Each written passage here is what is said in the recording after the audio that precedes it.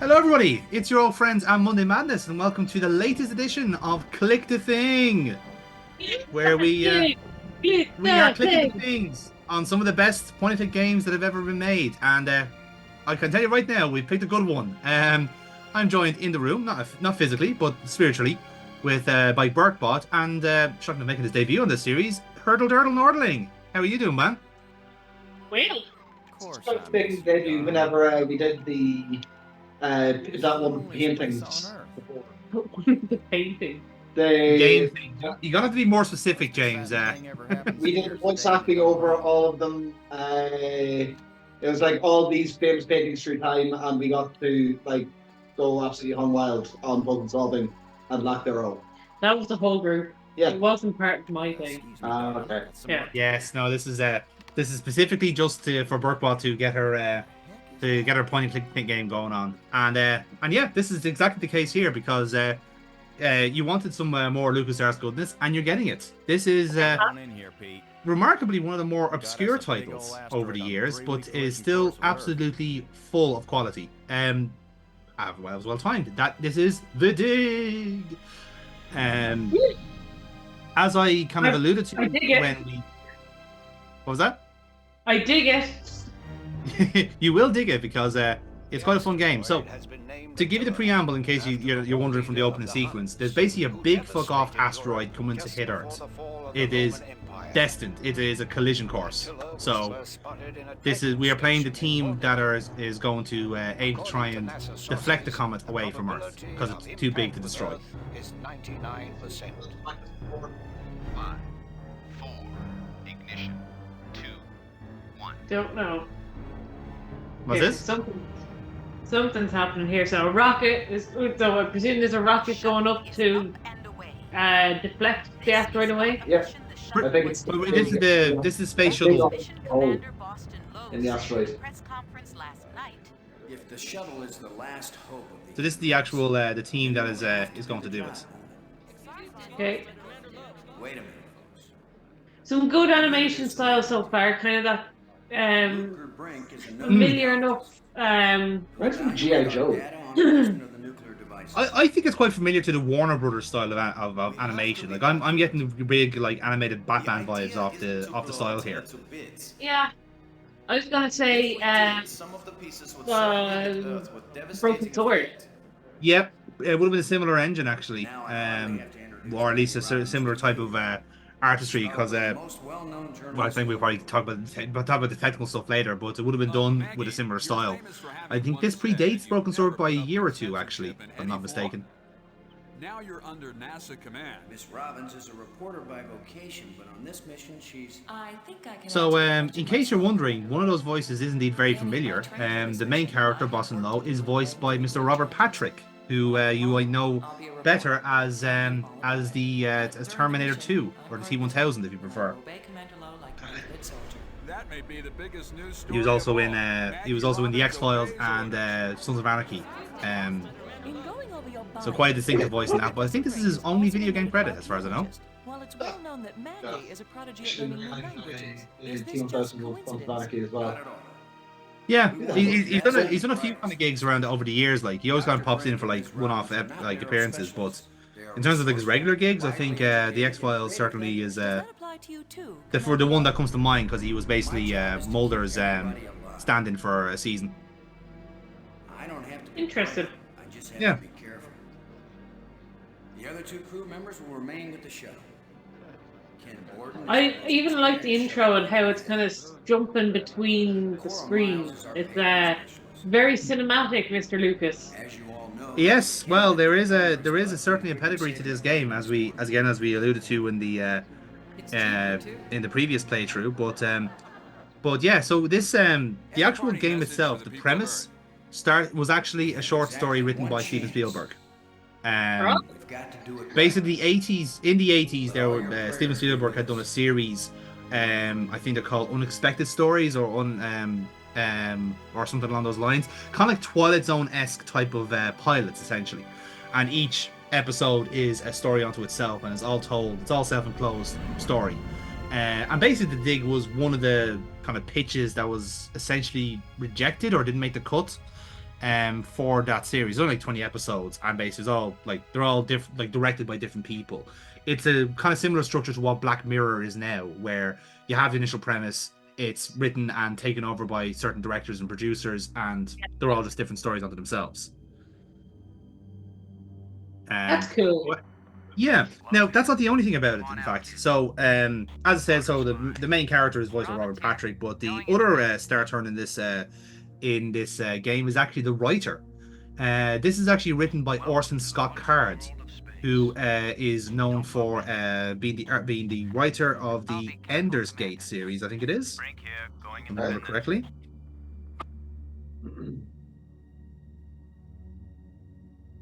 Let's see, just confirm that. Yep, Ender's Game. He's the novelist behind the entire Ender's Game series, so he's very well versed in sci-fi writing. So this is very much up his alley. But yeah, so this in case you wonder the rest of the cast, because there is only 5 people in it essentially. So obviously we have Robert Patrick, as we mentioned before. Mary Weiss plays Maggie Robbins, who was the kind of seen as the sassy number 2, if you like.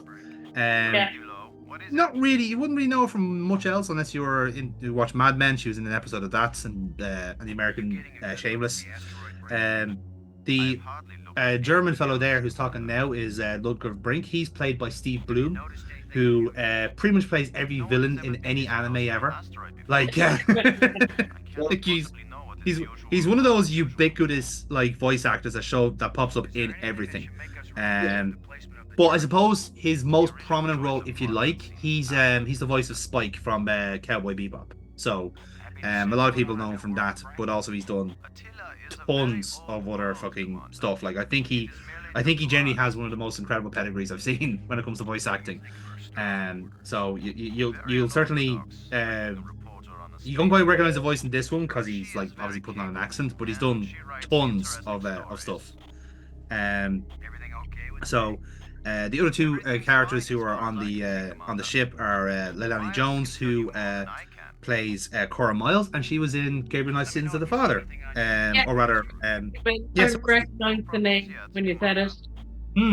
So she's appeared in that. So second time on this channel, and then Kim Borden is played by a fellow called David Lodge, who is basically just an extra in a lot of things. Also a voice actor as well. So not quite a human name, but again, Robert Patrick's the biggest draw in terms of the crew there. So Fair enough. and that's basically the preamble. So yeah, the game basically starts off as this. Your mission is to basically deflect a comet that has been renamed Attila, essentially because of the kind of, I suppose, the marauding. Yeah, yeah. Stun hunt is a phrase I'd use. It's probably the most lethal hun you can find, to be honest. But here we are. That yeah, actually that's fair.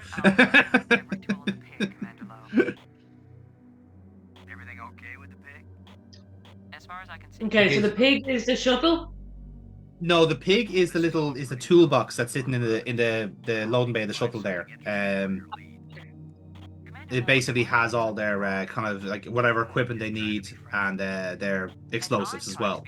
But it literally is called a pig because of the shape of it. Okay. Yep. No, there's nothing more complicated than that, thankfully. Do some of them throw up?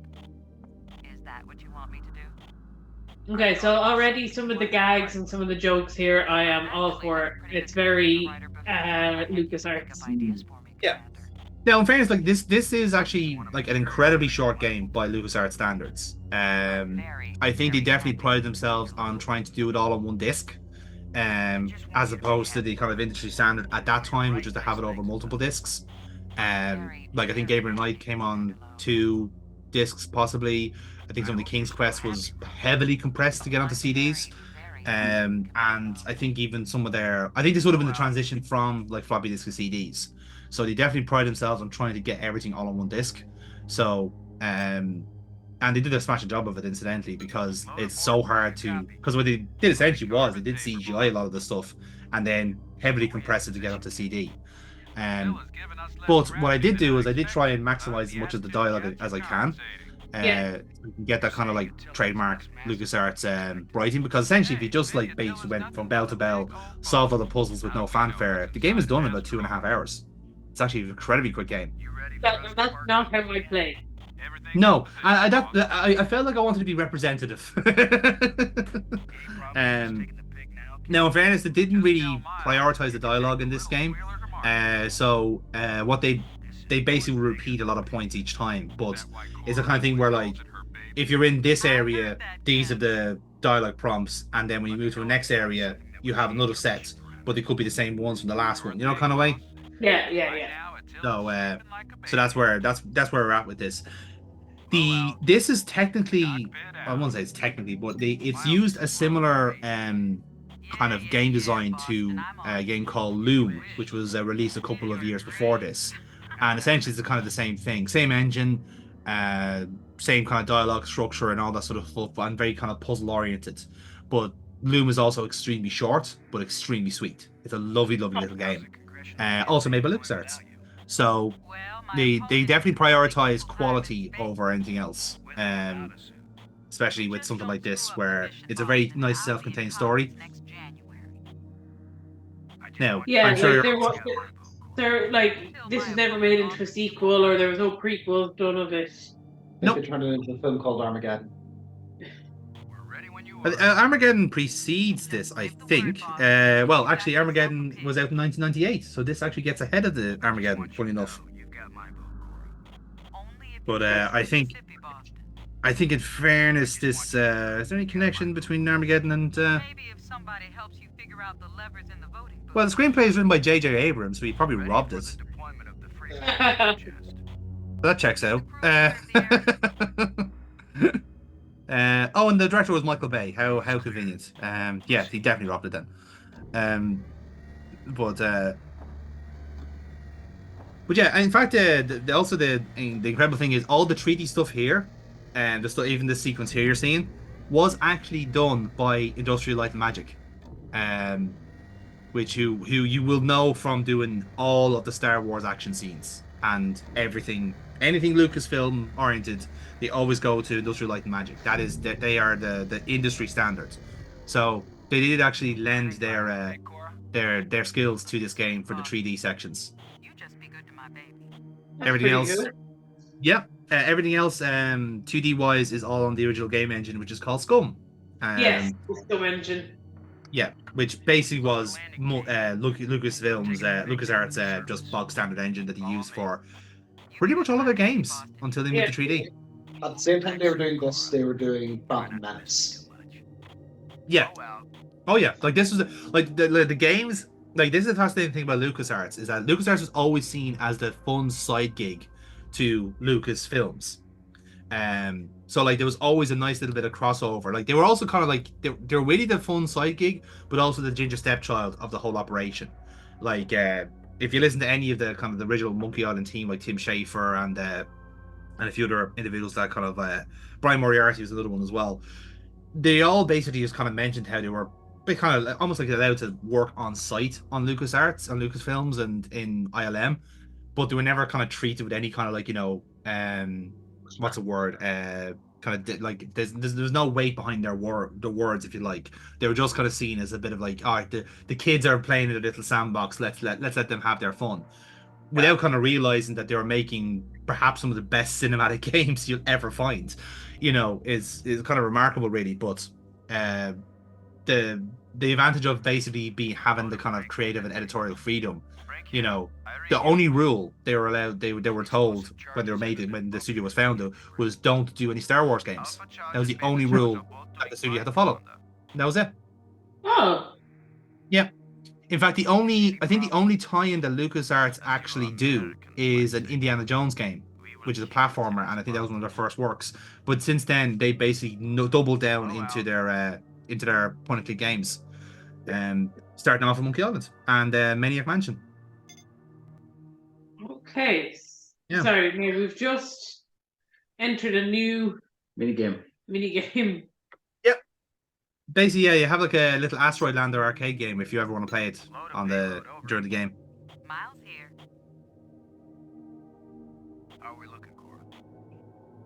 So were you able to control that? Yeah, I Or- was. I just kind of showed it off for the sake of the playthrough. It's just a fun mini game. It's like that asteroids. There's nothing more to it really. Okay, cool. I just, Yeah. That's good to know. Hilarious enough Like- when I was saying there Like for that your Pokemon. what's that? Like making the sandwich for your Pokemon. Yeah, a little bit. Except that like the sandwich actually serves a function. the asteroid lander was just a distraction in case you needed to, stall for time while trying to figure out the puzzle. Yeah. Now, I'm sure you can kind of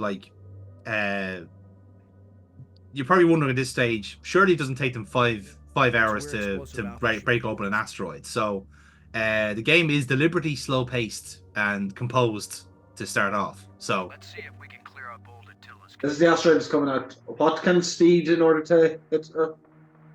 well, it's not the speed is the problem, it's the trajectory. Like it was they basically were able to get to it up to a certain point where again the speed wasn't the issue. Like it was going to hit Earth one way or another, and for whatever reason, like basically when you hear all these kind of alarmist kind of articles like this asteroid's going to hit Earth in 3 years time, like save your children, whatever the fuck, there's normally a massive like margin for error, and obviously by the time it does hit Earth, it skips past us. It like the orbit atmosphere, and it'll be little more than something that can fit in your pocket. Pretty much, yeah. Like, it is like the Simpsons thing. Except sometimes the asteroid loses its cohesion. Sometimes it is purely because it at one point during the comet's path it was going to hit Earth, but then like 4 light years down the road, it's going somewhere else completely. The fear with this one was that this was absolutely 100% staying on Earth's path for whatever reason, which is in of itself suspicious. But obviously when they saw how big the comet was, it's like, okay, we actually do need to deal with this because this would actually annihilate Earth. So yeah. And I think they also established in dialogue that it can't like blow it up completely because there'd be too much debris hitting the atmosphere, and it would just cause a massive meteor shower that would wreck the planet. Likewise, it can't do it too much, or else is the risk colliding with the moon, which obviously will be just as bad for the Earth.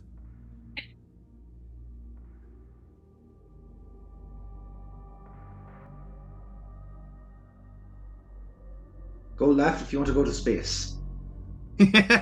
Pretty much, yeah. It's so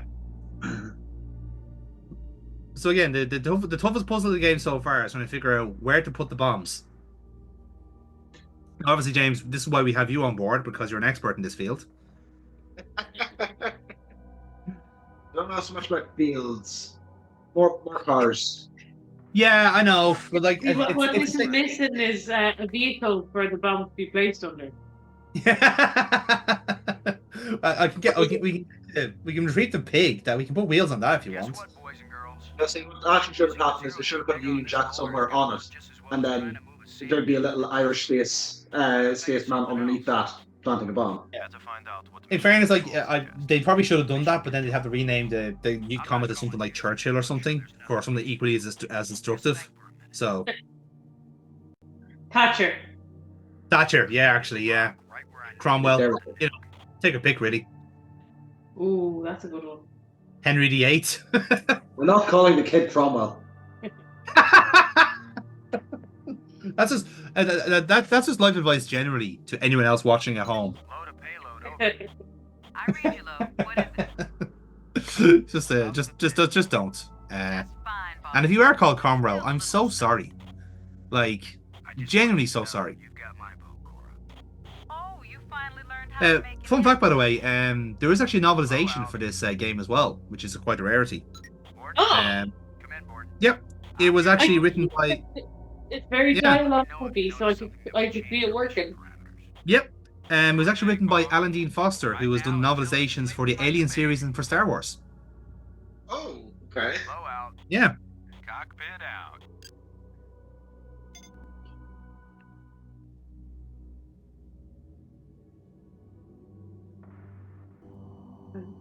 So our first conundrum here is that we can't use our special shovel on that boulder because it's not going to work.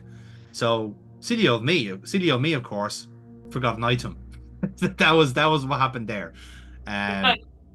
So enjoy as I wander out into space for a second. It's a good thing that Attila has just kind of stopped where it is, or else this would be a serious problem. He's taking a nap, okay? Not I expecting mean, going Back up to to the shuttle, folks. This It's is why traveled a lot. Catherine hates miners. The gold's going on straight. Yeah, it's on full circle, lads. That's why it's a Thatcher. This is how Thatcher came back, reincarnated as a celestial body, trying to destroy the world, like she always wanted to. Let's head on back to the surface, folks. I hope we finish up this time. So we're also establishing here what the characters are like. So, like, you know, Brink is a little, Brink is kind of like a bit of a dry, quite dry German geologist. Maggie's the kind of the sassy one of the three. Right. Can't imagine. Yeah, I know, shocking, I know. Whereas Boston is like just basically kind of the gruff military man. You know, it's kind of like the and kind of establishing, like, you know, they've all got jobs to do and we better do it and all that, while also having like a genuinely decent banter.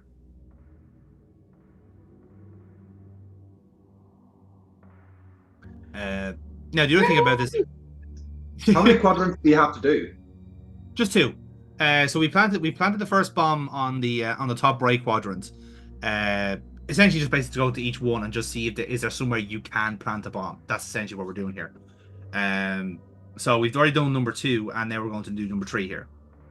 Cora, Ken, I'm jamming the shovel. gonna be And again, virtual. this kind of checks out because all we're doing is just want to just basically move the trajectory away from Earth enough, essentially.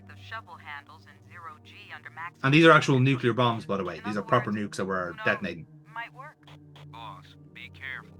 If the handle breaks, maximum down thrust will smash you right There's into still a its rocket in my pocket. You know the saying, whether the stone If you're hits happy the to see me. glass or the glass hits the stone, it ain't gonna hurt the stone. Thanks for the encouragement, Ken. Frank, if this actually works, the boulder's going to come flying straight at you. Better fly clear. Thanks for the warning. Okay, so I'm guessing this mission doesn't go well. Well, I mean, we're only like a couple of minutes into this video, James. What has you saying that? Now, aren't you glad I made sure the tool chest 5 had hours a long. shovel in it? My rule is, That would be a clue, actually. Yes. because you never know when you might need it. Come on, this is the prologue, James. This is just the preamble where everything is fine. We're just doing a routine save the planet operation here. Careful, Ken. You don't want to find yourself getting quoted as a sexist pig. Yeah, careful, Ken. I'm not here to Yeah, celebrate. Ken, you weirdo. Lighten up, Robbins. They're just teasing you. He's just Ken. If they thought you were really a spy, they'd never talk Yeah, freely. in fairness, That doesn't date this video hardly. I mean, if anything, that's just his character. He is just Ken. There's literally nothing else to him. Shuttle, this is low. Now place He is the Kenough, explosive yes. on the base of the asteroid in quadrant 3. Acknowledged. I need another hand here, Brink. Of course, Commander. I don't know if they've actually established how long this group of 5 would have been with each other. Like, maybe the novelization kind of like explains how much time there was between the comet being detected initially and then like everyone kind of immobilizing to save Earth. I figured it would have been at least a week or two to prepare this stuff.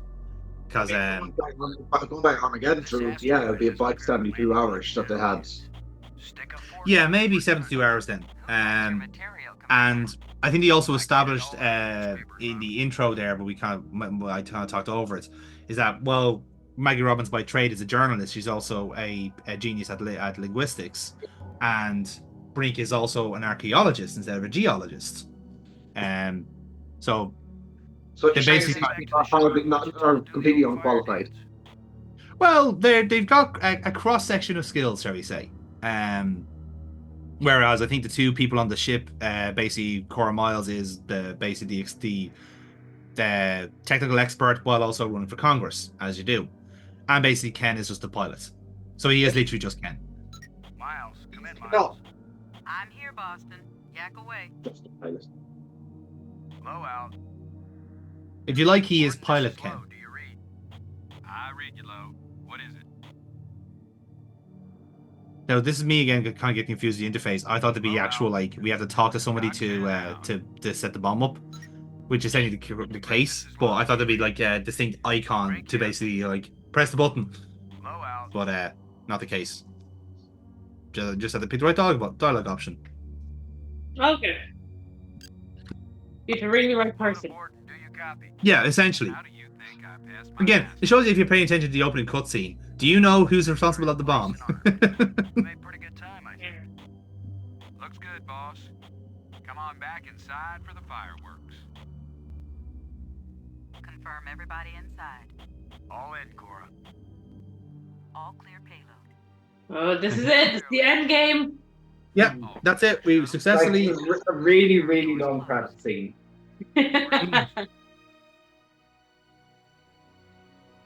And of course, you can tell there the entire game was scored properly as well. So this is actual, like, a soundtrack to this game. And I Pivot. think Pivot.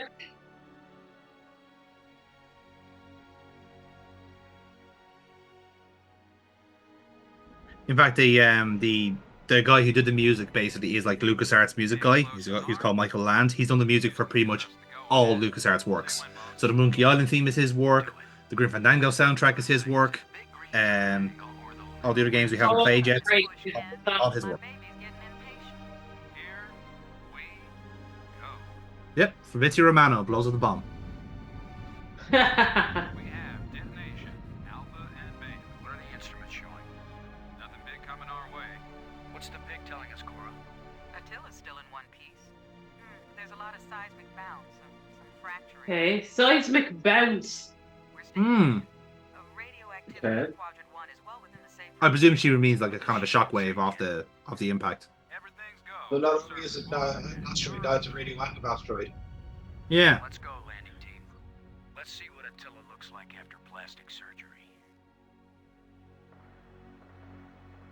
Be careful, kids.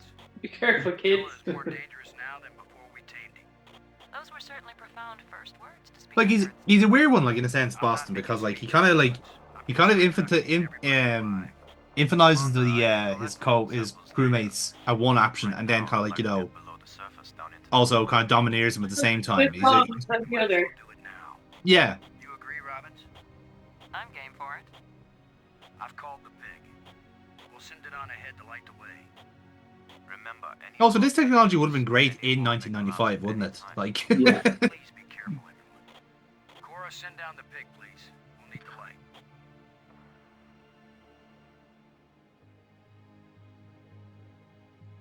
I mean, incidentally, this isn't like a thing where it's like kind of set in the past or present. This is like set in the or like mid-90s. So you can't use that trick where like, oh, it's in the future slightly. No, this is stuff that we should have in 1995.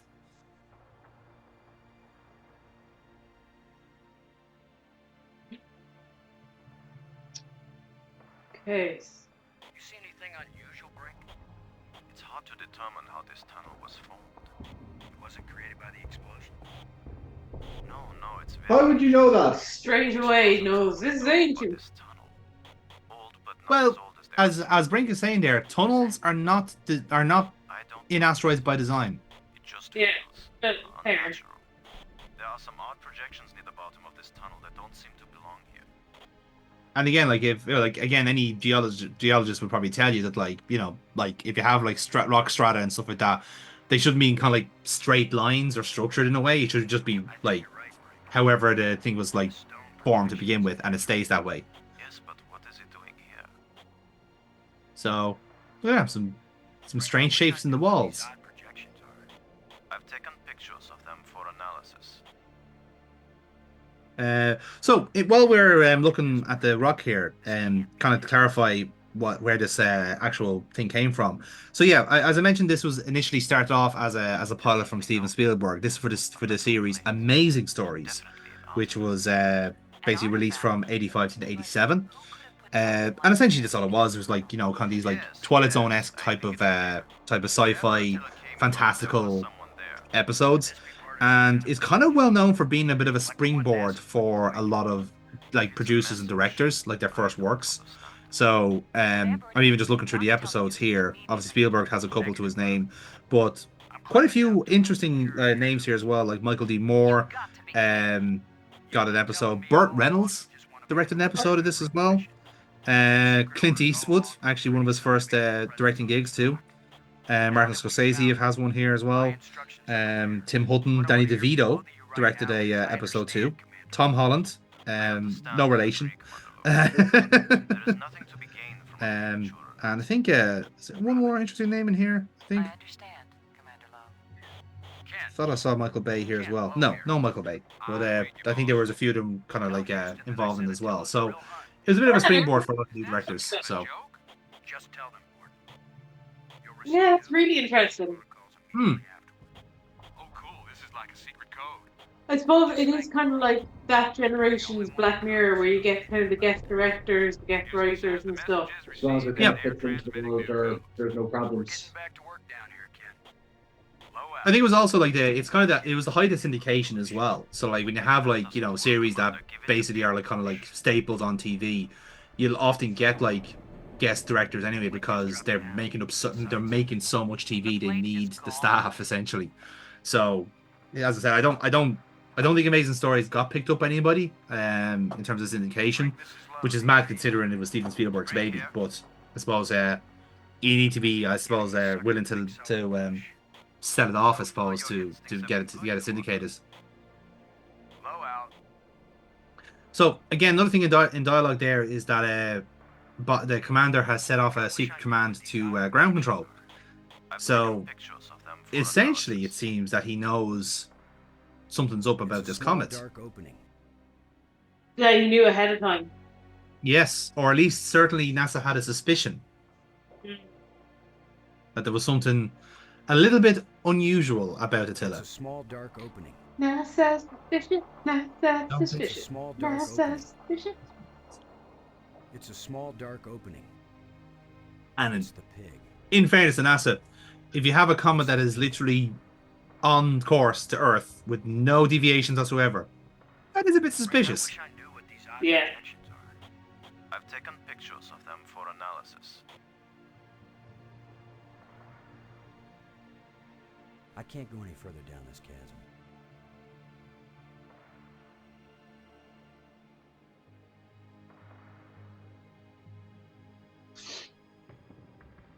And just in terms of controls, then, how clunky are they nowadays in comparison, or what device did you play this on?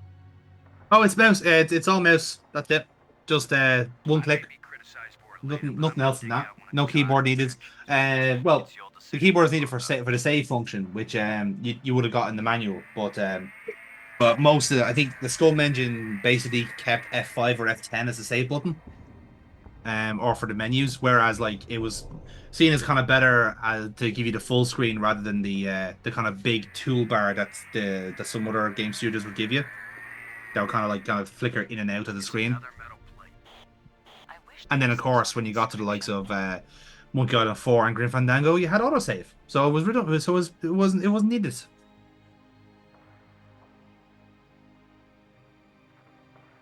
I'm going to push another one.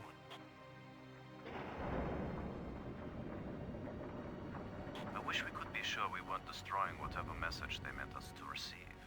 it seems to me that if they didn't mean So yeah, to push these metal plates, it kind of goes without saying, actual metal plate embedded in rock is not made by an asteroid. That's made by design. So we got something definitely going on here. Aliens or government conspiracy?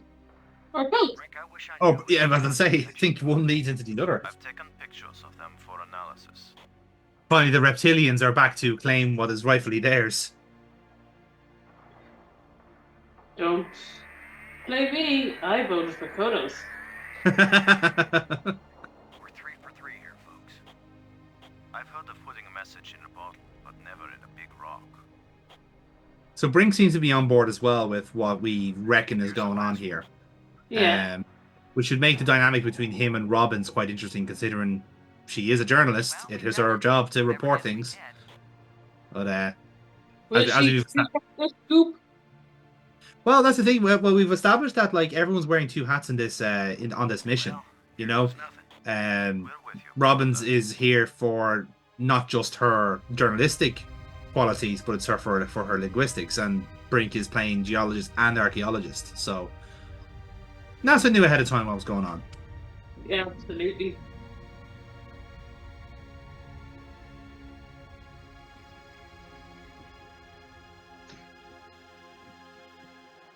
So, the asteroid is hollow. Time to update Houston. Load a shuttle. Static. Must be all this rock. We're cut off. Should we go back outside and call them? Nah, they can sit tight for So just in case you're wondering, like, you know, with obviously the massive like level of production here in this game, because it's kind of impressive to see like 2D sprites being pulled around a 3D environment.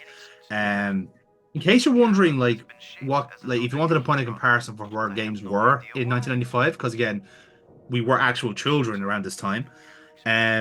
This would have been in the release in the same year as Discworld.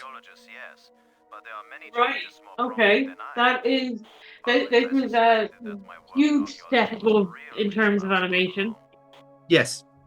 Basically, you would have got video games in 3 different flavors. You would have got it in, say, your kind of like, you know, platformers or RPG style. So you like your Nintendo verse, if you like. This would have been around the same year as Chrono Trigger, the second Super Mario World game, which was Yoshi's Island, for anyone keeping score. The second Donkey Kong Country game.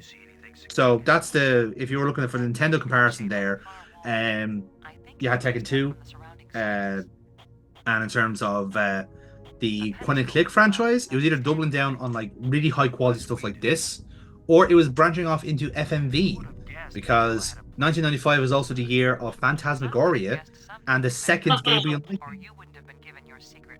Oh my god. Haven't had a FMV in a long time. And it was also the same year as the first Rayman game. So again, that's where we were with as a people.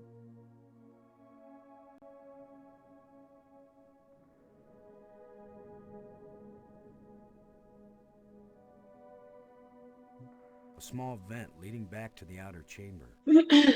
How's your event? Exactly. A pedestal.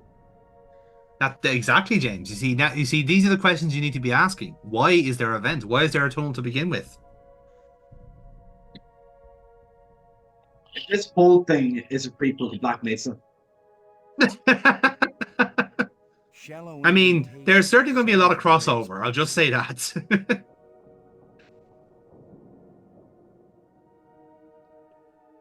Oh, this is our first puzzle. Like, yeah. It is our first puzzle. That's our first kind of clue to how the rest of this game is kind of playing out, if you know what I mean. Interesting. Robbins, this is low. Do you read? Do you Robbins read? here. What is it? No. Can you read? What do you think this place is for, Robbins? Do you want to read? Kind of temple. That's No, the first don't assumption wanna use my most brain. amateur anthropologists. So do you have? I'm Boston Low, and I just want to shoot things with my gun. Arranged to exactly fit that square Although in fairness, he actually isn't like that at all. He is So what happens? he is the main character. He's not a violent man. Who would have guessed until I had a place like this inside?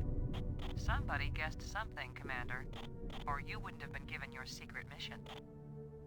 Again, Maggie's kind of on the ball there. Not particularly fan of being lied to or anything, but she's playing ball for the moment. They look like the metal panels you push through the shafts up in the tunnel. As I say, she's like Maggie's kind of like cast as the old like traditionalist, traditional feminist type of character, where she's strong-willed and independent and doesn't follow rules and all these like things that terrified men in the 90s. It won't Yeah. do anything. Short hair. Oh, look how quickly you solved this one.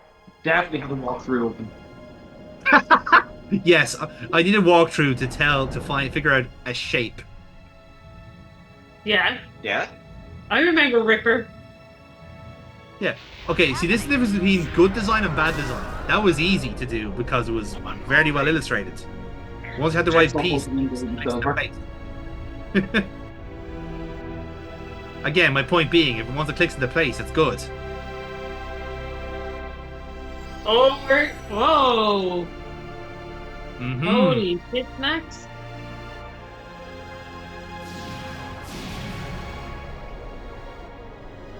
So there you have it. It wasn't a comet at all. It's a spaceship. Dig up, stupid. I think we're past the point of digging. That's the name of the game.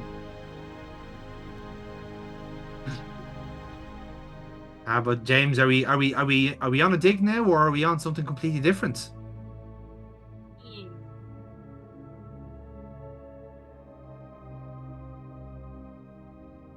They have gravity. Like someone turned Yes. inside out twice. It's a little difficult to move now. That's because we've got gravity. Planet-type gravity. We're We're not inside the asteroid anymore. And the pressure is equalized. There's an atmosphere. Can we breathe it? Our suits are checking that automatically. Here we are. Yes, it's at least as breathable as the air in LA. There's always the danger of airborne infectious agents. Wait, in LA or here? Yeah, Dum-dum. both. So, alien microbes should be no threat to us.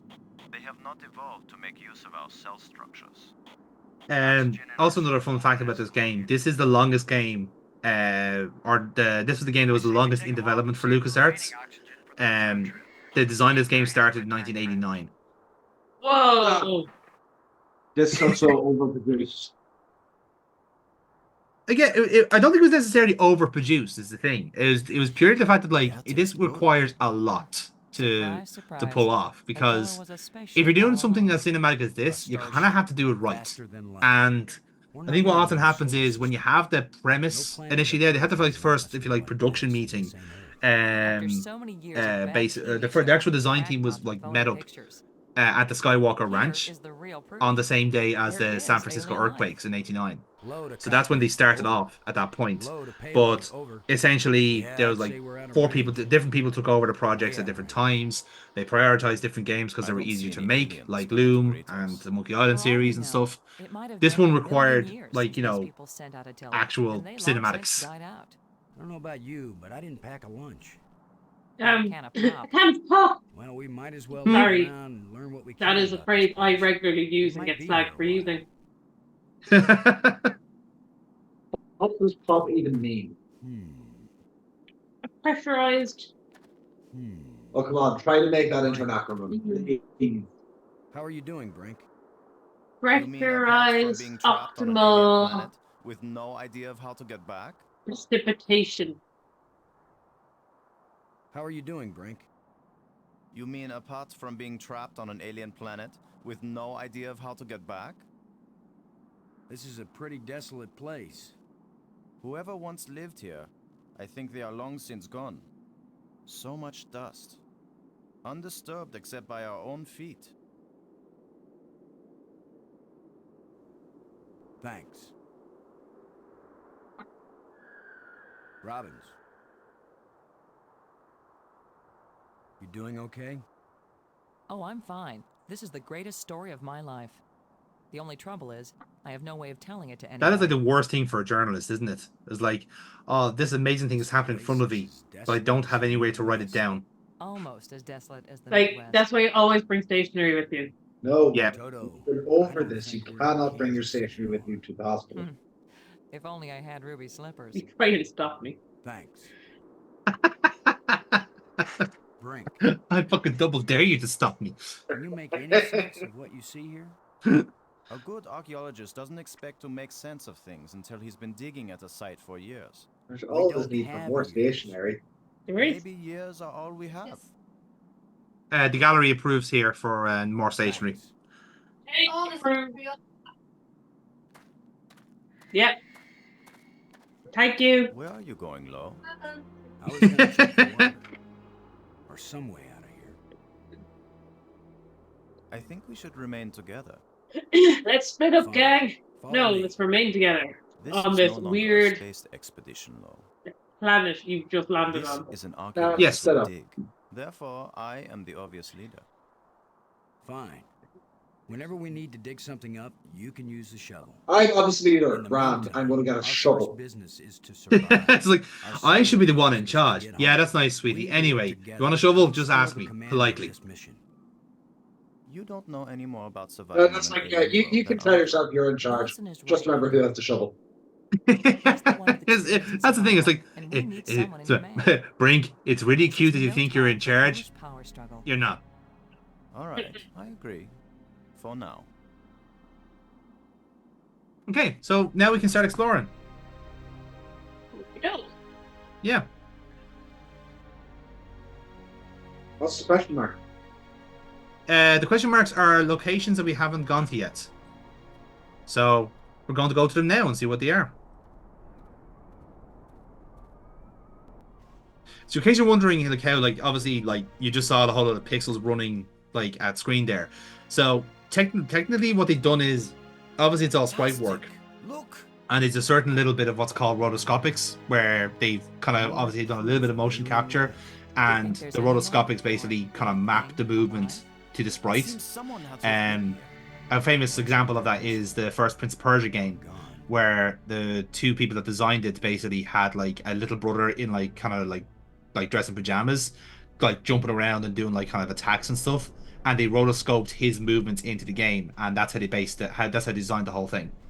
This Like, alien I- technology is hopelessly wrong. Hate to think of the rotoscoping or the mocap suits that were being worn for this. Well, see, that's the thing. You see, it was all It's all photography based. They literally just like it's all side profile stuff, and they basically take like a snap with each kind of like frame, Can you tell me and about what these they go people frame, do frame, to frame, get frame, to frame, your frame, frame, and that's where you get your Oh, rotoscopes this even. rust. It's the same way with animals what was the have other game? moved in the Flashback world. was another one that was Know made what by we're a looking different at. studio called Delphi, Let me look. and they did the Try same not to thing. But of disturb course, there's all platforming. So when they're doing the jump, there's like a stutter to the jump because the person doing the rotoscopics is actually, doing a jumping movement. It's not just like You doing Mario okay? going blam, blam, blam. Oh, There is I'm fine. a This is the greatest natural story of human my movement life. to it, The and a only bit of trouble is, a I have no way of telling it recoil to as well. anybody. So if you're doing a running jump, Toto, you have to wait for the guy to slow himself down, or else you might slip off the fucking thing. If only I So- had ruby slippers. Thanks. Brink. How are you doing, Brink? So to finish my point then with the actual sprite work, then obviously they had to compress it a certain amount to get it to work. But the way they did it was they did it through they compressed it through perspective. So obviously they're kind of in the middle distance here, so they look kind of quite small and spongy. But if they're in a position where they're very close to camera, you see a really high definition level of sprite. That was a joke, So, Lo. and obviously then naturally that works the opposite way. If they're out in the background, they're like 4 dots, But that's all very natural and seamless based on when they are in the level. And I think even something like that to get the perspective right takes a lot of work. Oh, hello. What the frick?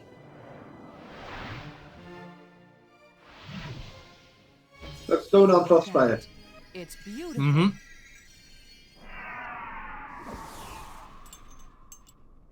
Ah, neat. Yeah. Changing states. Mathematical Dick, progressions dick, of dick, ever more dick, complex dicky, dicky, dick, polyhedrons. dick. Next time I suggest. You noticed the stick? No, I'm glad you did. What could that You were be? gonna have to get used to those sticks, Burke. What? Not a random No. electrical discharge. It's just like that point and click, the room game that she played where she had to collect all the spoons. It's point and stick, James. Absolutely nothing. Oh, she's a clever one. It's still. How long were you sitting on that one for? Funnily enough, it just came to me. Did any of you see? Was this here before? Suppose your baby brain's useful for something. Of course it was. Do you think an electric Terrible field fun. can carry a solid That's my object? job.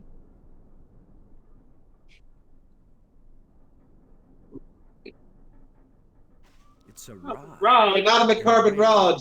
5 geometric shapes. Well, what's strange about the rod is that they're like the shapes are kind of like off the I don't know column. how They're we could've floating missed that when we in first walked essentially in midair. I can't determine what it's made from.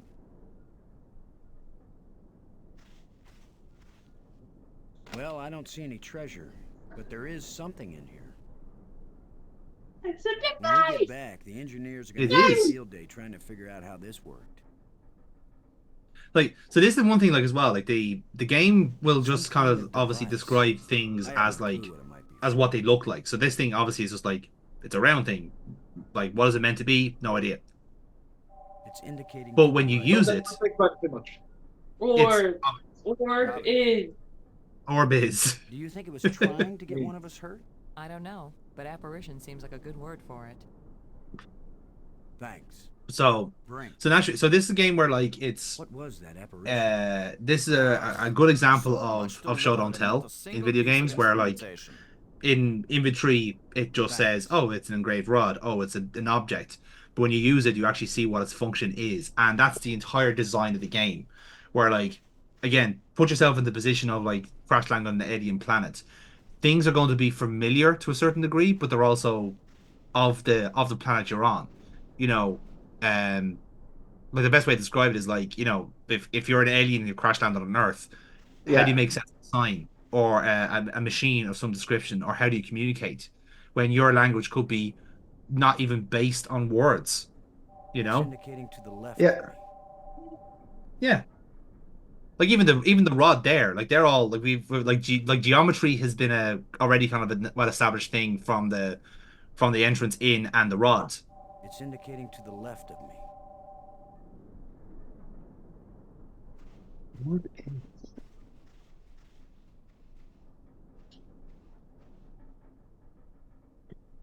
It's indicating to the left of me. So we've literally like reached the end of the level there. We can't go any more left. So whatever it is, it's in another part of the room. They went left. So, okay, so we're looking for a puzzle to continue then. Well, a little bit. Again, this is only the first location of the 3. So we haven't like necessarily seen the whole playing field yet.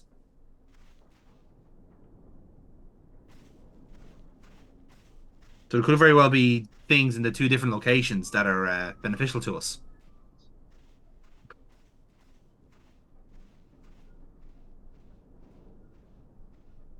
So obviously we have our kind of our shipwreck here, that kind of our first actual thing that we found. So who knows what we'll find in the other areas. What was that, James? The name of the ship in Monkey Island. Oh, the sea monkey. Yeah. This is all done by the same crowd. I wonder if there's going to be Easter eggs. None whatsoever. None whatsoever. This game is an island unto itself, and in fairness, like it is like out of all the kind of the Monkey Island games, this is the one that I would say probably takes itself the most seriously, which is kind of saying a lot, really, you know, because they do tend to like, you know, shall we say, have a little hat tip here and there. Not just plants, but Yeah. creatures too. I'm not an archaeologist, but these look like bones to me. But they are not lying where the animal died. They were placed here. Markers. A grave? Best guess. And now a home for those rat-like things. So again, like again, archaeology 101, like the indication of a burial place suggests a society, an intelligent life, not just a kind of This is just light, but like it a wanton feels the stone destruction. steel. And also how to give an archaeologist anxiety. Just take stuff off it. It's fuel. Just Something's looking at me. No. You pick it up and you bury it 5 feet deeper. There you go. You have funded their PhD for the next It looks like something is buried here. for the next couple of years. again, it's like what we're having with Robbins here. It's like, you know, it's like it's the greatest story of her life, which has no means to write it down. It's like this is the archaeological dig of a lifetime, of all of our lifetimes. Just going to dig But he right can't in? do it With a shovel? because Commander Brink We'll has the destroy shovel. site. I'm not doing archaeology right now, Brink. I'm looking for something to help get us home. Your name will live forever. As the bone-headed space hero who destroyed precious data at the first alien archaeological site. That's better than having my Write your name forever. in the ground. As a commander of an expedition that With the shovel. disappeared and was never heard from again. Now get out of the way if you aren't going to help, Brink. This might take a while. So that's like that kind of summarizes like Lowe as a character. Like he is basically his one and only function is to get everyone home. That's what he is there. He is the captain of the ship. He wants to get everyone back to where they are. Now we have a pile of Doesn't actually matter bones. how or Maybe when not. or You never know when an what he alien has to do drone to will prove useful. to make that happen.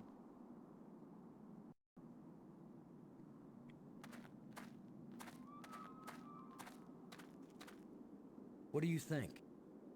Was this the skull of a sentient being? Or a pet? Or a beast of burden? I don't know, but I'm pretty sure it's dead. Again, It's a strange shaped jawbone. The teeth still look strong. so again, like the much like the thing is that we're trying to piece together like what like Whatever the creatures on this these planet bones look used like. to be, I don't think we've got anything like it on Earth.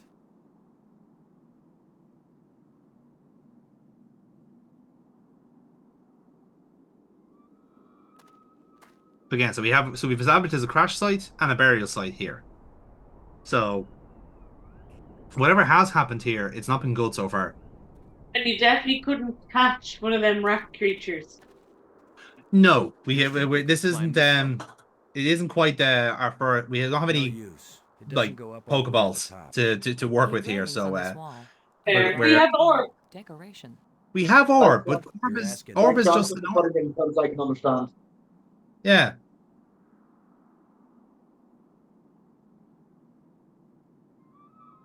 So there doesn't seem to be anything here. Which of course.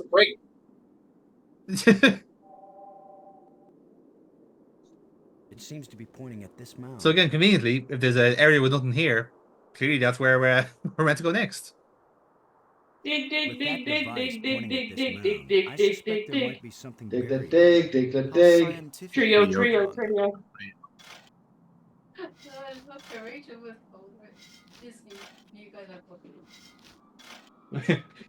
We're not always on the Another same random page. In hole fact, we rarely bulldozed are. by our fearless leader. We're not even at the same Maybe book. not. I thought I saw something shining. An artifact. It looks like a bracelet. Bracelet? Yeah. I wouldn't Yeah, mind show wearing to it, the but woman. it's too small for my wrist. This artifact But yeah, is very delicate. it's a bracelet that seems to have Looks like like it may be useful as well as a ornamental. separate device to find it. Nothing but It raises a lot more questions. Yes. It's pointing at me. Use the shovel on yourself. What was that? I wonder what we'll find if I just dig up, stupid.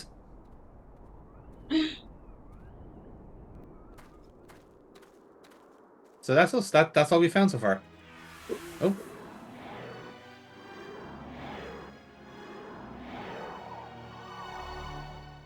Bunsen burner flame again. I think we can safely say Someone's this is not someone's a burning natural copper. weather phenomenon. How about a mirage? Anyone voting for it being a mirage? It knew we were here. It was trying to tell us something. Or show us something. Don't be too quick to anthropomorphize. How do we know what life looks like here? It might be alive. Or it might be some kind of automatic guidance system. Again, Boston is falling into Created the it trap of on every the ship, science and now it's fiction leaving us. character, You mean this is where the he last describes gasp everything of a as some holographic sort tour of. guide? It's like the most Or the common phrase in point. every sci-fi show. Maybe it's telling us we're under arrest. Come I quietly. can't be with sure, but self-aiming it's some lasers sort and of toast us to cinders It's in some sort of- 15 seconds. murder. Maybe you think that's funny, but the last thing I need is some mischievous boy trying to give me the creeps. If I wanted to give you the creeps, I'd tell you that it was the ghost of a long-dead alien. How do you know it isn't a ghost? What? You think this is where aliens end up when they die? If it is, then this place better be hell, because it sure isn't my idea of heaven. Now you're starting to give me the creeps. Again, going by like what we found so far around us, I mean, it's possible. There's a lot of death so far. Not much life, except for a couple of scavengers.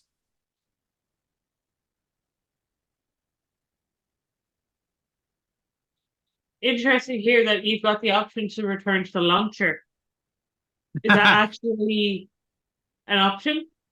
No, that's purely that's just scum. The actual like if you wanted to like load up a different game, that's just because basically to play this game, it's been mounted to scum VM, so that's all that is. Oh, okay. Oh, Yeah, I know. thought that was like a sneaky way of getting back to the ship. No, unfortunately not.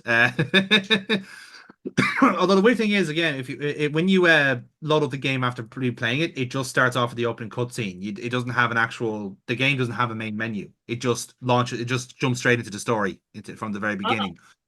So you basically have to like skip through the opening cutscene or two to actually, continue on essentially, which it's fine, but it kind of picked its cues from a lot of other cinematic point and click games like this. This is very familiar to another game called Another World, which has no dialogue whatsoever. Like it's all expressed by the cutscenes and animations of what you have to do. It's a very brave thing to do in the year. I think it was like 1990. I think it was, where like again, it's a similar premise where you're basically been thrust into an alien world with absolutely no means of communication, no means of understanding where you are or what you're doing. You just have to basically roll with it and just get going. Yeah, Another World, 1991. So this. Okay. Yeah, there's a couple of years in the difference between these two. Yes, that's right. You're probably right. That means the ground is treacherous. It could be hollow under there. Commander, I think it's time for an Brink is now starting to get sick of this shit. Give me I want my shovel. The shovel's yours, Brink. I want to have a dig. The ground's stable. James just walked out of the room as the shovel got passed on. Not to charge in with guns blazing. I know he was very emotionally invested in the shovel work, but Finally, a good use for my extensive training. And he does the exact same thing that Lo was doing. Yeah. What about if the girl did it? Ah. Oh. No, it's completely. I can't. No. Oh dear. Brink. I couldn't get to him in time. He did. It happened too fast. Can we get down there? How long a drop is it? Looks like the rubble is. Oh, are those eyes? Follow me. Let's see. Here he is. He's not moving. Brink. Boston. Okay, so James, since you're out of the room, Brink should not have been given the shovel. Oh, okay. He's gone and done an upsie. Then you one. He has had a permanent upsie. Brink and I are I not think it's fair to say. trained monkeys. We're responsible adults. It could have been any of us, and there's not a thing you could have done to prevent it. But to lose Brink, and we've only been up here. Look, you can't keep me safe, and I All can't right. keep you safe. On to you making duties. So there's no particular reason for us to stay together. And I'm back. Our odds of getting back to Earth are better if we work separately on figuring this place out. I don't like the idea of splitting up. Why? Because we're safer together? Ask Brink about that. Because maybe I won't know what I'm seeing without you to help me understand it. If you find something interesting, the communicators still work. Till then, adios, ciao, sayonara, auf Wiedersehen. Now she's just showing off how many languages she knows. Exactly. Should Should be linguist. Boston, this isn't a Yeah. military action. Take And that. Go back to Germania. Command. There's just you and me. Take that, you and we word both know whore. Exactly the same amount about this situation, which is to say, nada, nothing, zip. If we suddenly find ourselves facing an army, then you're in command again. Until then, adios, ciao, sayonara, auf Wiedersehen. I don't know what is that just the way she just leaves the conversation? She just keeps saying that. All my psychological I feel like said that I didn't work well with yeah. others. because I wonder if she know Irish, because that does not work for us. We go with Bible. That's not that's. She's American. She, in a weird way, she's kind of written like a West Wing character. She kind of has that kind of like nature to her. It's a weird way. Oh, Frank. You could be irritating sometimes, but you sure didn't deserve to die. Ah, yes, So, Brink. if we got a shovel to the head. No. He just dug in the exact same spot Probably wouldn't hurt too. that Lo was digging in, but he's clearly not experienced enough with the shovel. No, evidently. They must share a It was actually the beginner's luck that Lo had that saved him from that fall.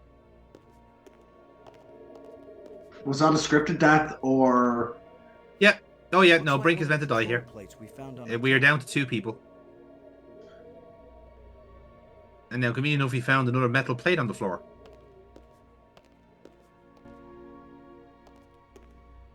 I played Zelda long enough to know that that's a blockable wall. Mm-hmm. That's at the doorway there, as you can tell. But then we have a dark tunnel.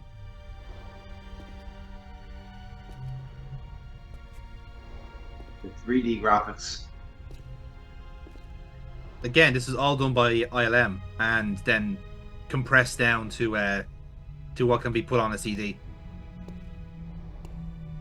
It only took 25 years from that before Pokemon X and Y went 3D. Obviously, X and Y should have consulted with LucasArts on how to make a 3D game, but anyone. And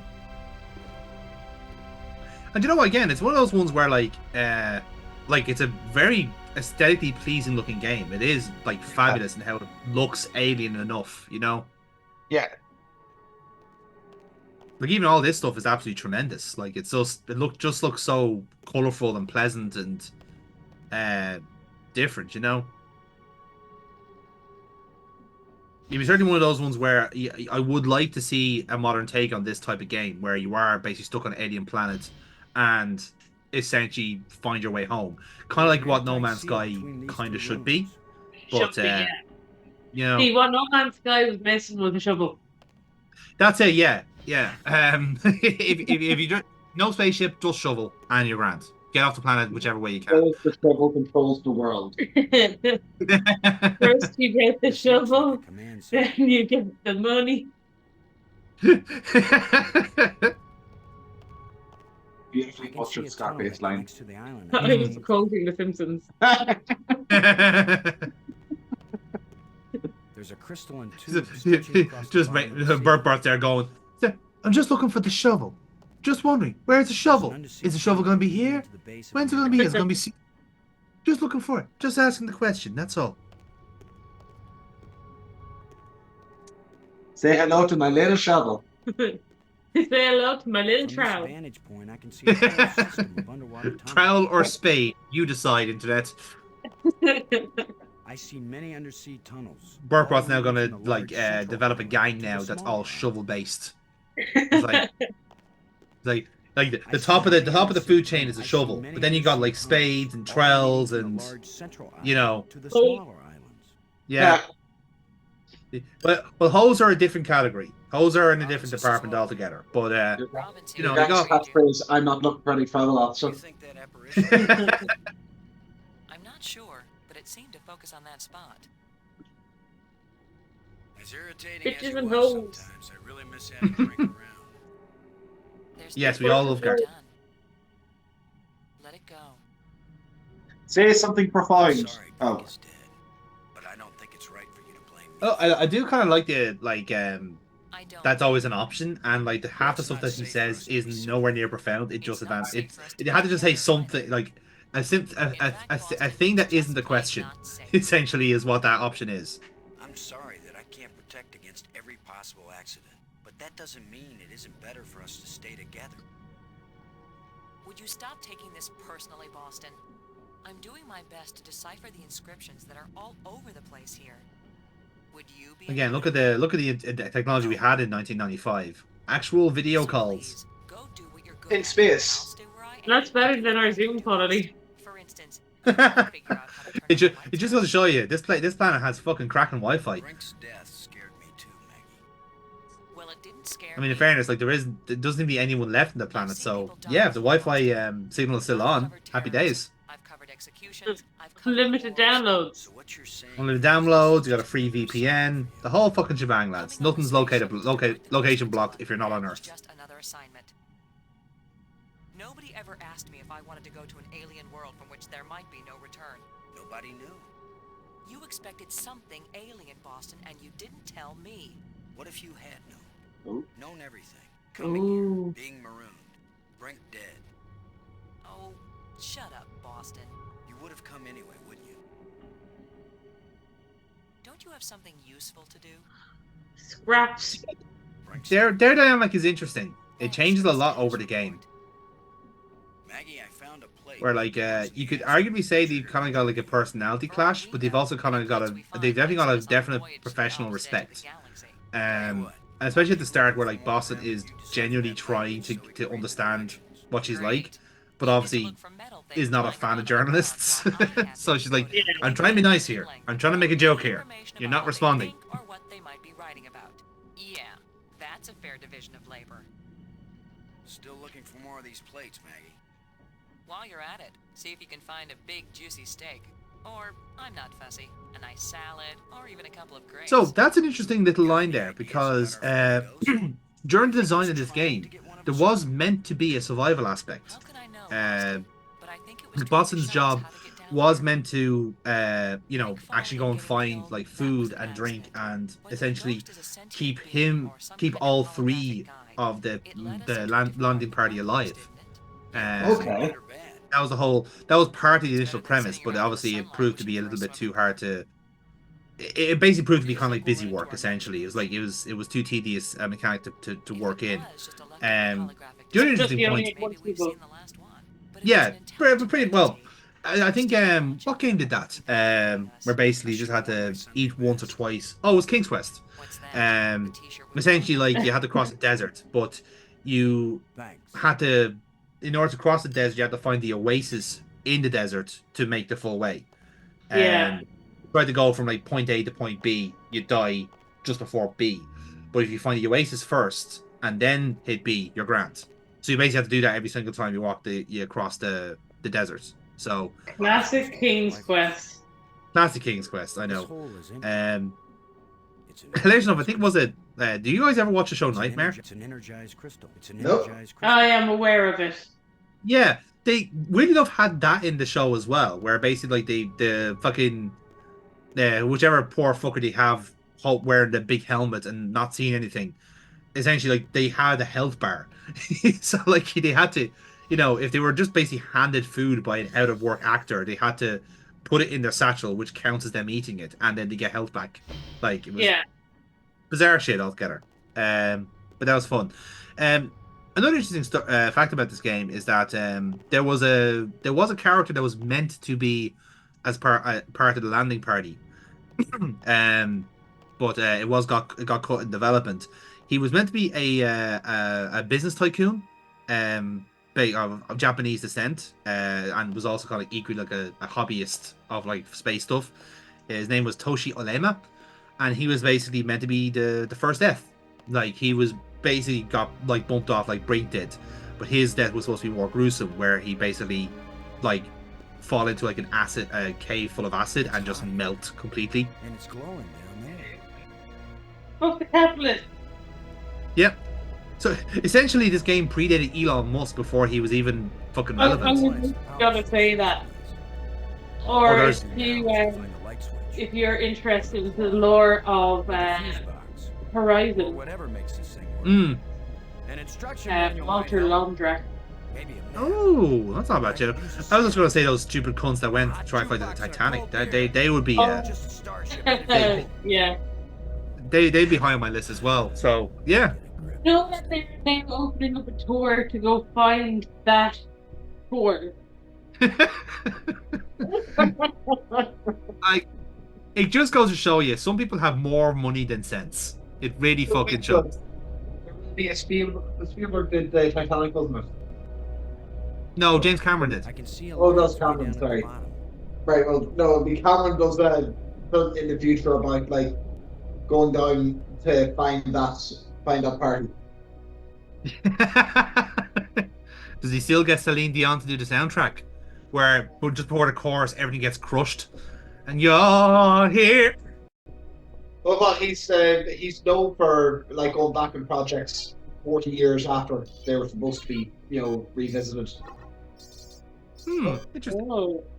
Oh, go back to that. So what you're saying is in about 2047 there's a chance? If he's still working by that stage? Or an Avatar 3, maybe. Maybe, yeah. Okay. We'll come back to this particular puzzle. But you notice there that there was kind of two control panels, and down below it looks to be like a lens that obviously we can't get to because there's quite a lot of electricity going around there. Yeah. So put a pin on that. We'll be back to it soon. Shut tight.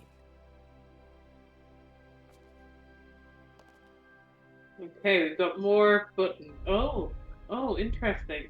The geometric group is such an unusual gimmick, I suppose. It is and it isn't. Well, I think the gimmick is, yeah, I think you're right in saying like it's definitely a nice means of communication is the way I describe it. Because I was thinking to myself, like, I think the first time I played this, I kind of had trouble kind of getting my head around the whole kind of alien kind of communication of it all. And then the second time I played it, which was for this, I found it like, it was seamless, and I kind of like knew what I was doing then, because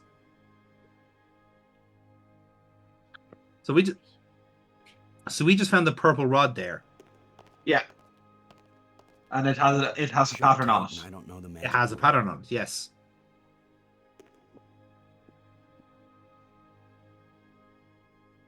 So basically, the way this works is you'll notice that there's a couple of doors in this kind of area that's been basically named the Nexus.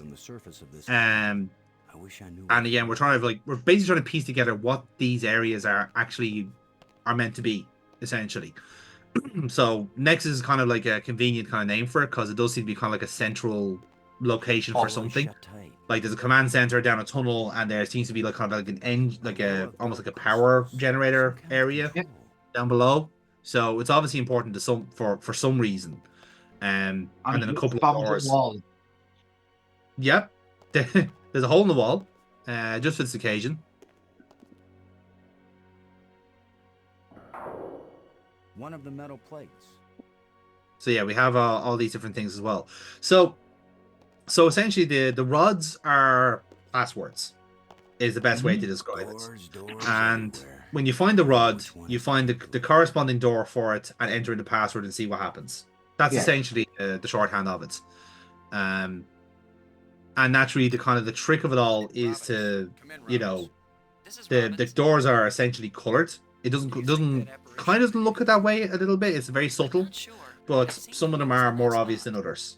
And thankfully, there's only like 3 or 4, so the actual degree of trial and error isn't that bad. You can just basically set the password on each panel and see which one bites. Yeah. Somebody spent a long time engraving these smooth grooves on the surface of this column. I wish I knew what for.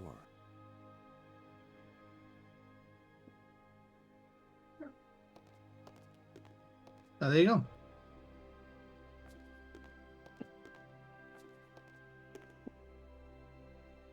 So I think you were saying there, Burke, it was kind of like how the kind of the actual the premise of the shapes there is quite interesting. I was kind of thinking to myself, like if you're trying to describe our kind of numbering system to an alien, we kind of go, okay, first of all, we have these symbols here. They go from like 0 to 9, and then if you want anything higher than that 9, we have to just put a 1 in front of it and then go again. So I'm just thinking to myself, like, basically red, green, and blue are almost like teens and 20s a little bit. If this culture is arbitrarily decide that red is the lowest common denominator, then followed by green and then blue, you're basically just setting in like a phone number, essentially. The door is shut tight. Okay, I get it. That's the way I interpret it anyway. Because it's all geometric stuff. Like if like the shapes are going in, like they're going in order of like how many sides they have. Yeah. So I think it starts off with like triangles, so that's 3, then 3, 4. 4. I think it's the order now in a minute. So you have 3, 4, then you have the diamond, so you can say that's 8, 9, then 10, then you have a dodecahedron there. So it goes up in increments, like it's 2, 4, 6, 8, 10, 12. You know, and then it just basically changes color. So what's not to say that like green is basically like our 10s or 20s, yeah. You know. Okay, I like that theory. I like it, and I thank you for putting it in terms of. Yeah, because like again, this game. Look, even though you're like in a party of 3, you're pretty much on. Like once you're past the opening the opening puzzle and Brink's death, you're pretty much on your own for the majority of the game. Like we do meet up with Robbins eventually. In fairness, like there's nothing to say we're not. But she's doing her own thing and we're doing our adventure too. So it's not as if we're gonna like team up all the time. So yeah, you do kind of have to solve the puzzles itself. But not only do you have to solve the puzzles, you have to kind of figure out what all these areas are by kind of like like intuitively trying to see, okay, if we're in the real world, what would this be like? So obviously like this area here has to have some kind of significance because it seems to be like a central hub for something, and also seems to power the place as well. Oh, they changed color as well, Steve Ship. Yeah, so sorry, Nordy has just figured this out. I just realized the issue of having a colorblind guy on this playthrough. Yeah, he had not realized that there was multiple colors there. So yeah, I just figured it was you have to find the right rod and the right rod's color to the right door. That you're going to have to find multiple inanimate carbon rods. Yeah, pretty much. Like that's the saying. The rods are essentially their key codes for all intents and purposes. The passwords. But I didn't know that you would be clicking through this multiple times to get each of these looking a different color. Yeah, that. Yeah, exactly. So that's also the trick of it is trying to. See that? Nope. Thanks, dear. Okay, so now we've established like how this dynamic is going to be. James is going to solve the puzzles for Burkwa, and Burkwa's going to tell James what's red and green. We make it work. In fairness, like we have to coach you through that in Black Mesa as well, so that's very consistent. Like he's there swearing blind to us. Oh, they're all green. It's like you're fucking colorblind. Take it from us. They're red. Oh, he did mention you were trying to gaslight him into thinking they were different colors. Yes, we're trying to gaslight him into proceeding in the fucking game. Yes, that's exactly what we're trying to do. The door is shut tight. There's very chance you were looking at the rod upside down. I thought that initially when I was playing the game, like as in like the rod was like the kind of the start of the thing. Oftentimes you just kind of overthink it, and no, literally like where the rod starts is the first button, second, third, fourth. It is actually that simple. The issue here is just genuinely trying to find the right door. And another issue as well is that, and I found this a problem in the first game as well, the actual the symbols for the dodecahedron and the I think it's a hexagon look very, very similar. So sometimes you might kind of look at it, like especially if like the third or fourth symbol which is further away, it will look like one or the other, but it's actually the other one. So sometimes it helps just to try either one out to make sure you have the right one. Okay, so I think we're gonna do this puzzle first, right? So I think it's all the one really because this one can be solved now. So what you have here is a control panel and a button. So nothing happened. So I am gonna demonstrate this proper here for the sake of the video. So I press this button here that's giving us 4 blues, whatever that means. Yeah. And then this thing appears. Goes down into the big vat of electricity. And it moves up a few beats.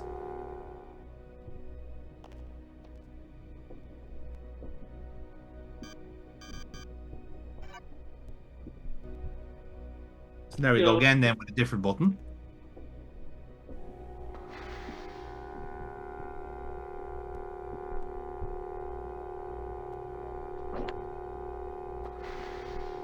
So that was the central button we picked there, and it didn't seem to do anything, what we can tell.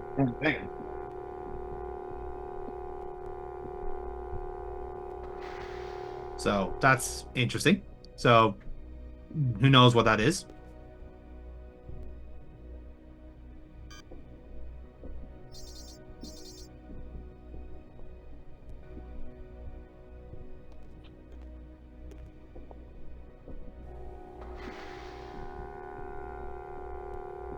Okay, another one down to electricity. Yep. And so after pressing that button there, it goes left. So Yeah.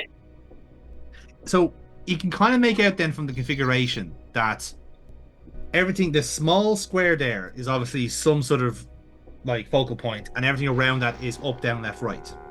So we've established that. So now you need to figure out what's the whole point of this object, essentially. Yeah. And what we are meant to do with it. So once you kind of figure out, like, obviously this is essentially the way of steering this object into where you need it to go. The second job then is to try and figure out how to get the lens from down below, because obviously you are absolutely not going to be able to go down there. That is just not happening. You are going to get zapped to fuck. So this thing is supposed to help you out here. So, what do you think, team? Before Past Me gets there before you. Purple. Since you have the purple rod. Mm-hmm. Okay. I'll stop you there and I'll say it has nothing to do with the rods. This is a separate puzzle for the rods. Right. Okay. I haven't a clue, to be honest. Okay. You go up, down, up, down, up, down. You kind of put in one of those type of codes. Yeah. Up, down, I'll left, give you a right, clue. up, right, left, right, L1, L2, R1, R2. Nice idea. Oh. Is that a clue? Is that helping? No, it's just doing something different. So, Okay. More, go further. You just do all of the fill that whole column up with colors. We don't have to, thankfully. But they just basically are the amount of commands you can give this object. But left, right, up, down. Is there move away from the camera as well? No, there isn't. But thankfully, that won't be an issue because everything's basically on our perspective wise is on our level, so it's okay. So I'll give you a clue, and I'll just say the phrase. I'll just say claw machine. Yeah. Okay, good. Yeah. Okay. So basically, we're trying to find our lens here is our cuddly toy. Okay. That's what we're trying to do here. So that object there is basically a picker, and Yeah. the lens is basically dislodged from where it is, and what we're trying to do is basically get that picker to grab the lens and put it back to where it is. So in order to do that, you have to figure out how many directions you need to basically land on top of the lens that's dropped, grab it, and then the second time then is trying to place it on where it should be going. Yeah, So I'm that's so glad. I'm so glad I don't have to brain this in real time because I'm still confused as to the connections between the colors. You're confused with colors. Look at the fucking code. So, so the colors are a little, they're a little bit misdirecting here. What the colors are basically is like, okay, on this panel, purple is left, blue is up, yellow is down, and green is right. That's all we need to establish here. So once you've established that, like, okay, it moves up, like, say, a certain level, a bit to the left or right, then you can judge how many you need then just from a bit of trying out a couple of times. So Weird enough, this is probably the most trial and error puzzle that's in the game. Because essentially you have to just work it out from there. Right. Okay. So what's basically happened there now is that we've had to put the lens in place to basically put the power back into this area. That's what's happened there. The reason why the doors weren't working for us the first time around was because there was no energy. Yeah. And that's it. That's that puzzle solved. And now we have a door open. Hey! To go through. And more puzzles! So much for the cafeteria idea. Yeah. Austin, are you there? I just got the power turned on and a door opened up here. They use geometric shapes as a kind of combination. So basically, that's like the first two, like, kind of like very important puzzles solved. Because what basically does, it just establishes how, like, things are done around here. So all of it is with, like, geometrics and stuff like that. So there isn't necessarily a language in terms of, like, okay, square is a phrase or a triangle is this. It's almost like, it's almost intuitive to what it's doing. So like you said there, Burkwell, you were being thrown off with what the colours mean compared to, like, the previous puzzle. There's two completely different things going on there. It doesn't happen to pick colours because it's all relative to itself. You know, kind of way. Same way with the rods. Like, it's a purple door, so the rod belongs to that door, let's say. And then obviously the shapes are just corresponding to that. So it just, shapes are just very ubiquitous in this alien culture, it seems. But then again, you can say the same about us. Like, you know, we use, like, letters and symbols for loads of different things. You know. So, you know, it's kind of the same kind of premises, I suppose. Maggie, good work. Well, it's been a good introduction. It has. We'll leave it here. So now that you've got your first experience with the dig, what do you think so far? Now that we've established that it isn't just blown up a comet, there is actually some alien life here to work with. I'm enjoying the banter, the witty dialogue, as is kind of trademark LucasArts. Yeah, I'm enjoying the puzzles. It's like Prometheus meets Armageddon. Very good way of putting it. Very, very good way of putting it. And again, predates all of them.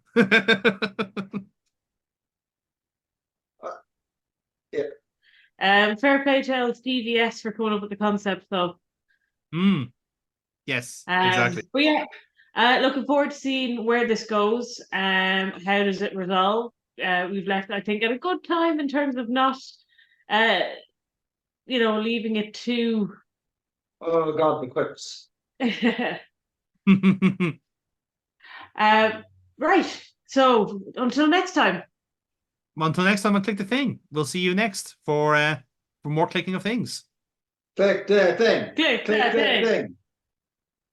Keep that in mind when you're thinking about coming to save. All right, welcome back to the dig, everybody. We're back for, as it were, round 2 of this here occasion. So we've already lost one of our party members to the world that be, and the other two don't seem to be in a talkative mood. So we're going from here now.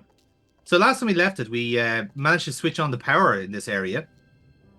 Oh yes, we figured out through the very, very understandable firing rockets into the void. Yes, and now we were wondering why this kind of like central area has so many doors. It's because this is a train station. Of course. Of course, train stations have doors. They do, yes. Well, it's an Did you hear alien. that, Houston?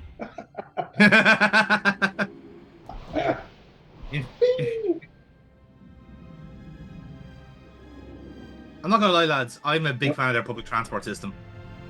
Orb is. Orb is. Orb is.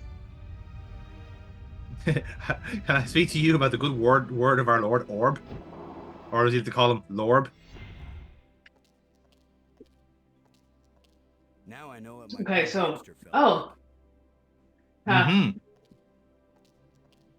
So yeah, now we're in a completely new area, and that's that's gonna be one part of the game as well to basically get all the other kind of so you remember like the rod basically had like the password attached to it for the door. So the more rods we find, the more passwords we find, and open a few places up, and basically get the tram station working as intended. I need some help to pry this door open. Put away your tusk. It won't. I've had Sorry, the space to work here. What about this inanimate carbon rods?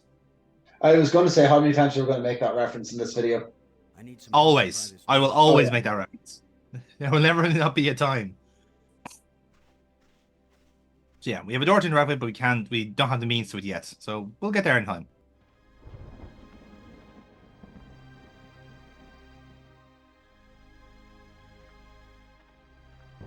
It's pretty. Oh, I was gonna say pretty sunset, but there's lightning. Oh shit. Yeah, Oh, kind of like holy. electrical storms almost. Plenty of water here. If it's drinkable, then we won't die right away. We'll have plenty of time to starve to death.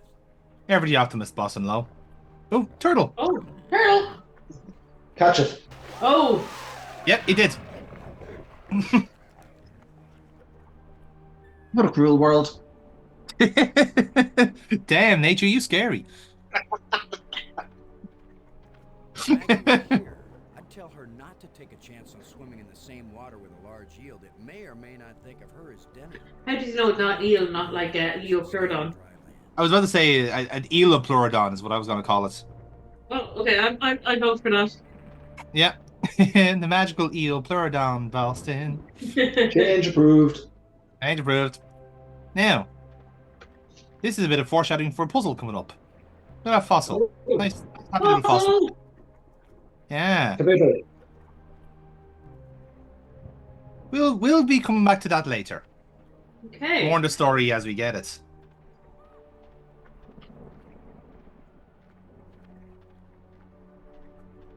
So it's the alien from Alien. Or at least its pet. Strange device. Mm-hmm. Oh shit. Another ghost. More arrow thingies. Yeah. Of course, that's how Brink died. So the ghost seems to be telling us to do something here. Jump off, coward! Okay, the light has to be reflected somewhere. Okay, got one of these puzzles. Mm-hmm. Oh god. Now, don't let the schematic fool you. This is a lot more simpler than it looks. You put Pentagon on the Pentagon.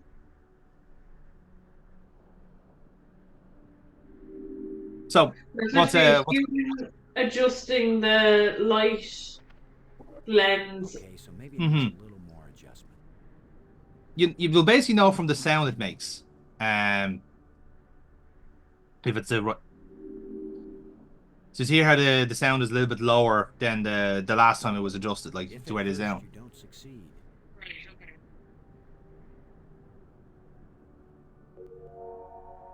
See how it sounds different to the other two times. Yeah.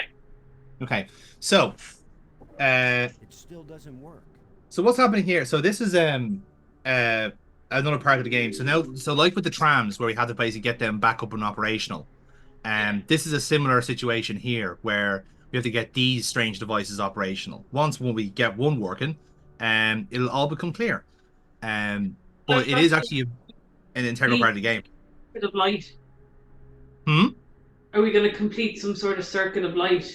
Yes, you are not too far away. So that's what the lenses are for. So it's essentially like, not to give the game away here, but think of it like it's like if you line up a few lenses to make a prism, like where essentially it's the same kind of premise. You want to make sure you have it the right arrangement so that it will do it.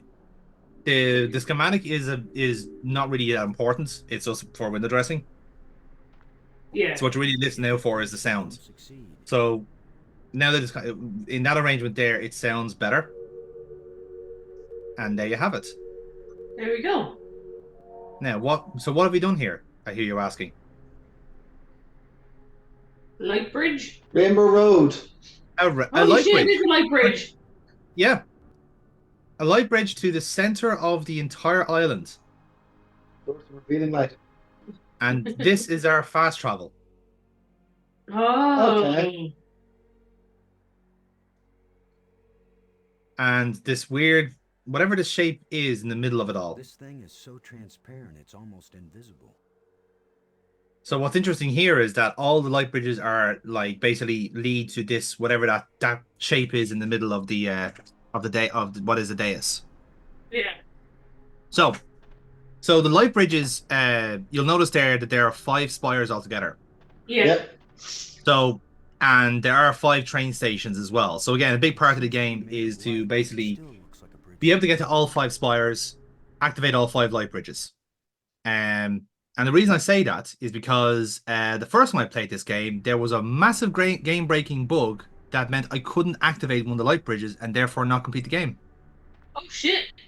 Yeah, it's one of the rare times that a LucasArts game came with a game-breaking bug. A bunch of displays set into the walls. Interesting. This is back in the day whenever they couldn't fix it. Yeah, exactly. Like this is the first time they've really pushed the envelope when it came to the actual like production, as it were. It's a stone tablet And now we have this strange area. Okay. Yeah, more schematics, the diagram of some description. It kind of looks a bit like an engineering schematic, you know, like how you'd have like a circuit board done out with all the different patterns and stuff. Strange glowing crystals. Ah yes, pick up the strange green glowing crystal. That should be fine. 2 crystals. And what seems to be some displays. Moltres. Winged Yeah. dragon and draw. Winged dragons.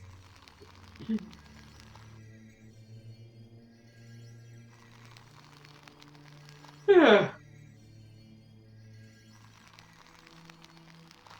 Okay.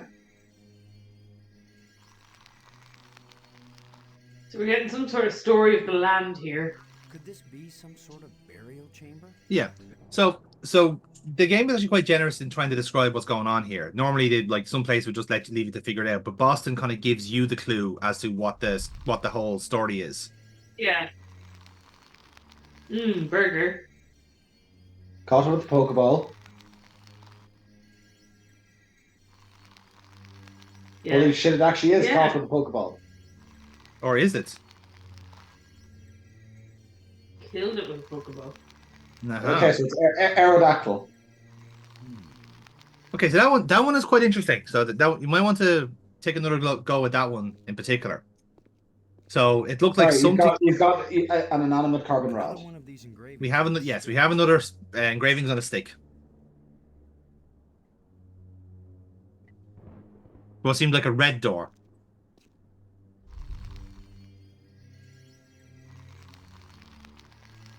Oh, got more stories. Okay, flying type against the ground type.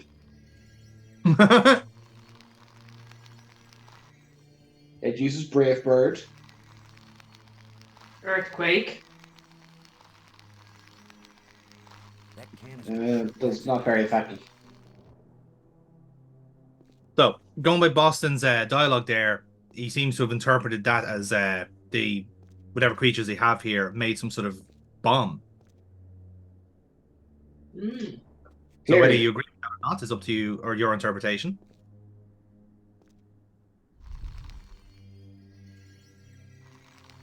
Food cups. Mm-hmm. Okay, we've already done that.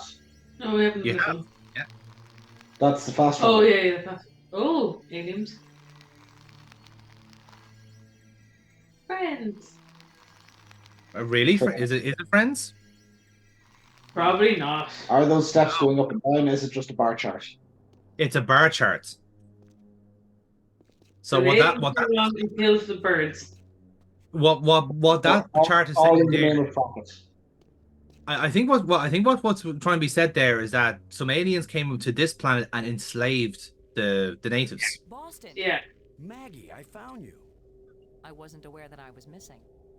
You know what I mean. Lol. I found out how to get where you are. As you can see, she's very helpful. Museum back that way. That's nice, Boston. Ah, yes, That's clearly the it was a museum, then I museum. guess this is the library. Mm-hmm. I found out how to open doors back in the Nexus.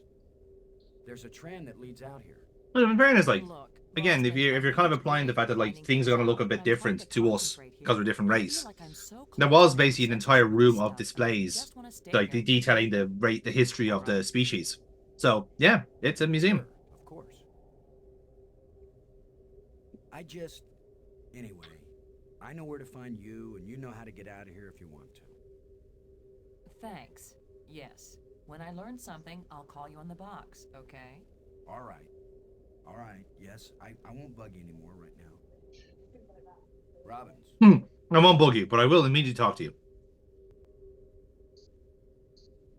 Important information is bugging. Yeah. I'm retrieving. I'm just not understanding. But you're pretty sure it's their language. I don't know. Just like the museum you found, I think this library was meant to be used by lots of different species. I think this language may have been especially designed to be easy to translate. If it's easy, which makes sense. That's why everything is in images. It's easy Yes. translating a genuinely alien language that you've never heard spoken aloud. Give me a break, Boston. I think I've got a handle on a couple of the symbols, but I have to test it out and see if it makes sense. I'm thinking that maybe we should consider teaming up again. Why? I think the answer to getting Dude, no means no. Explore like you have been, and I'll work at getting us home. When I figure it out, I'll take you with me. No charge. Do you think it's possible to raise the dead? Spiritually, yes. I've witnessed many ceremonies. Physically rejuvenate, I'm not sure. Why? Oh, probably nothing. So that's how the other display we saw of what looked like someone kind of cracking an egg over a corpse. Yeah. That's what Boston's interpreted that display to be. That they basically discovered a way to resurrect people. Transparent crystal above the center island. A bridge made from light? I know, it doesn't make I any mean, sense. for the plot, it probably makes sense, but that is such a jump. Far advanced beyond ours that I don't know if anything could surprise me now. If they can make bridges out of light, you have to wonder if they can make anything else. You mean light beer? I was thinking more of a lighthouse. Huh. Light-minded. Light-fingered. Light-minded. Light-fingered. Still looking for more of these plates, Maggie. While you're at it, see if you can find a big juicy steak. Or, I'm not fussy, a nice salad, or even a couple of grapes. Once again, like I said, was saying in the last session, this game was meant to have a survival aspect where you were like Boston's role was to find food. It was to basically survive and hunt and stuff like that. Whereas like you would switch to Maggie and Brink for other puzzles. But a lot of that did get caught in development. I don't think we'll be able to fix this screen. Hint, hint. Get away. Stop playing. Stop touching my stuff. Be a control console for a data retrieval system. When I use the controls, different inscriptions appear, sometimes different languages. Aha, fantastic. Space Wikipedia. I'll let you know.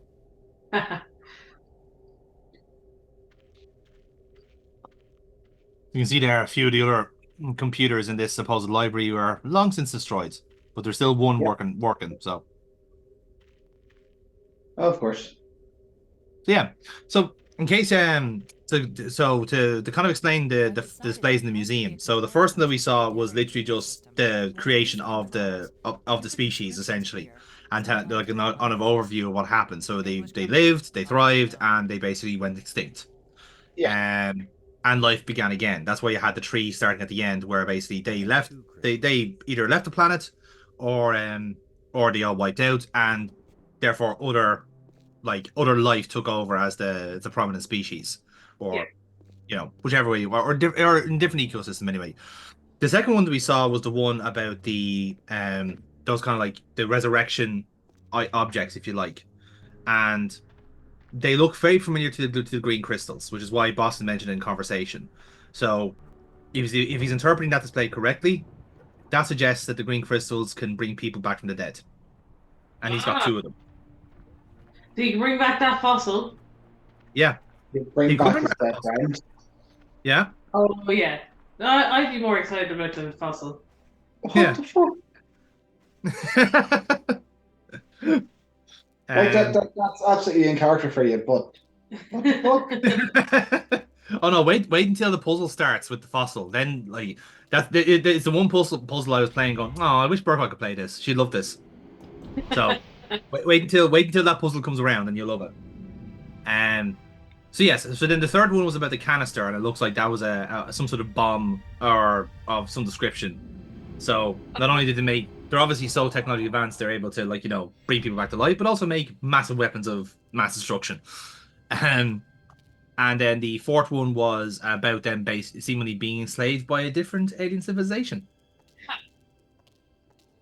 That's probably the one I'd be focusing on. Yes, in fairness, you'd have a point there because is that what we haven't established basically is how long ago was that? That'd be the one thing that we probably would be querying here. How long ago is the history of the history plate? Exactly, yeah. And I mean, considering that a lot of the places have been overgrown by vines and just overall erosion and the crap, it seems to have been at least a good long while. Yeah. Especially considering a lot of the animals you see now have kind of seem to have outgrown their area too. So Who knows? Let's have a look. Yeah. Even if these really are the same crystals I saw resurrecting an alien in that museum display, they weren't designed for humans, but it's worth a shot. And here we go. Radiation. And it worked. Oh shit! Brink, are you okay?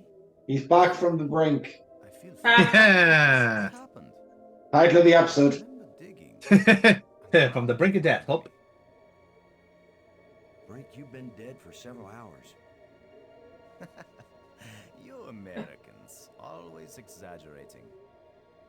I assure you, Brink, no pulse, no breath, dead. But I found a couple of life crystals in a museum, and from a display there, I got an idea of how to use them. Where's the crystal? I have to see it. I wasn't sure it would. It's odd, isn't it? Because it's almost like it was like an alien egg almost. Must be very similar. Because he was able to crack it the same way. I wasn't sure if it was going to work, so I desecrated your corpse. It's like, look, either two things are going to happen. One, you're brought back to life, or I've just smeared egg all over you.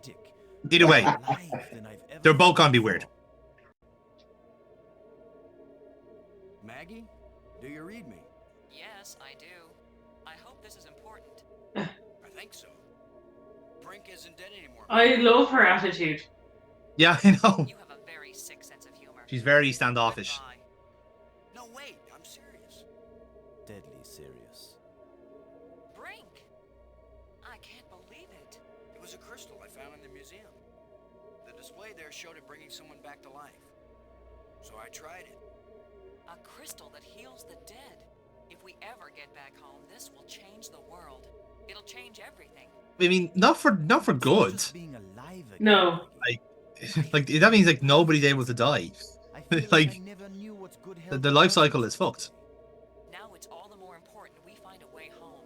It's always kind of important to me. Keep exploring, Boston.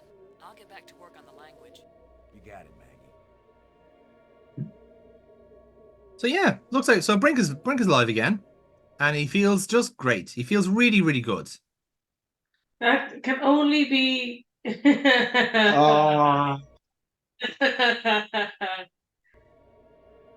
You're welcome. Oh God. Sorry, I just wanted to... How much were you giggling at yourself for that? I was actually humming the Evanescence song as I was typing it. That's how happy I was with it. But because, of course, it was the character, I did it in a German accent, just to be equally as amusing to myself.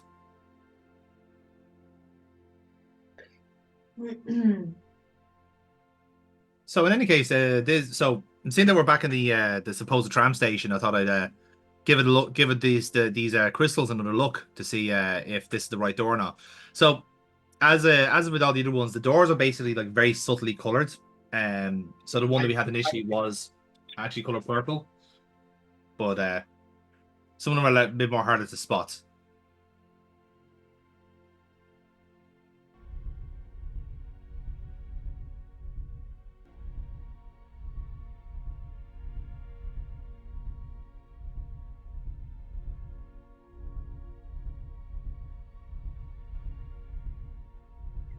God, clicking through all of the options is Kind of a sign of its age.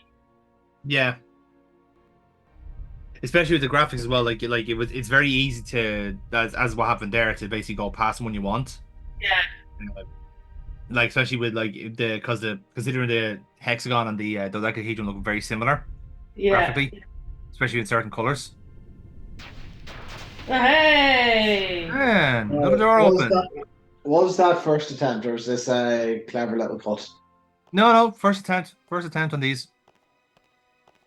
In fairness, I with the score the way it is, I can't exactly get away with doing cuts anymore. You'll notice if I made a cut with the sound changing. Yeah. Oh, Uh-oh. no orc. The other trams came as No. soon as I called them. Maybe there are some controls somewhere. So there's no power to this station. Okay, so it should be safe for you to jump down onto the tracks. You say that, but I don't think Boston's gonna risk it. Too Or high at least jump. he'll just at least he'll bring to his death again.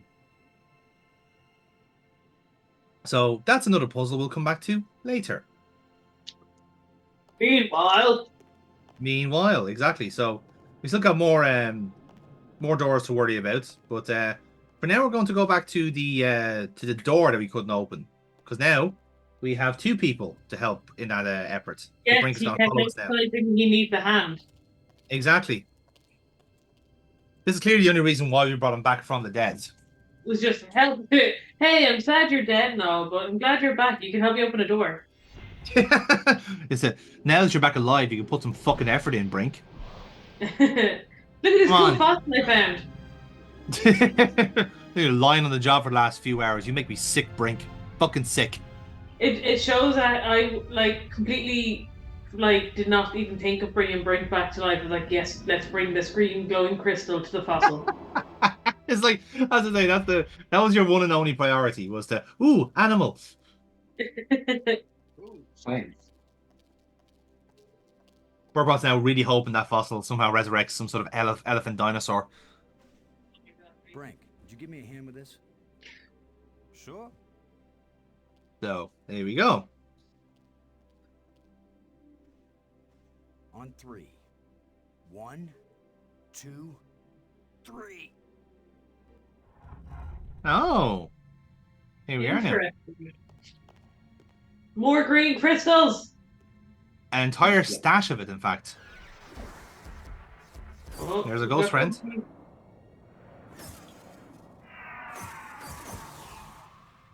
Oh, I saw a skull. Visit from a ghost yet? Mm-hmm. But what? The whole display is centered on this basin. It's full of crystals. Are these the life crystals? Like the one you used to bring me back to life? They look like it. That crystal that you used to bring me back to life? Is that a life crystal? These life crystals are the Some sort of reason they brought crystal us of life. Where you can find a catchy term for that. They have found the secret of life, and they want to share. Weren't you watching, Brink? I don't care what language you speak, that ghost shaped itself like a skull. It was warning us. These crystals are dangerous. It was the symbol of death, Lo. These crystals are the antidote for death. That's what it meant. What if there are side effects? Did you think of that? The side effect. You can't think he's a zombie. Than I ever felt before. If you had used a life crystal on yourself, your mind would also be as clear as mine. And you'd see that there is nothing more important than getting these crystals and using them. Brink, I think you're wrong. I think we need to be careful. Again, very consistent for his character. Good, Commander. They have given us a gift. Yeah? Well, if this is all so perfect, where are these aliens? Maybe they've moved on to a higher plane of existence. Or maybe they're all dead. See how badly your brain is working. How could they be dead? They invented these... Who knew that bringing yourself back to life would make you so arrogant? Commander, I feel sorry for you. Still tied down by an ordinary mind and ordinary fears. But I feel too good to want to argue with you. Believe what you want. Not only has he been given his life back, but he's been given the confidence of an overly confident white man. Yes. I see this crystal is full of white privilege. Excellent. Well, I'm gonna take some for study back on Earth. Apparently, if he takes like 2 or 3 more of those crystals, he grows a red hat on his head. Maybe I should take one more life crystal. So I'm just doing this to basically preempt a couple of future puzzles. So I'm not addicted to crystals, I promise. I'm just basically preempting. I have many crystals. Is there a maximum you can take with you? I can't remember. But I think, well, I took 6 there anyway, so that'll get me out of the woods for the time being. I think the rest of them, I think possibly there is an upper limit, but I don't know how much it caps basically after a while. So we're about to, yeah. I can't use these 2 things together. Oh.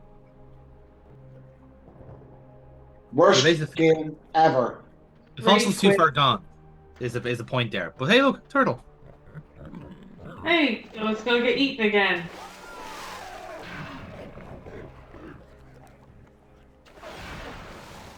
Oh.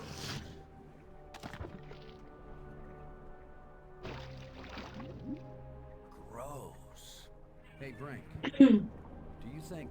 Nope. Where's he go? Where's he go? Brink? Brink? Where are you? He's gone. Brink, answer me. Okay. Hear me? Where are you? Interesting. Hmm.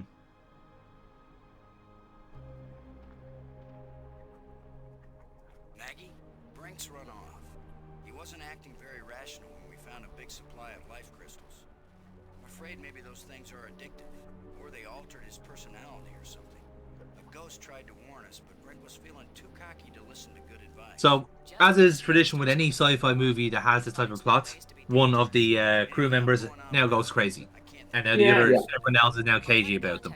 I've literally watched like 3 different sci-fi movies where this has happened. Thanks, Maggie. I was going to say, just because it happened in Alien and Aliens and like, who's to say it was going to happen again in this plot? I remember watching a movie that was very similar to this called Sphere. I think it starred Dustin Hoffman, and it was a kind of a similar thing. They're doing like a deep sea dive, and they found that this kind of alien, basically like literally sphere, that basically once one person went into it, they felt like euphoric and answers to life in the universe and all this stuff, and then they would all suddenly start turning homicidal. So, and Dustin Hoffman is the only person that didn't go through the sphere because he was too cautious and too cagey, and ended up being the one to survive. That sounds fun. Yeah, you know what? As standard sci-fi horror movies go, it was fine, just fine. Like, I don't know. There's not a whole lot of films where anxiety is the hero. yeah, like I said, it is literally a cautionary tale. Now, Burkwell, this is the puzzle that you're. So, what's happened here is we've just got the carcass of the of that turtle creature back on shore here. Yeah. So, what we're trying to do here is we're trying to recreate the fossil. That is on the big one. Yes, on the that's stranded from up the top there.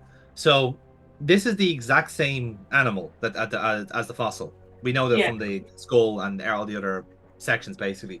So what we're trying to do is use the fossil as a guide to rebuild the animal and resurrect it. Yeah. And that's essentially the puzzle here. Now, there is also a reason why we're doing this, to a certain degree, because Boston did say basically the water is safe, or rather the water is not going to be safe until that Eloperidon is dealt with. Yeah. So that's also part of this strategy here as well. So it's like, I think we had a similar puzzle to this in maybe Grim Fandango, I think. essentially if you put the piece in the right place, in the exact right place, it'll click into position, and essentially will look sensible. I think again, it's some games are consistent with this and some of them aren't, where they either are meant to like overlap with all the other pieces, and sometimes they don't. Yeah. So it kind of really depends on the game sometimes and its own kind of way of doing things. Like certain games I played will, if it is definitely in the right place, it'll all come together as one piece. Whereas in this game, it doesn't give you that luxury. It just you have to kind of go by eye and go, yeah, that sounds about right. That this is the right place and so the right position and so forth. Yeah. So yeah, trying to rebuild an alien skeleton from a guide. I was thinking, yeah, that this is the puzzle Burp I would have loved. Yeah. She is making out the images, so she's like pointing out like things on the screen at the minute from us over here. Yeah. So I've been told, oh, it has to look like this and this and this. So I'm already getting those pointed You're out. already getting the rundown. Yeah. So like I said, the real tricky part is actually trying to do it by memory, because as I said, you're not beside the skeleton at all. You know, it is you are just basically trying to memorize it with having a certain break in between. So in that way, it's a really, really fucking good puzzle, because it is relying on your actual, like, on your short-term memory. And I'm not gonna lie here, my short-term memory is fucking terrible. So so I'm the worst person to do a puzzle like this, to be honest. Move the thing! Move the other thing! And that's why we're like Yeah. So the jigsaw. Yeah. Like, I have tried to get Burkbot to play Heart Gold and Soul Silver purely because I want to be able to do the Runes of Alph. Oh yeah, in fairness, that's a good one. That's a good one. Yep. Then for the next trick then is to do Gen 3 and do all the Reggie puzzles. That's far too complicated for her. She's just a girl. Yeah, famously, girls can't read Braille. I have said that, making sure that I'm out of her swing range.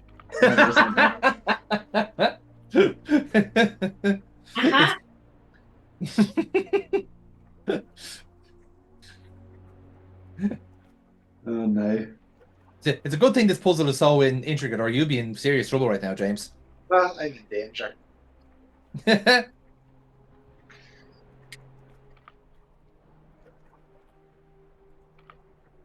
Oh, that looks a bit better. Yeah, it's come together a little bit. It's coming home. Wrong answer. Absolutely looking disgusted from her there. Really putting your look today. Yeah.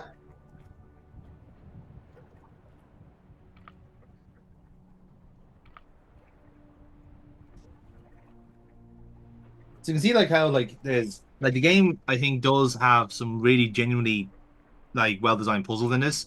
Yeah. And as I said, like if you know the solution to everything in the game, say if you played it multiple times, you could probably get the whole thing done in about 2.5 hours. But between all the bits and pieces and trying to say find all the content we have, you know, it does make for a shorter game. But if you know what to do and where to go, it's very quick. It's a very fast game.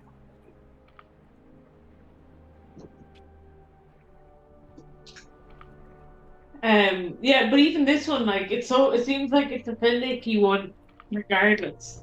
It is finicky. It is definitely finicky. But at the same time, like, there'll be other games where they do something like this, and it won't be nowhere near as again. If we're talking about finicky puzzles like this, Ripper. Oh yeah. So like that'll be an example for me of a game that tried to do something like that and got it wrong. Yeah. But again, it's not because it got it wrong. It's just that the game engine they had wasn't capable of doing fine movement like that, you know. And they try to do like. But also the puzzles are shit. Like if your game yeah. engine doesn't allow you to do that, don't do it. Yeah, exactly. Yeah. It's alive. No, This it's is not. insane. Oh shit. Yeah. Damn. My knowledge of alien anatomy is weak. So that's what happens when you get it wrong, and you don't get the skeleton right. Okay. So that was just you purposely getting it wrong to show the audience what would happen. let's go with that. Yeah, that sounds like something I do. No, in fairness, that was an honest attempt there, and this is me after a couple of more goals getting it right. Yeah. And as you can see, like as you can see from the actual layout of the skeleton, the thing that was letting me down the most was that the actual spine part, I didn't have them actually all facing the right way. And I think I didn't have the tailbone right the first time around either. Because the big part was facing towards the tail, whereas the big part should be still like the actual coccyx of the structure of the spine. Yeah. So, like I said, most of it should actually kind of like seamlessly lead into each other. There we go. Oh, what's it? Already. Okay. Damn, that creature has absolutely no sense of preservation. I'm pretty sure he's still hungry. So what's happened there is obviously like that seemed to have worked-ish. But the problem is that it gets eaten straight away. So while that sounds like that's a problem, it's actually part of the solution. Do we have to fill the eel until he's full? I thought so too. Well, I actually initially thought it was to basically, I thought it was to basically like give it a life orb and or life crystal rather, and essentially it'll overpower the eel. But we do actually have to give the turtle a helping hand here. So we get like a tusk from your other. Am I right? No. What's that? The extra jawbone? You give it like the tusk, or you give it a machine gun, a knife. Ooh, give it extra bones. That's a very good idea, but it's actually not the right one. That would have been a great idea actually, to kind of give it like an actual, like, you know, something weapon. part of its, a new part of its anatomy to use. But no, it's actually not that at all. But fuck, that's a great idea. For whenever they do a sequel to this game, they should do that. Okay. But no, you'll see what the solution is later on. And if you wanted a clue, it's in the museum. You need a Pokeball. You need something that is Pokeball shaped. You need the bomb. You need a bomb. So once you find the bomb, you'll be able to basically put it there and put it in, like have it put in part of the alien skeleton, and then bring it back to life, and boom goes the Elopleurodon. Robin. So, are we going back to look for Brink again? This boy. What? Well, we're gonna try and find them anyway.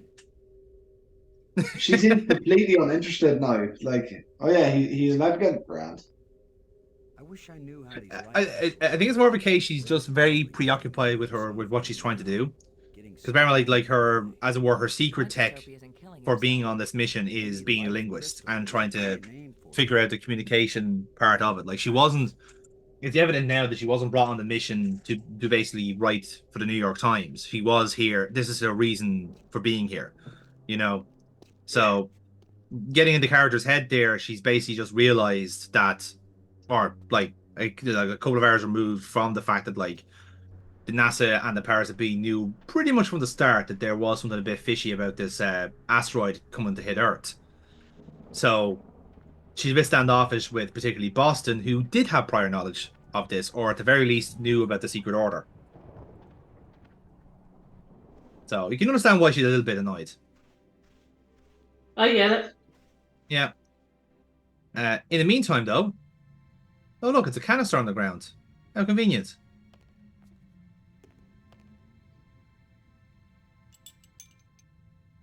That's me replenishing my crystals from earlier. Turtle stock. You might as well when you're here. A canister. Didn't I see a picture of something like this in one of the museum displays? And that's Boston telling you that is indeed the bomb. Oh. So now that we have the bomb, And we have the skeleton back to working order, trying to blow up some eels. Eels up inside, yeah. Find an entrance where they can. And I think this is basically an aid to try and get the water to be safe. So if needs be, they could drink the water or potentially swim. Okay, so There's no more eels. So they're pleurodons. What's that? How do they know that there's no more elopleurodons? Well, that is a risk that Boston's going to have to take, unfortunately. But at least this one certainly seems to be close to the bay, like waiting for anything to come up the shore. So I suppose natural order suggests that if a turtle killed the Leopleurodon, then it will stay away. Ooh! Splish splash! Boom indeed. So now the fossil puzzle has been solved, and Boston can now. His name is Boston. Yeah. Oh, great! The underwater level. Yes. So when he was going through the tram initially, if you are paying close attention, you will notice that there's a cave right beside the tram line. So now there's no actual like visual cue for that, whatever. The game is just expecting you to cop it, and if you do, happy days. If not, you might be a bit confused why you're doing this. But hey, blow up the eel and go from there. It's expecting you to pick up a bomb to put into the turtle to necromance back to life so that it can be eaten and blown up so that you can swim through an underwater cave. Yeah. That was not previously marked out. Yeah. Yeah. Love these old school video game rules. Yeah. And to be fair to the game as well, like it is like I wouldn't say it makes the cave obvious. It really, really doesn't. But it is a reward for you, like, you know, for your observation skills, which is what you'll be very heavily reliant on, especially this time of the point-and-click games. Like, this is a game that kind of rewards its own subtlety, if you like. And even then, like you don't really necessarily need to know about the cave to begin with. You could just go on the pretense that you're here to blow up the Leopleurodon so you can drink the water. You know. Yeah. It doesn't necessarily have to be about. You don't have to have prior knowledge of the cave to do that puzzle because all the ingredients are already there to do it. James just salty because his colorblindness didn't let him see the cave. Yeah.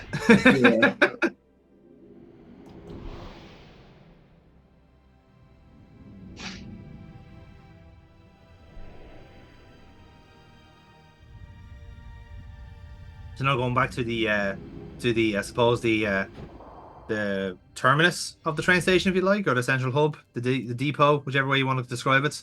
Because we have another engraved rod, and we have another piece of stone to put into the slot. Right. So what doors have we not opened up yet at all? So we seem to have a yellow door that's alluded to so far, and the rod that we have now is orange, or possibly orange/amber, depending on your point of view. Now what's interesting there now that door there doesn't seem to have an engraving, so who knows where how we're going to open that door.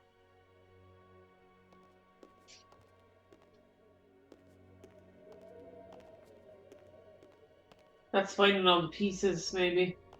Yep, maybe that could be the password instead. Okay, so now this looks to be the password for what we think is the orange door.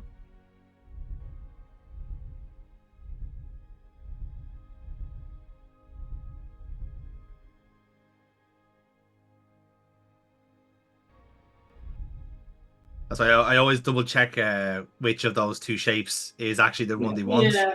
Because, like I said, especially if it's a third or fourth down the line, it's very hard to pick out the first time around. And in fairness, I think you might also kind of make the point that it is quite hard to pick out what color the doors are. But even then, it's not that bad an issue because you could just try and error them all until you get it right. So it's not necessarily a a foregone conclusion that you can't get it right. Yeah. So now we have another tram station open to us now. So we've already established that we can't get the other one to work yet. So that's something to keep another pin to stick on the map here.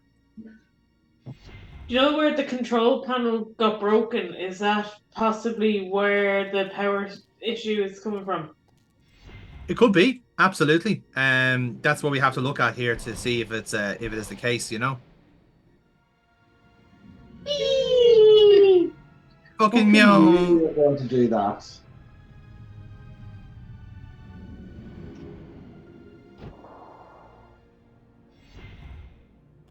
Okay, so we've got another button there. Yeah.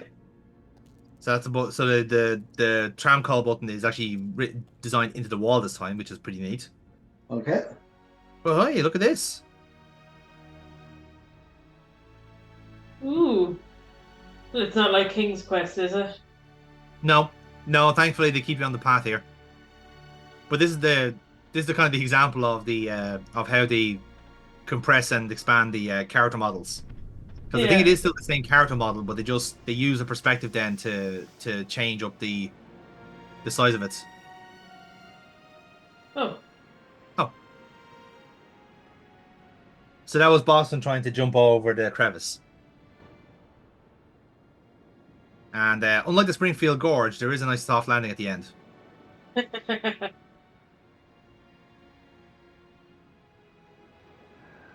should be What great timing. I'm not gonna lie, I actually think that's a great joke. It's like I know. Considering like there's only 3 of them on the island, so he's guaranteed to get a medal. I can't reach it.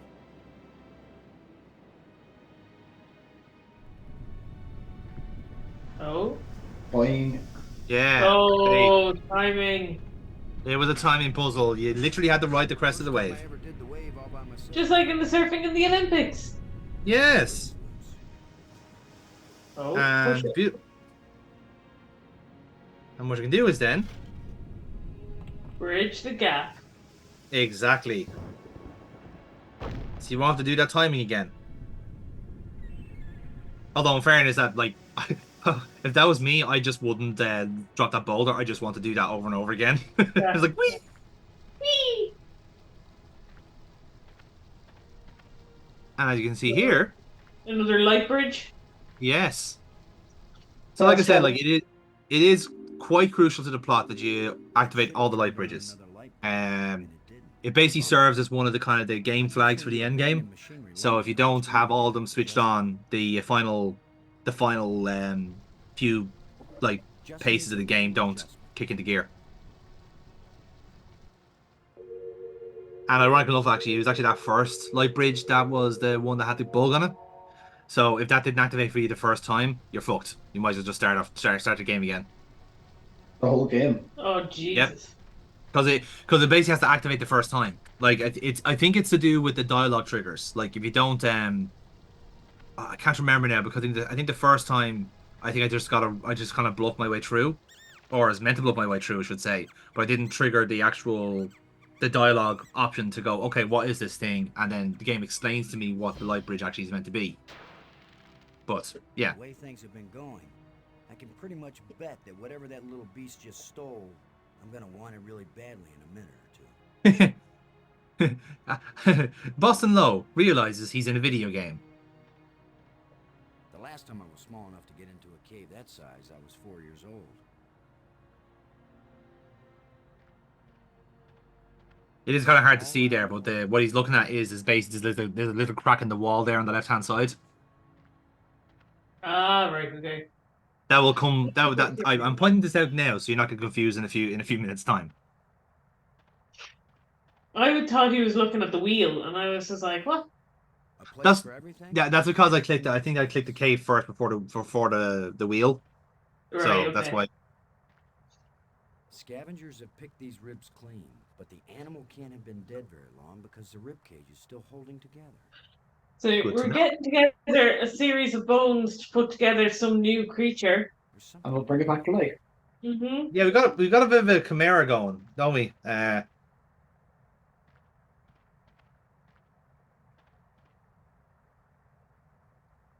Or we're going to find out that like these things expire after 5 minutes, and that's what happened to Brinks. Yeah, they're just very biodegradable bones. It's missing a part. Okay, so Shut tight. what's happened here? I hear you asking. So the creature, that kind of possum-looking thing, has basically broken the door, the button to Yeah. the door, and in order to open wherever that is, we have to get it back off the creature, in some shape or form. Right. Now, what's evident here is that the creature doesn't actually have it on its person. So what it's obviously done is it's basically a magpie. It's taken the shiny thing somewhere, and we have to try and find it. Okay, so follow it. So the puzzle here is basically twofold. One is to capture the possum, and two is to find a way to locate its stash. So we can meditate upon that puzzle for a moment, and we see what other things are around here. Another rod. Yeah, but it's a different one. It's just a blue rod. It's a glowing blue rod. I know if I see something that's glowing, it goes right into my pocket. Yeah. There's a glow coming from inside. It's like every point-and-click protagonist has like a pocket universe. Like they're able to just like carry anything they can with them. Stick my hand in some Sorry, do you not see his cargo pants? He does, in Stick that fairness. rod in the crevice. Not a euphemism. Consent is very, yeah. Make sure to consent with the wall first before you stick your rod in it. It's consent is very important, lads.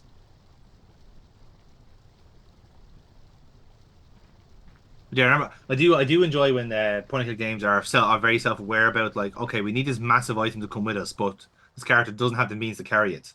That's why like most of them are designed to have like an overcoat, or as in Boston's case, cargo pants. Whereas I think it's the second Broken Sword game where like you're basically in your like vacation gear, and they bring this fucking massive camera with you that has a tripod. So he has to basically fold the camera, and the animation has him folding the camera and kind of basically stuffing it under his top, which is hilarious. A thin metal rod. We've got a red rod, we've got a blue rod. Yes. Now one of them is glowing and the other is just a rod. So again, this is all part of the puzzle to catch this fucking possum.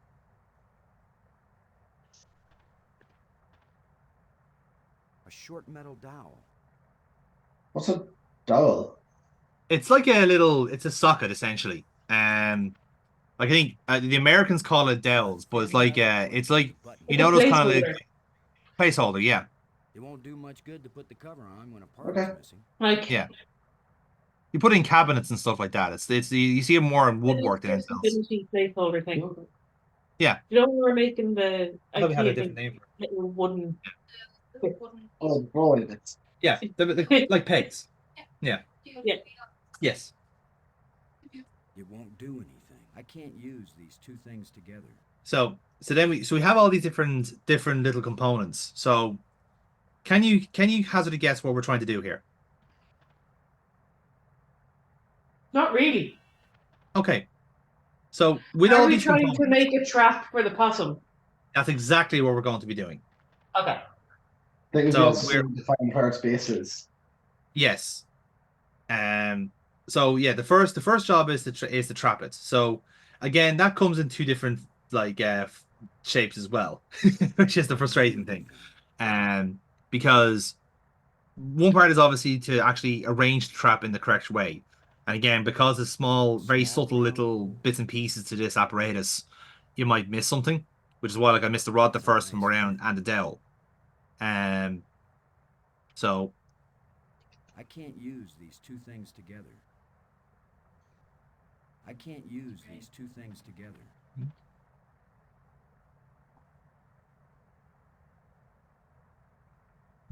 So yeah. So the next part then is to actually set up the hook won't cage. support the cage in that position.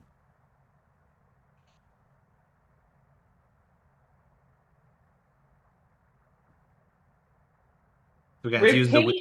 It won't accomplish anything. yeah. So the ribs will be used as the actual the trapping cage. That is what the plan is. The last time I was small enough to get into a cave that size, I was 4 years old. So the cave is where I figured perhaps the possum might end up in the end.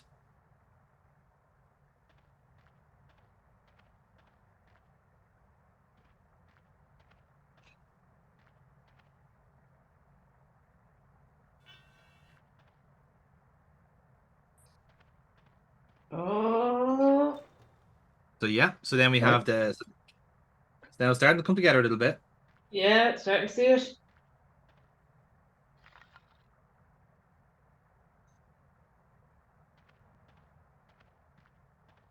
The pin fits tightly. So this is where I was getting slightly confused here because I thought then we were going to raise the pole a little bit off the ground and then let the weight kind of drop it itself, but it's actually use a rod here to. If only I had some bait for this trap. But I'll just have to play sheepdog. And this is the second part of the puzzle. So what you need to do here is essentially lure the not necessarily lure the possum, but like herd the possum towards the trap. There's something moving in here. So what you have to do is be very particular about where you're actually moving in order for the possum to go that way. Yeah. Because if you stay where the possum is, like in that kind of central area, it's just gonna flee. And so you have to almost basically box it around the little area here.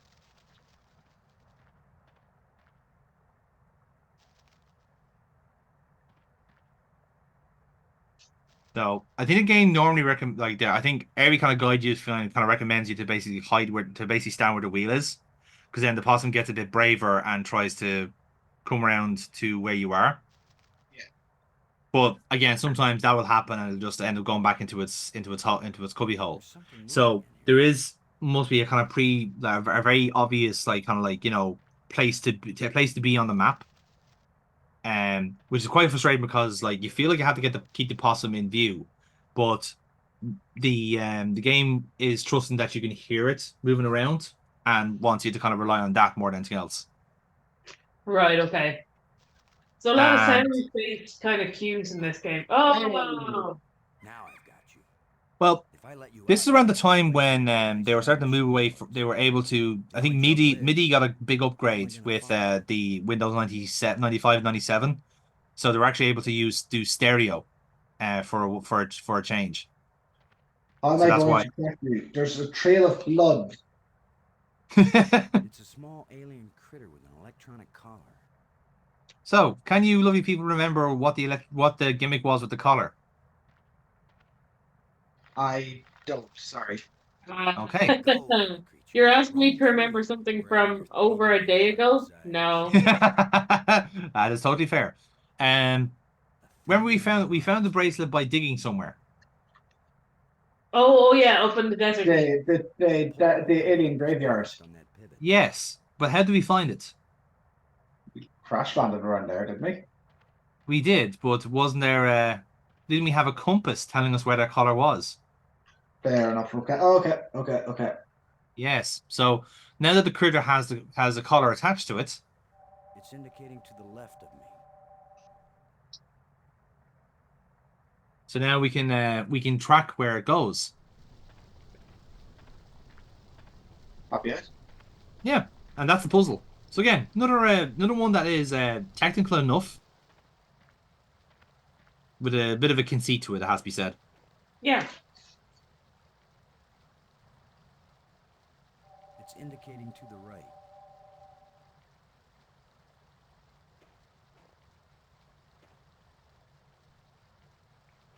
I don't think we can get any further right than this. Well, he's telling us go to the right. Yeah. It's indicating to the right. Okay. So because we can't, like, we're at the most right we can be on this map, so it's not in this room. It's indicating to the right. So we have to find. So it must be somewhere else. Is the implication for this room? So is that there's a secret door in this room, or that it's not in this room? We need to get out of this room to Go go. back. I'd say we approach from a different path, and we'll be on the right.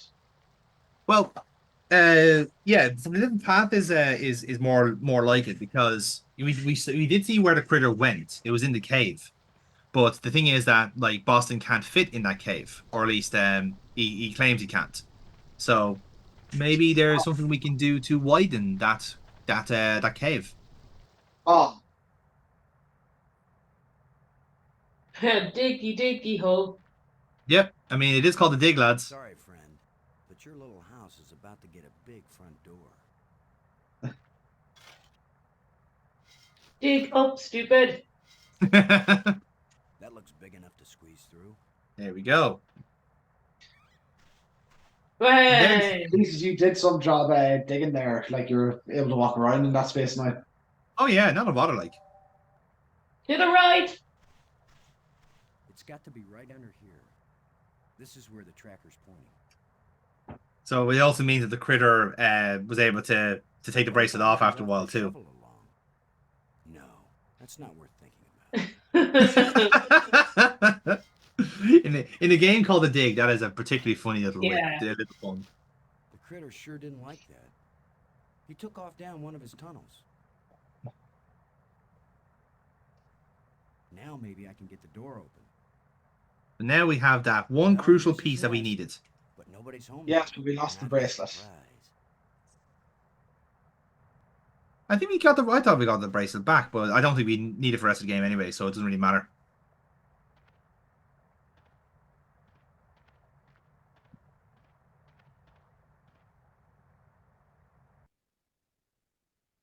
So yeah, there's a reason why I took a save there, because I wasn't doing that shit again. Yep. Now with any luck, this will work. And put the cover. Now let's get this thing closed up and see if it works. And away we go. Open sesame. And we're good. Yes. Now, what do we have here? Flowing road. And twin Any guesses what? Yeah, any guesses what this spire is meant to be? This area. Like there have been those shapes all around as we've been doing these puzzles, so I'm guessing it'll power up other areas within the stations. Ooh, so you think it's like a kind of like a power plant of sorts? Not a bad idea. But it's actually a little bit more, shall we say, it's on the same level as a museum. Is this the mainframe? It's not the mainframe. However, it is a place for information. It's like the museum. Okay. I can see outside. Okay, time to get shovel out. That button Didn't do anything.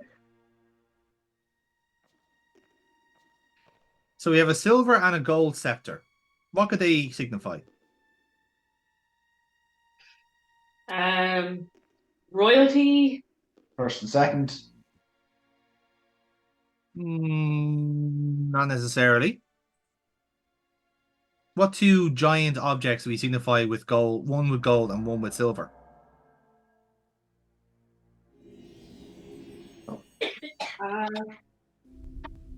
Oh. Is this It depicts a planet and its moons. It's a depiction of the largest. Is this helping? It's the ceiling of the dome.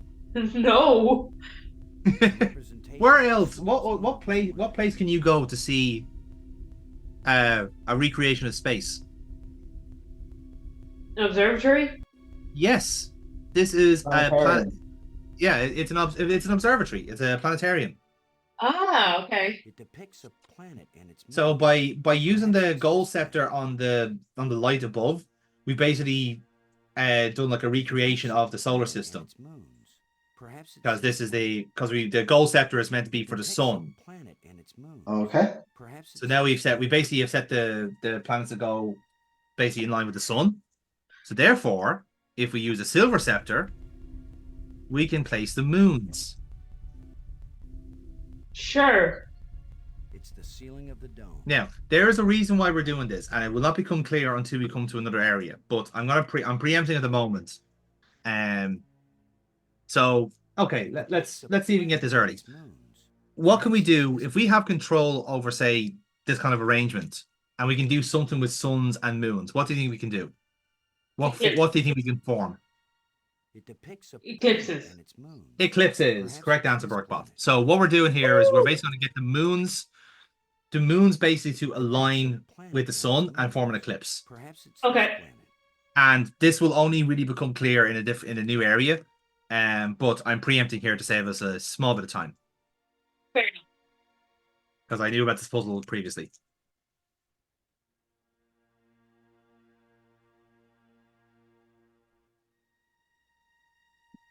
And there's your eclipse. Woo. Full moon. But that's in an area we have no idea about yet. It Yeah. will not become clear until we go there. But No. Why is that? No. door closing? He didn't steal that part again, did he? Oh Is he shit. trapped in here? Oh shit. oh no, we died. The end. It depicts a planet and its moons. I mean- Perhaps it's this planet. How terrible.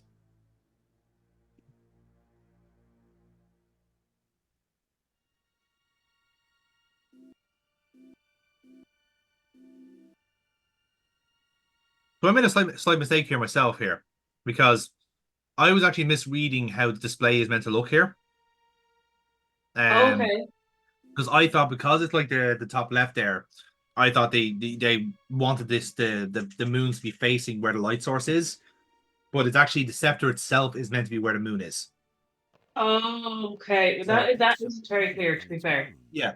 Perhaps it's So this planet. that's the way it's working. So Is that why you've been locked in by the possum thing? I think that was scripted no matter what. I know. Just tell them.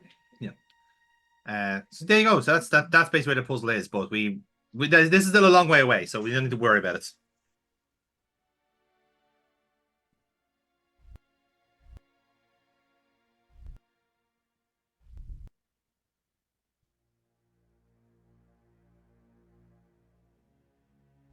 Oh.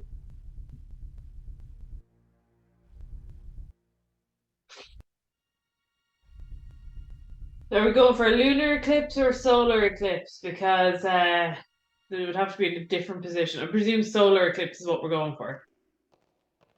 Sorry, Barbara, I'll cut out there for a second. What was that? Are you looking for a lunar or a solar eclipse here? It doesn't really matter. What we basically want is the two moons to align with each other with the sun. So I guess that's a solar eclipse, I think. Absolutely does matter. Yeah, but no, for the sake of puzzle, it doesn't really matter, because what we want is when that kind of like that screen that came up there with the two moons appearing, we basically just want. I'm not going to give too much away, but basically just want those two in shots. Right. Yeah. So once they're aligned, I don't think it really matters what eclipse you end up with, but I think the puzzle basically like pushes it towards a solar eclipse anyway. But that's kind of some more semantics than anything else, really. Closer to you. Yeah.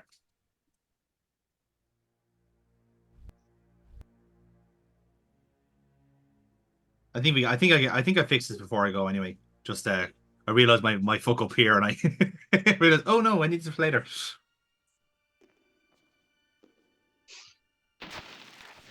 Hey. Ha! The controls still work on this side. So And if how do you you have think to it- go back in there again, you have to go and find that machine part again, I imagine. Actually, that's what I was that's what I was afraid about myself. Because I do vaguely remember having to find, or thinking I had to find that bracelet the second time. Actually, once you press that button, that door stays open. Okay. That's cool. So thankfully, we don't have to do that again, which is a massive relief. So yeah, there you go.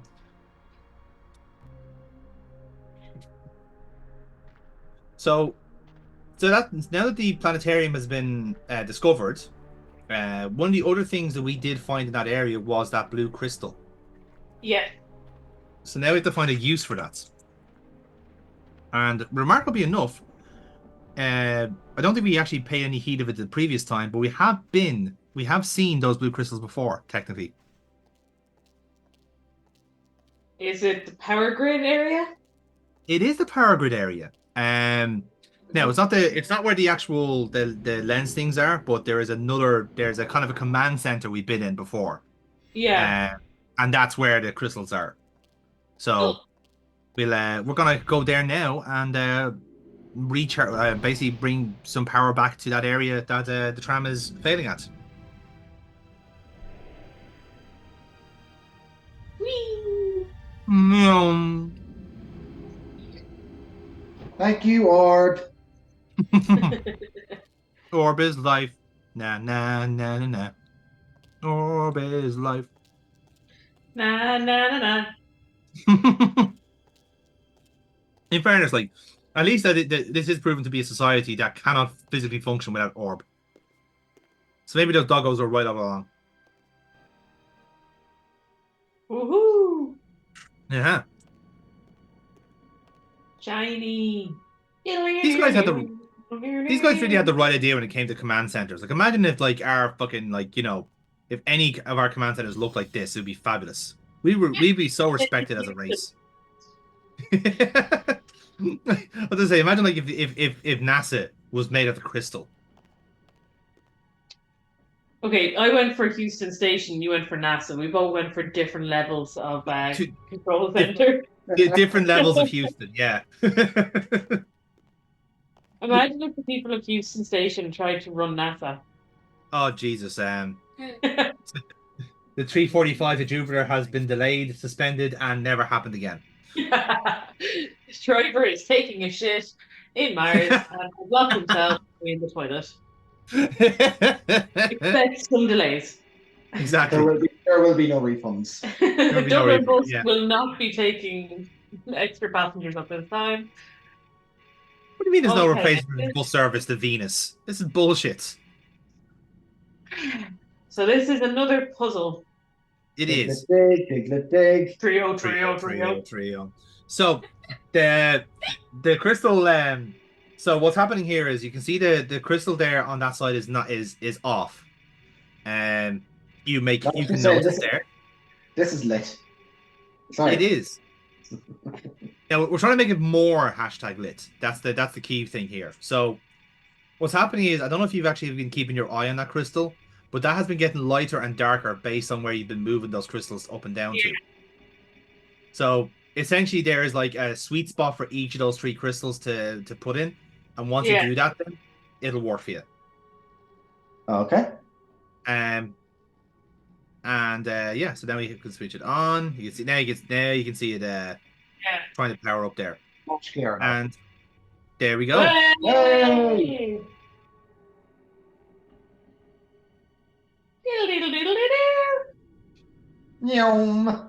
So now we have trams back working in that area that wasn't the last time. Excellent. Ladies and gentlemen, service has been fully restored. We'll now charge you 20% more. The air conditioning is now broken on all carriages. Good luck. Someone has just opened an egg mayo sandwich. Good luck. Soz. I mean, I've seen the eggs in this planet. I don't want to eat that fucking sandwich. Yes, I'd like to have one smug sandwich with extra crest, please. Sorry, one eel sandwich. Yes, with you don't supposed to have any turtle stuffing, do you? There are mushrooms. Yeah, but they're like LED mushrooms. Like the sandwiches taste plasticky enough as it is. I don't want to just eat actual electronics. And of course, these you forget, nearly Not quite the Triforce. What the Quad Force? Tetraforce. Tetraforce, exactly. So we have one. We have one plate remaining on that one. So now the exciting bit now is trying to figure out where this tram leads. Back to Brink. Who Maybe. we like completely ignored again. Well, we're gonna have to find out next time on Click the Thing. We'll see you next time. Cliffhanger. Dun, dun, dun. Thing. Cliffhanger the thing. All right then. Welcome back to the dig, everybody. Hello. Hello. This is a turn for the books because we're actually in the room for this one. What do you mean we're always in the room for these? My audio quality says otherwise. So yeah, we're here to see the final trip in the dig, live and in living color, on our big beautiful screen here. Woo! I may say it actually looks surprisingly well on a big HD screen. It has aged well. It has. So, how much do you remember from the last session? We filled in the next bit of the Triforce there. We have, and we went to a museum. We did. And we reincarnated a fossil. Or we used a fossil. We resurrected a fossil, yes. Yeah, to reincarnate a turtle. Mm-hmm. To feed Loch Ness Monster. We've got our buddy back from the dead, who's now gone on a Barry-like rampage. Yes. Oh, we don't know where he is. It's just like, oh yeah, I casually resurrected someone. Well, seems like he's gone off for a walk. Well, yeah. he has literally gone for a wander, and that's very, very concerning. Especially considering he seems smugger than normal. Mm-hmm. It's the best way he can describe Brink. He's roided up, to be fair, and he's going to look for more roids. That's fair, yeah. I mean, the space perks are really working out for him there. But this is if you remember the last time we moved the crystals up and down to bring power back to this spire. Yeah. So now that the tram is back working, we're going to find out where it goes. Exactly. Now I have to correct myself from the last session because I noticed when I listened back to the edit. I remember about the underwater cave, that I said, and then you rightfully kind of called out that's a bit of a stretch to see in the cutscene. So it's actually in the control tower where we middled about with those crystals. Mm-hmm. If you look at the window on that side of the room, you will see the cave. So that's your prompt. So it's a lot more obvious than I was getting off there. So right, okay, cool. I've made amends for making this game seem more obtuse than it actually is. Fairness, this is a game from 97, 98? Yeah, thereabouts, yeah. Actually, no, 95, I think. 95? Yeah. So, wouldn't even say it was like supposed to be put out in like 240 pixels. It was... No, like this is meant to be like relatively scaled up. Like it's yeah. Like I said, they do this kind of thing with they compress the sprites based on the perspective, so it's all quite seamless in that sense. Just go from 1995, yeah. So it's an enormous moon. Now you remember when we were in the planetarium and we were fucking about with the planets and moons? Yes. It's for that purpose there. So we're trying to basically form an eclipse and for the light to come through the kind of rock crevice there. So that's something we're going to fix now shortly. So we'll come back to that now that we have a reason to play around with that. With my bare hands. It's half buried in dirt and rubble. We need a spade. So again, another big part of the of all this adventuring is trying to figure out which, because we know we're working with 5 spires. There's 5 locations around. We've established that one of them is a museum, the other was a planetarium. So we're trying to establish what the other ones actually are and why they're significant, you know. So could this be some sort of burial chamber? So I think Boston kind of gave the game away early there. So this looks to be where people are buried. What purpose? Tombs.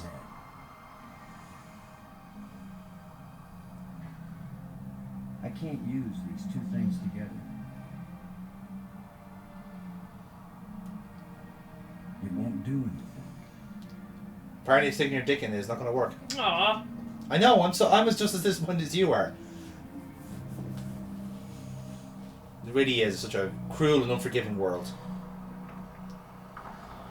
So essentially the clue is kind of right in front of you there, essentially, is that with the moon's not shining through the hole there, that rock kind of formation is kind of serving as basically a lens. So that's actually telling you what the crack is there. So basically, a pillar of light when the moons are aligned like that, and Yeah. through the as essentially the rock lens, it will focus the light down onto where you want to go. And again, quite weirdly placed tomb for that exact purpose. So maybe it leads somewhere by design. Just needs a little adjustment. And yes, as tradition states, you have to set up re-establish the light bridge in this section. I think I told you this before that like it's basically it is critical to the end of the game to have all 5 set up. Yeah. Can't remember how much trivia I've shared over the last few hours. So. Hey. And there we go, like magic. So we have a fast travel back. We do. So the reason I set that up, basically, I think if I remember correctly, now I'm gonna try and basically fix the moons back in the planetarium spire, so I can now basically go over the light bridge back to that spire, having to instead of using the trams again. Yeah. So it's a lot easier. But so yeah, I have all the spires there, so it's all stuff I need. So next time I'm in that part of the world, I can fix it.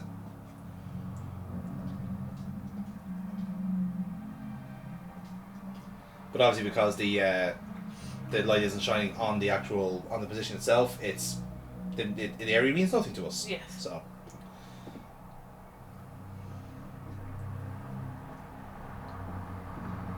Good old Boston. Yeah, just like things like that just makes me glad this isn't a King's Quest version of trying to walk towards the camera. Oh, and I know, perspective. Like that's the joy of these games, that they are extremely forgiving. Because let's be fair, like, the challenge is in the puzzles themselves. Yeah. Like it doesn't have to be a dick and give you the ruin your day. deaths. Yeah. And like I said, I don't ever recall playing a LucasArts game that actually has a death in it. Like it is actually part of the design of the games that you don't have those cheap Sierra deaths in it. You know, basically you're denied progress if you don't solve the puzzle, and I think that's a totally fair system. Like.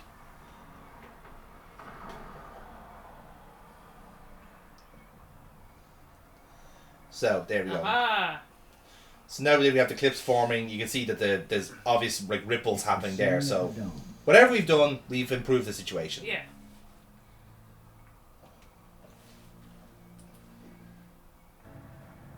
Had you done that before getting the puzzle scene, would it have done those changes? It would have, yeah. Now, like I said, I think in the last session, I think it was quite evident that, like, you know, I was doing it ahead of time, because what you'd see is you'll see the moons there. You might see the cave drawing on the rock there, and think, okay, I might have to, you know, go back then and fix it. But it's also trying to put the two things together to realize, okay, by forming an eclipse, you're basically focusing the light onto that area. So if anything, I think the two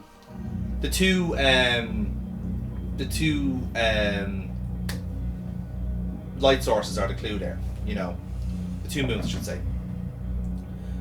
Now, I took a cut here because I made a slight mistake in the playthrough, and that was to remove a crystal unnecessarily. Oh. Basically, I misremembered. I thought you had to reuse one of the blue crystals. Okay. That were used to power the spires, but no. In actuality, I just had to take this crystal bit out from the picker that was in this nexus here.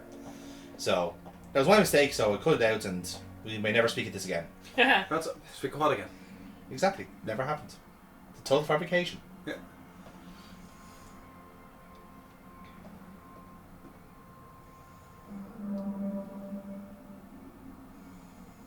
Again, I love the idea that this entire society travels by orb.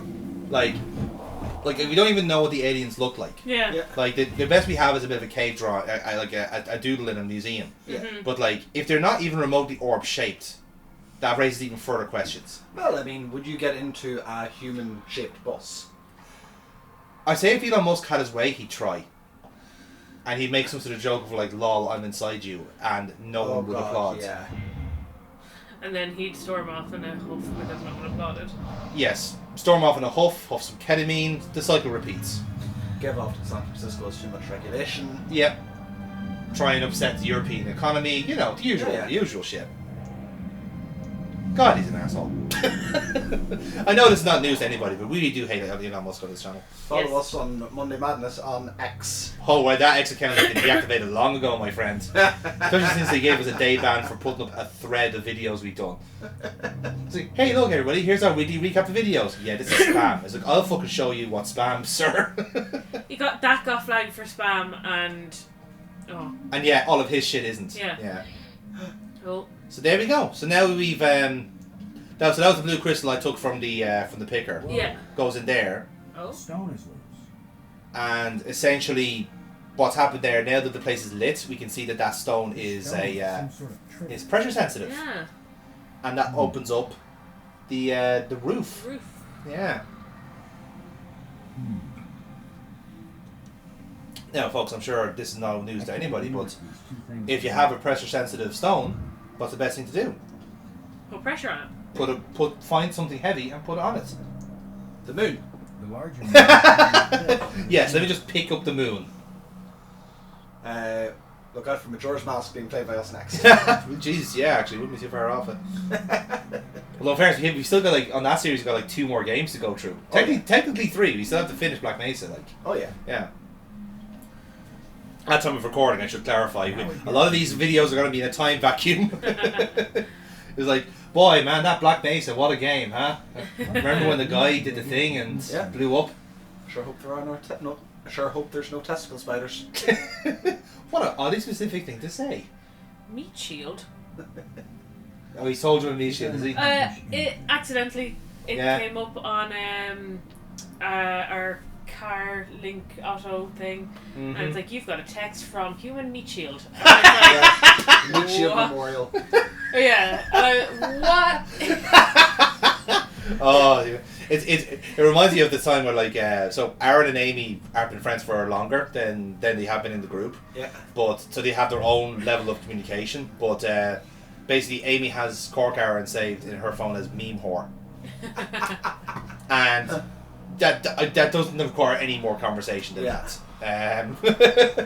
I probably know Miles longer than I know Dragon. Yes. Yet I got Dragon's number first, so I have Dragon saved as Dragon. Yes. And then I have Miles saved as not Dragon. Hey! We found him! United, I feel so good. It's only, how did you get here? The trams weren't set up. I don't have time for interruptions. In other words, you want me to go away. Those are the right words. Go away. Huh. So he's doing well. He's thriving. Yeah. Yeah. Can we kill him again and use him for the pressure pad? Human stone weight. I'm shocked to see that never was an option, to be honest. Is he engraving? I'm not sure. At this moment in time, we're not sure what he's doing. He's inscribing in Brink was ear. Biggest dickus. What's the project you're working on here? You're not a scientist. There's no way you could understand it. Oh, I get it. I can figure out alien technologies, turn the power on, work the tram system, adjust the light bridge lenses, repair broken door control panels, and even resurrect one dead scientist. But no, I'd never understand your work. Yeah. He's the main character for a reason. He is literally doing everything in the room. Frank, I'm worried about your health. Don't be. I've never felt better. Your behavior isn't rational. See, when you say that, it makes you sound weird. What do you know about my rationality? No one has ever been healthier or more rational than I am right now. I've definitely heard the line before recently at a rally. Yeah, Trump. Yeah. It's like, I'm doing great. I've taken some live crystals. They absorbed into me. I've never felt better. But we're just... Maybe the life crystals is what that kind of alien, that fucking immuno cocktail he had when he had COVID. Just cracked open a life crystal on him, and now suddenly he's alive for another 50 years. I'm now 105. You have to help me. Kill me, please. Their effect on health and intelligence increases with each use. What about their effect on sanity? Who needs sanity when you've got 17 PhDs? Ever created. They are the answer to everything. These light bridges link this. I mean, a lot of people thought the same about heroin back in the day, didn't they? So, you know, we can see where we're going with here. This is basically space fentanyl, is the best way to describe this. Look, he's thriving. He was in a bad way before. Maybe we can go home. I mean, yeah, bad way is death. Yeah. Yeah. Okay, yeah, so he's a bit of an improvement on death. Yeah. Food. You're doing I very mean, well, most Mother. things are an improvement on By all death. means. Yeah. So find the rest of the metal plates. Yeah, you're right. We're being the asshole here, aren't we? Sorry. Marvelous I don't know science. what you're doing right now, Brink, but those ghosts had things they wanted us to do, and we need to get home. And you're not doing either one. What I'm doing is more important. But I'll never accomplish anything while I have incessant interruptions. Okay, Brink, we've exercised all our conversation topics. We're going to leave now. Used to shovel on him. Yeah, just bonk him. It's like, boom. Yeah. But he does seem to be working on what looks to be like an old machine, according to Boston. So I just see him crouch behind a rock. So yeah, we'll check in with Brink later and see how he gets on. Yeah. Obviously, he's so brilliant. He'll have it fixed in a matter of minutes, matter of hours. That's actually true, by the way. He works stupidly fast. Again, must be all those life crystals. Right, so do we have a rock that we can... Oh, what? So yeah, I think I do need to find something that is going to be heavy enough to trip the stone. You have a jawbone. That doesn't work. I tried the jawbone and it wasn't successful, so I think I do actually need to find something heavy. Now, in fairness, like the other rod that we got in the cave, that I don't think we've used that yet, so I think we'll try out that fourth spire first and see where it leads us.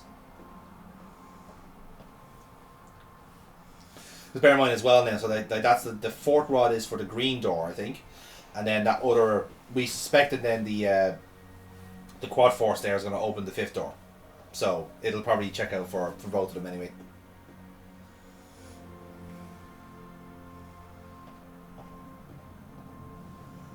Again, the toughest part is actually trying to figure out which colour the doors are sometimes. But yeah, wonder what that's like. Yeah. I mean, it's not clear. In fairness, yeah. For us non-colorblind people, it's not clear. for us people that have normal eyes, and like I said, like it's not like pointedly obvious. It kind of leans more to just trying each door with the combination and see which one hits. Yeah. Like you probably might argue that's a bit more kind of inducive to being on an alien planet and not figuring out shit, but I don't know. That is a total conceit on my side. And really, I think it's only the green door that actually doesn't look like the shade it should be. Yeah. You know. Everything else you could actually kind of justifiably say is the right color. And I think I made a slight mistake here. I think with the. I can't use these two things together. Coward. Yeah, I think I've noticed my mistake there on the tape. Yeah. I think I picked the wrong shape on that door. Yeah. So I think I'll notice now in a couple of moments' time, but I think I'm pretty much just confirming that all the other doors are closed.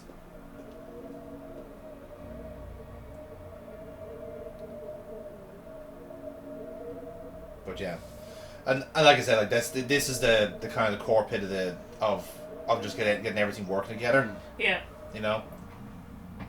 Oh, this is a fun bit, by the way. If you come back out here. Oh.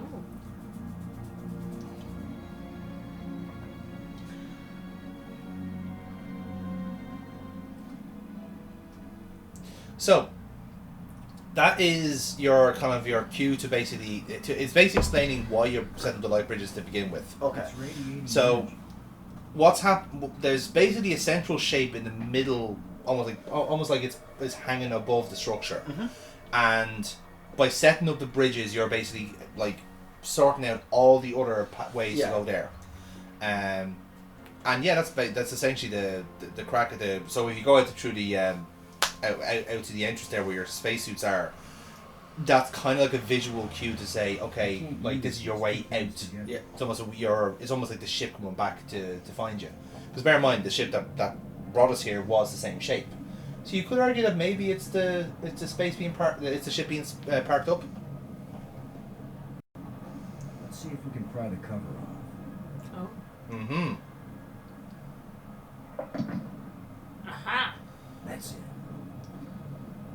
So yeah, obviously, like, because you know, Yeah, it's a corroded mess it would be a in bit tedious to Some of the fucking connections have been broken, but it's not getting any to just like do the same puzzle each time. So remember, like the last place we Yeah. had like the plates, and this one, oh, it's corroded, so you have to basically rejig it, rewire it. Yeah, which is what we do. Let's see if we can get something flowing from this broken conduit on the floor. Isn't that handy? Conduit? Oh Yeah. my god. Process. Isn't that handy just to have like electricity just like roaming through the floor? Taps, ducks, and Conduits. Yeah. What? OG Monday Madness. Oh yeah. Right, okay. Year one shit that was. Did we ever get better than that? And I'm not in the video, so I can say that. I don't know. I think Ripper was our peak. Oh god. Actually, I'm trying to think now, right? Because like we've been doing this for 8 years now, and ooh, jeez, if I had to rank all of our playthroughs now, that would be I'd be picking between my children there a little bit. I must do that one of these days and see. Yeah. Because Beneath Steel Sky, I think, was the perfect mix of like, well, didn't I'd say it's welcome, but it was really fucking good. Yeah. Well, we have had before, like, the end of year madness. Some of those sessions have been fucking hilarious, like. Remember we did the awards during COVID? Yeah. Yes. Madness Awards. That was good fun. The Crash playthrough is in my mind still. For someone inspiring James to play better by playing Enya in the room, like that shouldn't have worked. Well, God and 3 was a good playthrough actually. If we're going for some more modern post-COVID. Sorry, madness. but I remember there was one of the Crash playthroughs that we did that got marked as not canon because Burkbot had a fit. Oh yes. Just drop. The tournament that never happened. Don't know what you're talking about. Yeah, it's on the channel, so it didn't happen. Yeah. I have to say one of my favourite ones, even though I did terrible at it. Yes, new area people. The Corey game. Oh, normality. Normality. Bro. I feel like that broke me so much. It has to be a good one. It has to be a good listen for someone who wants to hear a mental breakdown recorded. I think the game was just so shit. It's very hard to judge it. It's it's such an anticlimax at the start, middle, and end. Like, how does a game have 3 anticlimaxes in one? Like, it's so fucking impressive. Like, we are at some stage in the coming few months, we are doing our worst games list, and that will feature on that. Absolutely. But yeah, I'm trying to think like that. Like, there's been so many over the years. Like, some of the Call of Cthulhu's have been objectively fucking funny because it's great to just seeing his fucking head loss sometimes, just being so confused. The Metal Gear playthroughs are always good fun too because we're all objectively shit at it. Hey. Last Nightmare. Ooh. Oh, Last Nightmare is not a bad one too. We've done that a few times. Game Dev Tycoon. Oh yeah. Yeah. The Let's Ruins. Yeah. Roller Coaster Tycoon. We never did Roller Coaster Tycoon. Like the theme park one. We did Theme Park. Yeah, we did Team Hospital and Theme Park. We never did Roller Coaster Tycoon. That was always on the cards, and we just never got to it.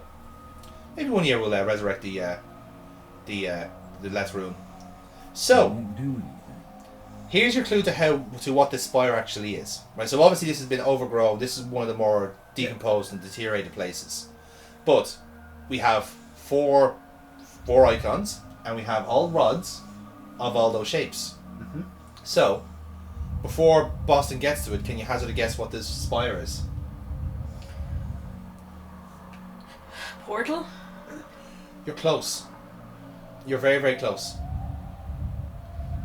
A lighthouse? No.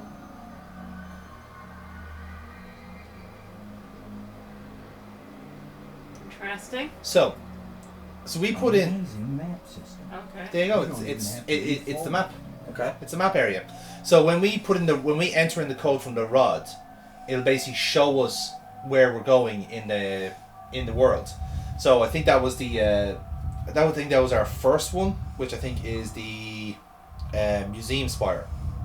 So it shows us there. So what that came up there in the little cloud was where the Leo Pleurodon comes from. Yeah. So that's where that was.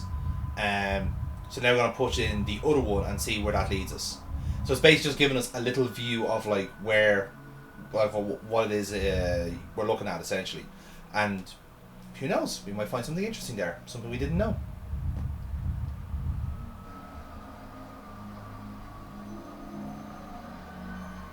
Yeah. So, did you notice anything unusual there? So there is more to that crypt than I first. The light is coming in through the sunroof. Yes, that is one thing. But did you notice the floor? Oh. No, sorry. The triangle was gone. Oh, okay. Ah. And it was empty, which means the triangle is an elevator.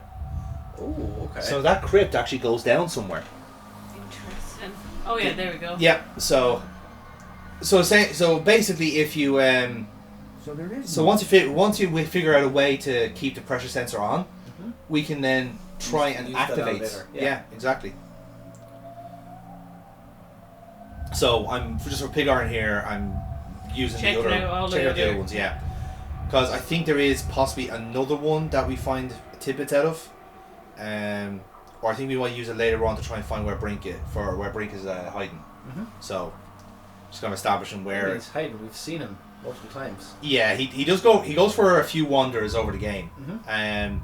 Again, I'm not sure whether the whole point of the design was that initially, you know how we like Boston was meant to be the survival guy, and was trying to like basically keep everyone fed. I can't remember from reading that whether he was also intended to basically wrangle Brink when he goes crazy. I can't recall. So that's, if you remember, that's where the little possum went into the cave. So we know about that area already. So then all that's left then is the spire we're in now, which is the what's called the map spire. Okay. Yep.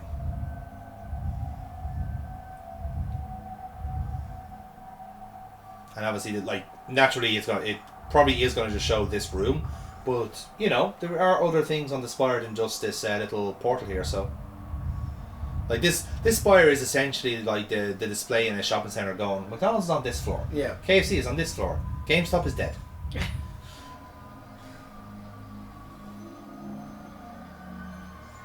And yeah, so we haven't seen that area yet.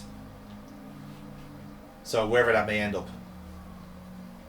And yeah, like literally, like if you just go through some of these other doors, you'll probably find it. Yeah. But I think that actual thing it was showing was where the light bridge is. Okay. As far as I know. Sometimes, like obviously because it's so kind of like floaty, it's kind of hard to make out sometimes. So, but it should be there anyway.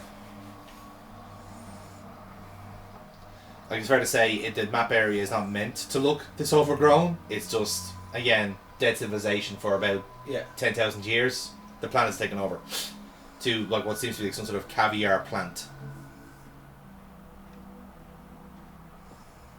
Oh, we got another light bridge. Yeah, we have indeed.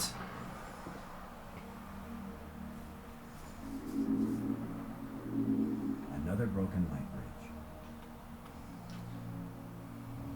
I'd say like probably the light bridge thing is probably the most repetitive part of the game. Yeah. Outside of anything else, at least and the doors, like just basically opening every spire is the bread and butter of the game. Yeah. And then everything else then is like, and pretty much every area has one really, really good puzzle in it that kind of that stumps you. Another broken light bridge. It still doesn't work. Uh-oh. Must be something wrong inside the control panel. Yeah. Ah, so there's something extra to this one. Yes, there is, and there's the panel. So this is what's in the guts of these. So we have to rewire this one. Oh. Okay. So do we avoid all the colours? Do we have to hit all of the things? So, what's your initial thoughts? Now, unfortunately, James, you can't answer this one because all this looks the same. But Burtball, you'll be taking lead on this puzzle. How do you think this works? We've got to hit all of the crystals? Yeah. We Or do. do we have to hit all of the white crystals and avoid the colour ones? My first choice would be, or my first thought would be to hit all of them. What do you notice about the streams of light? So singular coming from the colour. Oh, almost. Oh. There. Oh, we need the green and the other one to match up. Or no? You're needing so. I thought the same way as well. I thought it was just simply to have them all be lit. Yeah. But that's not enough. Something wrong inside the control panel. Do they all I think have to down have at the multiple bottom, lines? with what you've done, I think Mm. the light was flickering weird for the bottom section in what was just looked at. Like that source, the bottom one. Yeah. So it's flickering probably because from like it's a different. Some of them are different colors. So to give you a clue, prisms. What's the thing about prisms? It splits up the light, or Into- recombines it into white. Yes, exactly. So it does both of those jobs, doesn't it? Yeah. So if you notice back when We need to get all the red light and green, red, blue, and green light to hit the white prisms. Oh, you're so close. Flip it. White prisms Or to the hit white on. light into the red light into the red crystal. the He's red got into it. the blue By crystal. by Jove, he's got it. Yes. So that's I that. can't even see colour. But you get the concept of colour. Yeah. So James got it basically. You're going to use the prisms to scatter the light into its separate colours, and then rotate the prisms so that the green light hits the green crystal, red hits the red, and blue hits the blue. Yeah. And it's a very simple. It looks simpler than it is simpler than it looks. It's just that you do have to get through the initial like concept of like flipping everything around to where it should be.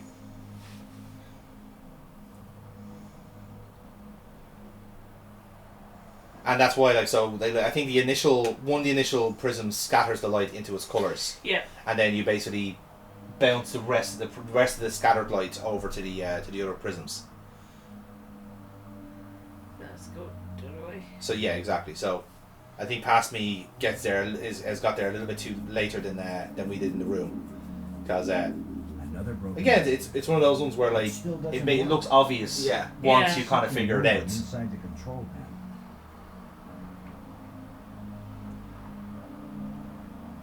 And bear in mind, this is just to actually just fix to bring light back into it. You still have to rearrange the lens after that. lens after that, yeah. There you go. That crow is laughing at us. And They you rightly mock so. me with your cause. Yeah. Pretty impressive for someone who never took a class in alien physics. Woohoo! There you go. And yep, that's to fix it. So again, you can tell that every light bridge seems to have like an extra layer of like. Yeah. It's like if you have to learn it. Oh, you've turned the lens 3 times and it didn't work. Well, you're gonna have to fix it now this time. Another broken light bridge. And yeah. So now it's just adjust the lens. Pretty much, yeah. If at first you don't succeed.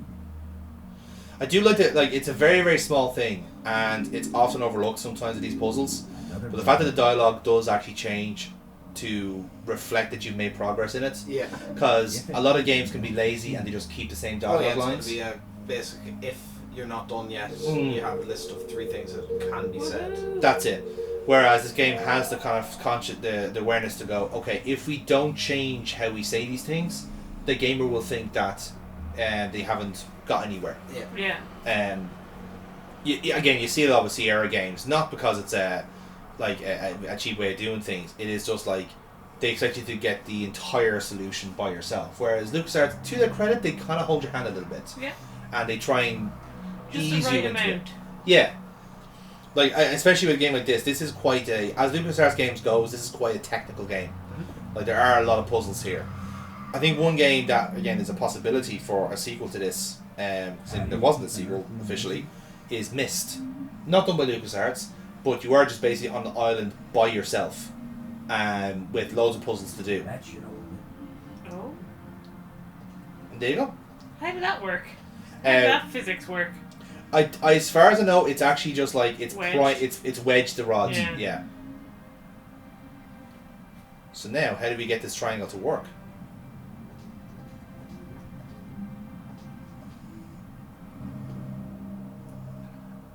So the one thing then, so obviously with the map spire showing us these different locations, what the whole thing to indicate was that it wasn't live. Essentially, it was showing you what the locations should be. Yeah.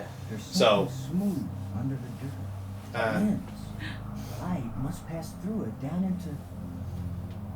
And there we go. Hey. Oh shit! Indeed. It's a statue. What if we give it one of them life stones? Perhaps. Is it a... I worry this statue's life size. So that is actually the first instance... Oh. I hope I don't get kicked out for destroying the exhibit. And it dissolved in sand. Ooh. Although there's not even any... Or maybe I can get this slab out of the way. And down we go. I hope the people aren't, or the alien species isn't warp shaped. Everyone will just fall off the elevator. Well, if the statues in the go by, that is what they're meant to look like. Just like they almost like kind of like almost bird-like. Yeah. Almost.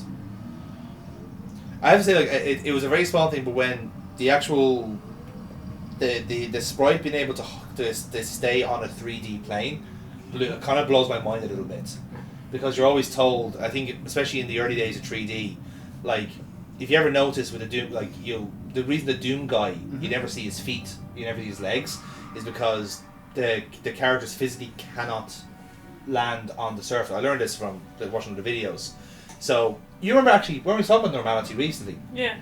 You remember when we're playing normality? Yeah. And because it's on the Doom engine, right? So it's not a shooter; it's a point and click thing. So a lot more cutscenes. You ever notice this kind of weird thing where like their feet would always keep rubbing off the surface, and keep almost sliding? Yeah. Yeah, that's a collision. So Okay. so basically they're basically they're not actually on the floor. They're hovering over it. They're hovering it, yeah. So it's just that's basically the only way of getting around it. Oh, hello. shit. That was a life crystal. Yeah. That is a dog. That is a guard dog. Oh, now suddenly we've got guard dogs. Where did he come from anyway? So, how are we going to get past this creature? He just Give him a rose bone. up out of a pile of bones near the door. It's a very good idea. Crystal fell from the wall. Not a bad system of keeping guard dogs around. So yeah, the guard dog just dies off. Yeah. You can just basically just resurrect it with a crystal dispenser. So in essence, these dogs can never die. So you just reincarnate another dog for the crack? Yes, because what have we established? What have we established from Brink? His personality has changed. Yeah. He's not as pleasant. It's the ugly twin. Which means they'll fight each other. They'll fight each other.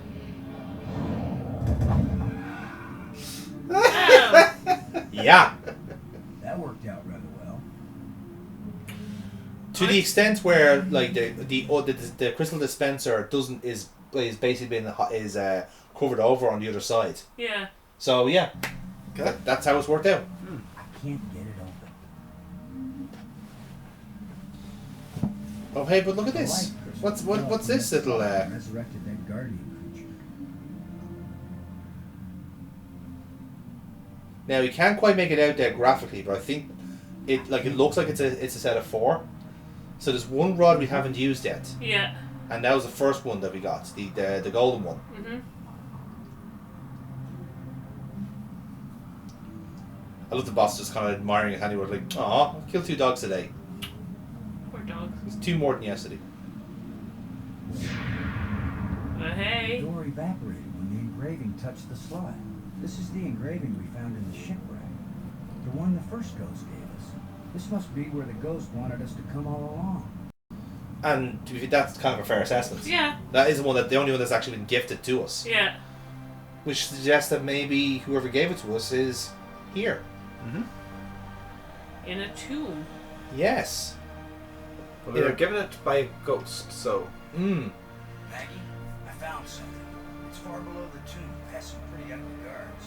A dead alien sealed inside a crystal pyramid. Sounds like they went to a lot of trouble to hide it. Must have been important to them. A king or something. Or it terrified them.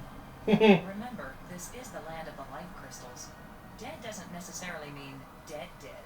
Maybe they were trying to keep it from being found and revived. But this is where the ghost wanted us to go. The key to the last door was the key that the first ghost showed us. Back in the room. Dilemma. Yes. Still, you don't have a key to the pyramid, right? Besides, How do you know the ghost is our friend? Brink died by digging where the ghost pointed. I hate not having enough information. Yes, it's almost like you're on an alien world. Mm-hmm. You're gonna have to get used to it, lad. Fine, keep working. Call me if you think of anything helpful. Is there a side mission where you play as Maggie just reading books? Again, I think the initial idea was that you're able to switch between the three characters and you all have things to do. But as things got closer, they just couldn't make it work. You know, like all these three people had their own puzzles to solve. Yeah. And you'd have to like jump from each one from chapter to chapter or whatever. Instead here it's just implied that Oh, cutscene. Yeah.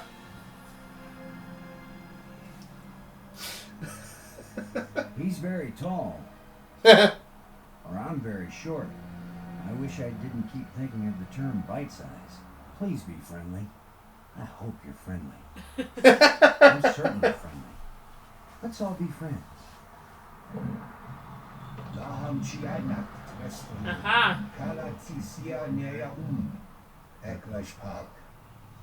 So now we come to the central issue.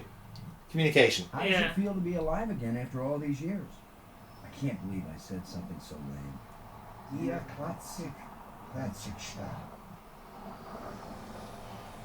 I'm Boston Will, and I've got 2 crew members around here somewhere, and we're stuck here and we need help. That's Alien 4, not my fucking problem. Yeah.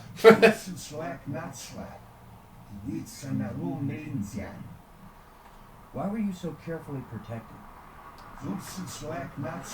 Is there in this gibberish? Is there like a code? No. That might be what we're looking to your one to if she's working with translations. Yeah, exactly. That's the thing. She is essentially trying to solve.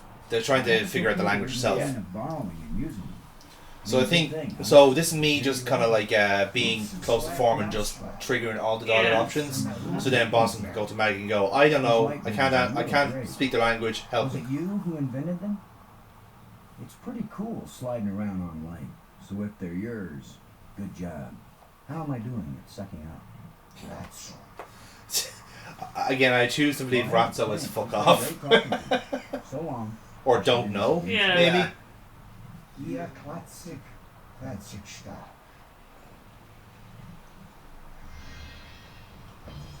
And yeah. What?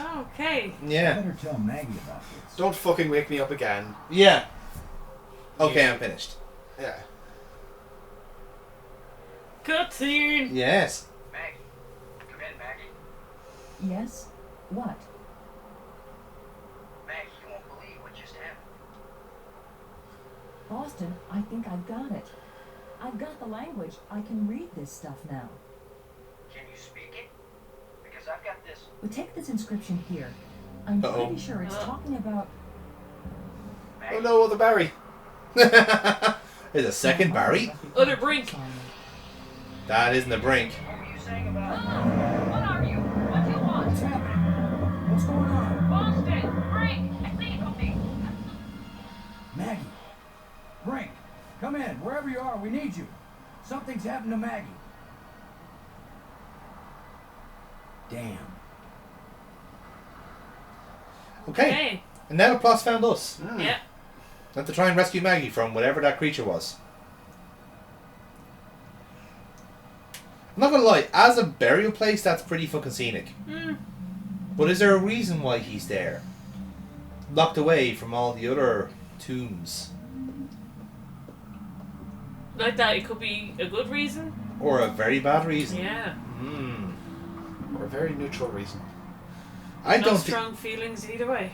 I don't think you bury people in such a neutral place. Like, that's either idyllic or hideous, according to the no. Again, they might look at all this.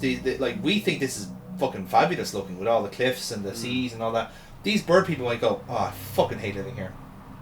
It's like it's like if you're living somewhere really idyllic and that's full of tourists. Yeah. But you hate it because it's full of tourists. Yeah. Oh.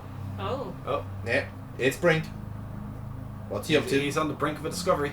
Oh, he's on the brink of madness, I tell you. Hup. Oh. Hup.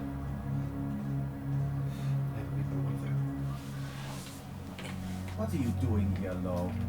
I don't want you here. Something happened. I don't know if you've noticed since he's been resurrected how his character's on has changed. Go help her. Yeah. He's a little bit paler. Hey, if we felt Kind that of way about Way too shadowy. subtle a change for me. You're the Yeah, shadowy, yeah. Yeah. You're the hero. And I think he's gone through 2 changes so far. So he's basically had a step down in his complexion. And again, he does get paler and more ghost looking over the game. You're doing. And quite foolishly, he's left his crystals in a big pile for us to No steal. way. I can't be any clearer.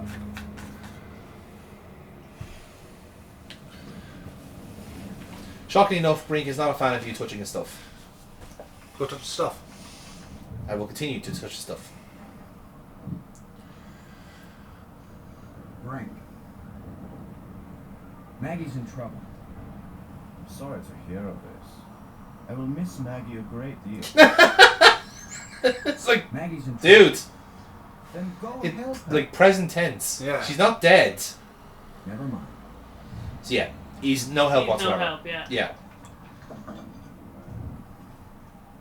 So Is that a light bridge behind him? no, No. it's just another kind of miscellaneous bit of rock. Right, okay. Disgusting bad things. I hate disgusting bad things. Bats! So yeah, oh yeah, another callback here. Come on, guys. Let's get a look at you.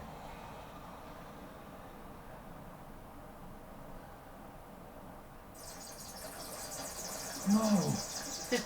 Go away!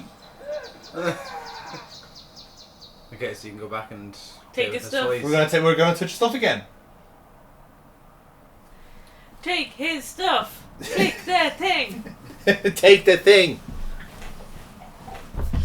To be fair, that is just pretty much the life of our point-and-click adventure, isn't it? It's just take the things. You thief! Give those back! I will, Frank. After you help me find Maggie. Checkmate. I'm not going to waste one moment on such a Take away the meaningless drugs from the drug addict. Yeah. Nothing ever bad happens with this. Nah, they'll be happy in the end. You're a miserable bully, Low. Typical The words military turkey mind. and cold are Pushing coming to mind buttons here. all right. Right. So follow me and do as you're told. Is that rational enough for you? And you can see he is thrilled. Just so thrilled. Buzzing. Like it's the best thing that's happened to him all day. So we might be using him as a human meat shield to get Maggie out of there. Unlike all the other mid shields I've been mourning over, I don't mind losing Brink. He's a bit of a tosser. I was like, oh look, I'm a geologist. I'm really good. Yeah, eat a dick, man. Like no, you're not impressing anybody really. But I mean, if we start calling him Meat Shield, then that might actually drop his mortality level. Well, I don't know. A meat shield you can bring back to life anytime you want is a dangerous prospect for us. Like that means we don't have to have. It doesn't mean it means we don't need any more extra meat shields. We just need the one. You know, the one that you shot in the eye like a cold bastard that you are. Do you remember that, Jane? Do you remember that? Do you remember what happened there? Sorry, it's the wrong series. I shouldn't. I shouldn't be Has doing that this. happened yet? It has happened yet. Okay. Yes. Cunt. You're a horrible bastard. He was breaking up with us. I don't fucking care. I'll bring up with you. We're all having fun. Burpot's just watching the game going, oh Jesus, it's better this fucking round better finish soon. I have other things to complain to James about. Ooh, it's a little nest here.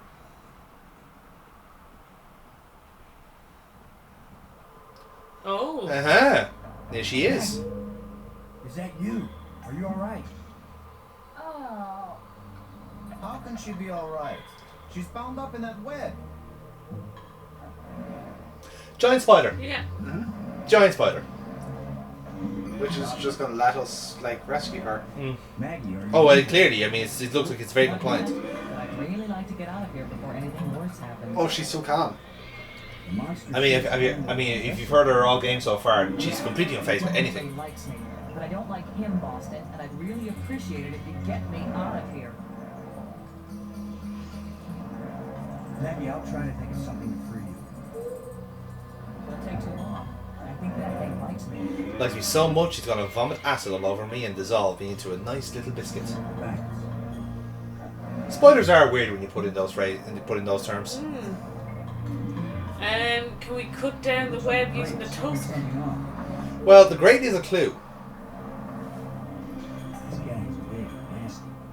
Funny enough, the solution to how to get rid of a spider is very close to how we would in real life. Newspaper. If you don't have a newspaper. Oh. Giant dustpan and brush. Okay, dustpan and brush, not an equation here. Jump on it. We can't jump on it, it's bigger than us. In a very specific situation. Throw Brink on it. If you had something of an incy-wincy variety. Fair enough. Drown it. Drown it. Drown it, yeah, essentially. I'll be the diversion. Considering he's so full of life and vigour. Come here, you phlegm, carapace, slime-faced, mucus-brained, furry-legged abductor of luminously intelligent but pulchritudinous earthworm. Can that be like the series catchphrase? Okay, yeah, I'm gonna put that as a thumbnail. Yeah. Why are you standing there? I'm still trying to figure out what you saw. Move your silly buttocks, you fool! It is quite fun to say silly buttocks in a German accent, yeah. Isn't it? Ah, silly buttocks. Austin, where are you going? I'm over here. Don't leave me. Unless you have something pertinent to talk about, don't waste my time. Yeah, that was a bit of a bug there where I clicked the conversation topic twice. Yeah. So now we just had the voice of Brink in our head telling us that we're an arsehole. So the question you're asking is, why did I leave Maggie to her death? You're gonna go fetch a pill of water. Oh, sorry, wrong nursery rhyme. You are correct though. We are fetching water. There we go. Thusly. Water is pouring through that hole at a tremendous rate. So basically, when we walked over across there you go. Yes. We are. Yeah. At this point, It happened very fast there, so I wasn't sure if it wasn't clear. There you go. So now we have water seeping through the grate, and if you can make it out from the graphics there's a little handle near Maggie. Okay, yeah. To pull the grate. Right. So the master plan is to get the spider up near the grate. Yep. And then Maggie to pull it, and then the spider's washed away, and that's how to solve it. A relatively decent solution, without having to kill anybody. But is there more than one way to do this, or is this the only way? This is the only way, yeah. Because we don't have any weapons. We don't have anything that we can actually attack or kill anything with. So we actually do have to take the surroundings as is. Which kind of begs the question why NASA didn't left us unarmed. Yeah. Like if they had a notion that this thing was going to go to a planet, you'd expect it maybe some sort of resistance, you know? Where have you been? So does that mean you think that the people who are up in the ISS until New Year, do you think they have weapons up there with them? Well, I presume they have at least a shoe to throw at people. I don't know if you've ever had a shoe thrown at you at zero gravity, James, but it's not going to go well.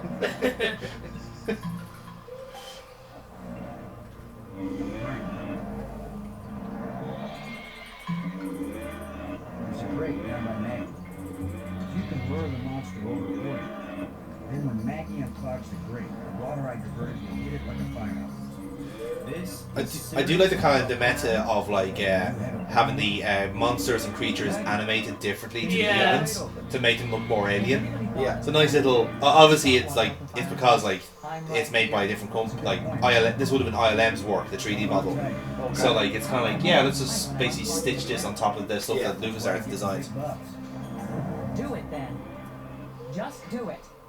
It's only my life anyway. Not that it matters or anything. But if Maggie dies, who's going to report the story? Come on, you ponderous exoskeleton. Yay, more big words. Cave-dwelling arthropoidal elementary sphincter muscle. Ha! You call him a lower colon.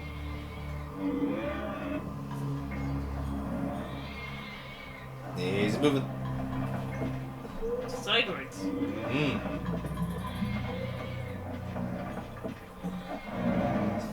Yeah, right over her.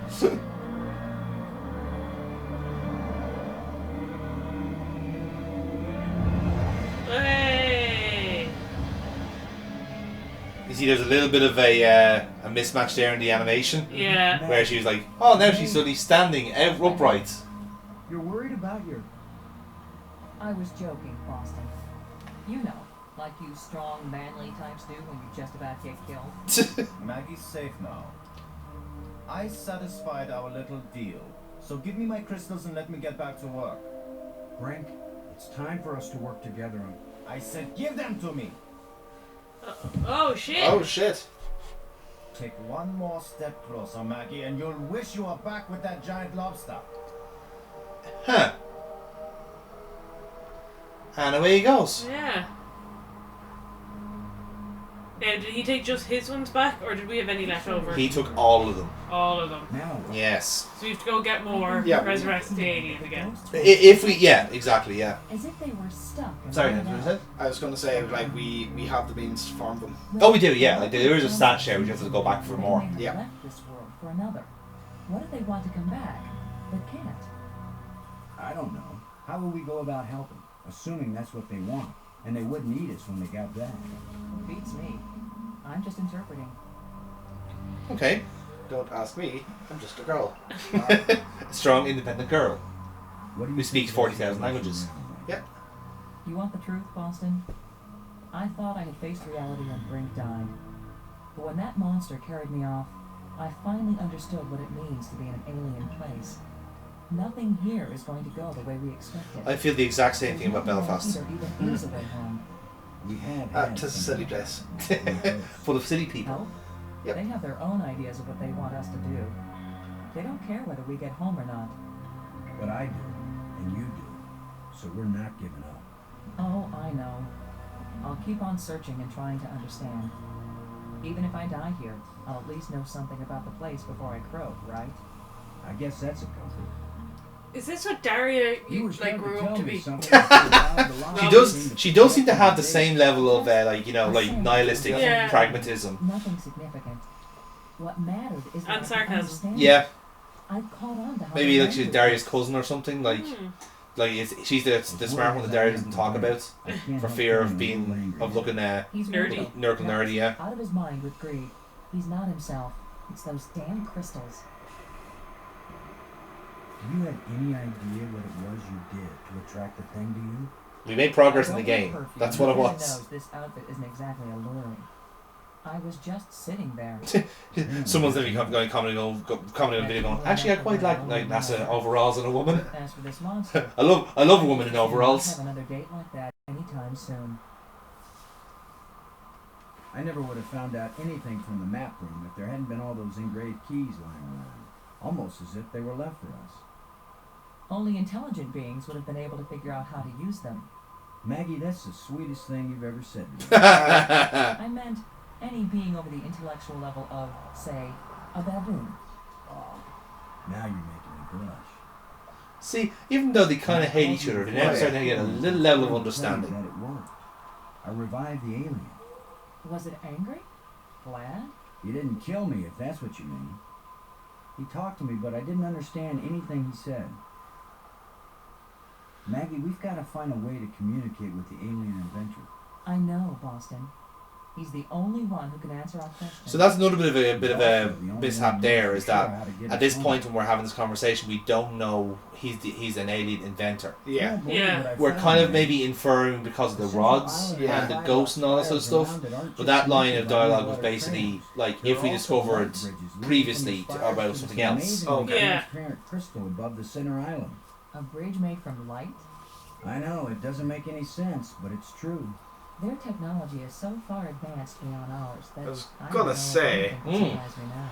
like Brink came back to life. Yeah. And you're questioning hard lights. You still hanging in there? Yeah. I'm okay, Boston. Don't worry about me. I don't know about you, but I'm starting to get tired. I've done a lot of digging. And I've done so much reading, my eyes ache. It's just so hard being on an alien planet, fending for yourself. So yeah. So basically, for our next trick now is to talk to the alien again with Maggie in tow, because she's finally picked up the language. Yeah. So we have to go get some crystals though first. Go get some crystals, and then speak to the alien again. Ooh. I feel like I should have moved. So dainty, so delicate. So can't hear you moving around. Look at it, Maggie. It shimmers, but it doesn't seem real. A kind of light that's just on the edge of existence. Something like this. You'd think they would have written about Now, the other aspect of this now, so now that we have Maggie following us around this time, there could have been these other areas that we basically haven't gone to yet. So one of the things when we were going after getting the water to flood the area, it looked like there was a room that, like, we made our way on the right hand side of the wall. There was a cave over on the left that I think we just completely ignored. That's where so that was in the map area, wasn't it? So so that is another part we haven't explored yet. So these are some of the places that it hasn't come up in the playthrough yet, but that's because I'm kind of following the line of the game. But if I was playing it as it should be, where like they're kind of wandering everywhere, establishing where I'm going, and there's all these different places that I just haven't seen yet. Or we've seen, I should say, but haven't made sense of it yet. That's basically where we're going with this now, is that then we have Maggie, she might be able to actually make sense of the alien language. Yeah, of the language, So this is me trying to, so I think that's what you were talking about there now, so now we're just just two things that she's going to help us out here with, and the first one is this tablet. So turns out I didn't realize we could bring this tablet this entire time. Looks like an alphabet. Now that you can read the library inscriptions, can you make any sense out of this? What does it say? It seems to be talking about an important thing. I don't know what. That was hidden. Any hints about where? On the other side of the hole, so that none may enter. Then it tells how to pull back this part of entrance, whatever that means. It's pretty vague. There are some things that man would T-Rex arms. Yeah, but this one, even woman is having a hard time with. Yes. So that place we were just there, that is relating to what the tablet is talking about. Yeah. So one way to interpret those terms there is essentially she's making a nest. Oh yeah. She's settling in, making herself comfy. Yeah. Oh no, we can get better. That may sound. No. No. It's too, it is too warm. I have my own furnace. Yeah, I understand that. So I was just saying to James there when you were out, Burpbot, this is a bit of area we haven't seen yet. Yeah. But basically, if we were on our adventures, we wouldn't have made any heads or tails of this. Yeah. But now that we have this tablet that was back from the museum spire, we could have taken it this whole time apparently. And now Maggie will connect the dots. Wow, what a useful woman. Boston. It exactly describes that strange field of almost light. What does it say? It's a set of instructions. Now it makes perfect sense. I just twist this. And something appeared there. Yeah. Oh, there we go. Aha! Simple. Read the directions. If we didn't know better, we'd think that island had been there for 1,000,000 years. Mm-hmm. So a hidden island on the sea. Okay. Well, what sort of mad technology do they have, huh? First light bridges, then bring back people to life, now hiding fucking planets. Atlantis. It's not too far away, actually. Oh, and look what they have. The last plate. What was so important that they left us exact instructions on how to get here? Maybe that metal plate over there. It's just spinning. Spinning freely, yeah. Twirling. So again, that's also suggesting that all the plates have been left for us to collect as well. That's the fourth one. If it's like the metal plates on Attila, these four should fit together in that triangle matrix. Yes, but there's no guarantee that putting them together will take us anywhere we want to go. You have the most cheerful thoughts, Ms. Robbins. If you had been abducted by a monster and then half drowned, you might be pessimistic too. But you lived, didn't you? And your hair looks terrific again.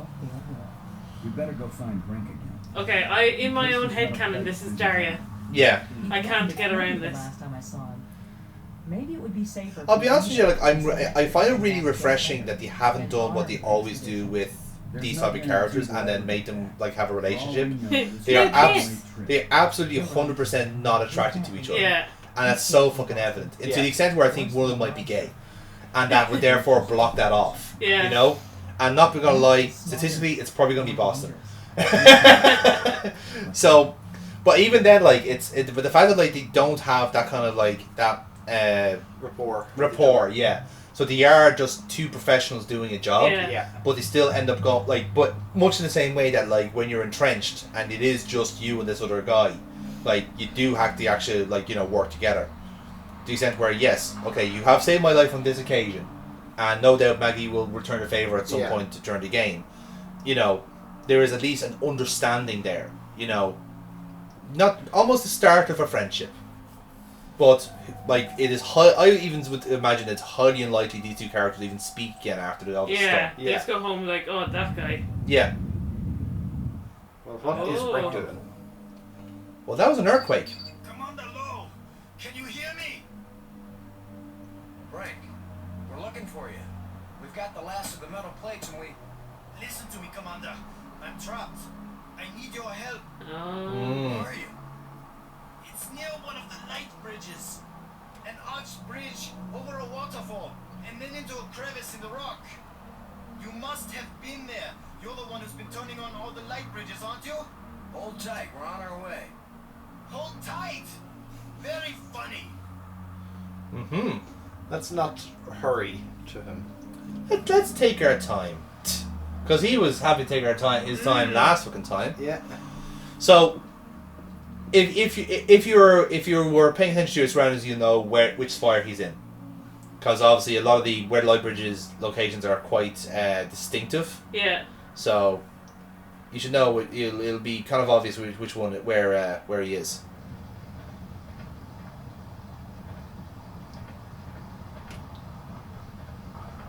But what silliness has he got himself into is the question. Oh. Let go of the crystals. I thought you were in real trouble, Brink. When would it be real trouble, Commander? When it's your hand? I don't go sticking my hand in the cracks. Careful now. I was reaching for a life crystal, and then the rock shifted. My circulation is cut off. No blood is getting to my hand. You can't pull me out, Commander. Don't leave me to die here, even if you have to cut off my hand. Don't be so dramatic, Brink. Nobody's going to cut off your hand. Don't make promises you might not be able to keep. I've literally seen a movie about this. Are you serious?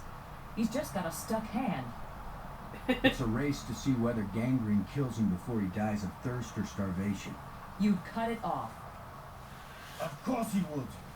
The military trains you to recognize necessity and do it. we call it sociopathy. I mean, chew it off then. Oh, I would, Brink. But human teeth can't bite through bone. After all that's happened to us, you have a this jawbone. may be the most You horrible. have a jawbone. Do something, Commander. Do it now. And yeah, you know what's happening next. Are we using the jawbone? We're using the jawbone. Oh my god. Yep, it's happening. Because bear in mind, all that Boston wants to do is keep him alive. You're going to saw off his hand with a jawbone? The teeth are razor sharp. What about I like the anesthetic? shifting music. Yeah. Do it, Commander. Oh shit. Brace yourself, Brink. I hope this is like a quick time event for you where you have to like move it forward, move it back, move it forward, move it back. It should have been, but I can't believe you endured so much pain without fainting. I'm fine. But I need more crystals. Come with us to the triangle matrix. We've got all the metal plates. You think it's gonna take us home? You don't know where it's going to take you. I'd rather gather more life crystals. Oh, of course you will. Yeah. It does take us home, Brink. What if we can't come back and get you? Do you want to stay here forever? Yes. Then what will happen to your research into the life crystals? Sit. What research? I just want life crystals. I'll go with you to try out these metal plates. But if it doesn't get us home, then you two will stop interfering with me from then on. All right? You agree we have a deal? Agreed. All right, all right. So again, it's quite evident that the step change in the in his complexion is very obvious. It's very grey. Yeah. That and like he has a bloodied sleeve. Like what was his hand, now it's just a stump. Right then, so this is our last plate. Woo! Okay. So now we can finally see what is behind door number 5. Any guesses? What do you fancy? We have a map room, we have a planetarium, a museum, a tomb. A rocket. A rocket, okay. That should do it. Do what? What's happening? Communications room. Nothing is happening. Okay, that's not a bad shout.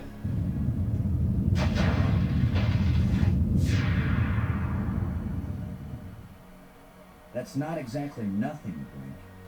So if we go in there, could we be interacting with whoever set the pyramid up? Side? It could be, certainly. He's on the other side. What did you expect? The tooth fairy to come and fly us all home? The door opened. Let's go see what's in there. We had a deal. I came, these metal plates did not take us home, and now you will have to leave me alone forever. You gave me your word, and I expect you to keep it.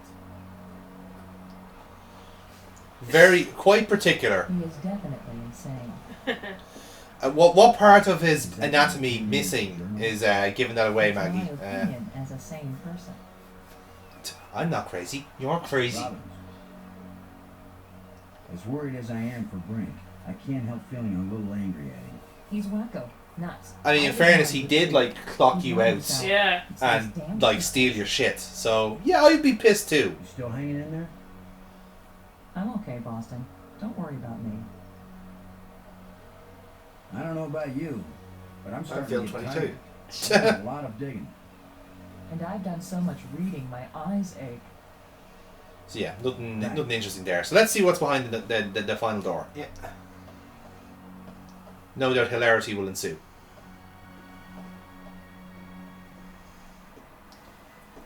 Again, I don't think they intended to have a river flowing over the tram line, but it's at least a nice aesthetic.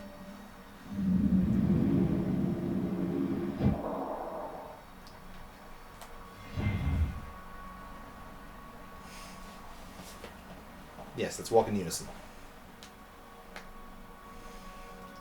Just her first time on Orb? Second time, I think. Actually, I think it is her first time, actually. No comment on Orb. Yeah.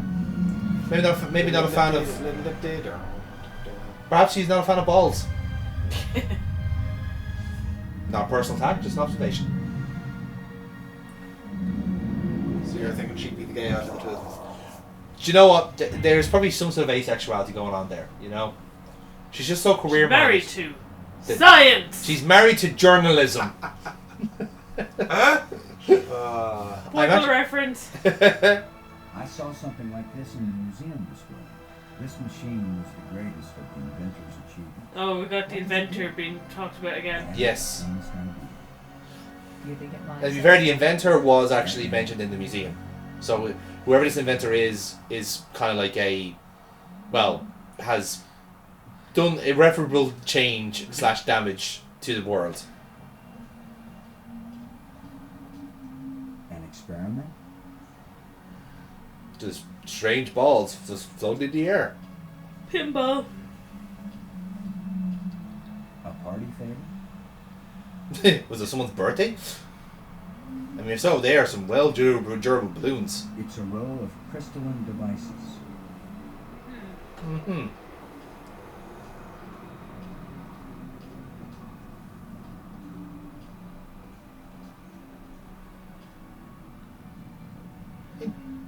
Feels like there's a part missing here. There's a gap. And there's also, you can see there's two little Yeah. gaps in the side there as well that are life crystal shaped. Something to note later. So you can perhaps infer from the dialogue there, this is a laboratory. This is the inventor's laboratory. But the game clarifies and calls it the Cathedral Spire. No. Yeah. Oh. Change it to all different shapes. Okay. Yeah. So we'll come back to that. This is a puzzle toward the real kind of end of the game, but we're trying to basically kind of factoring in like what we need, what sort of stuff we need for the proverbial end game. I don't know how to work these controls. And yeah, it is literally it spirals all the way up to the top.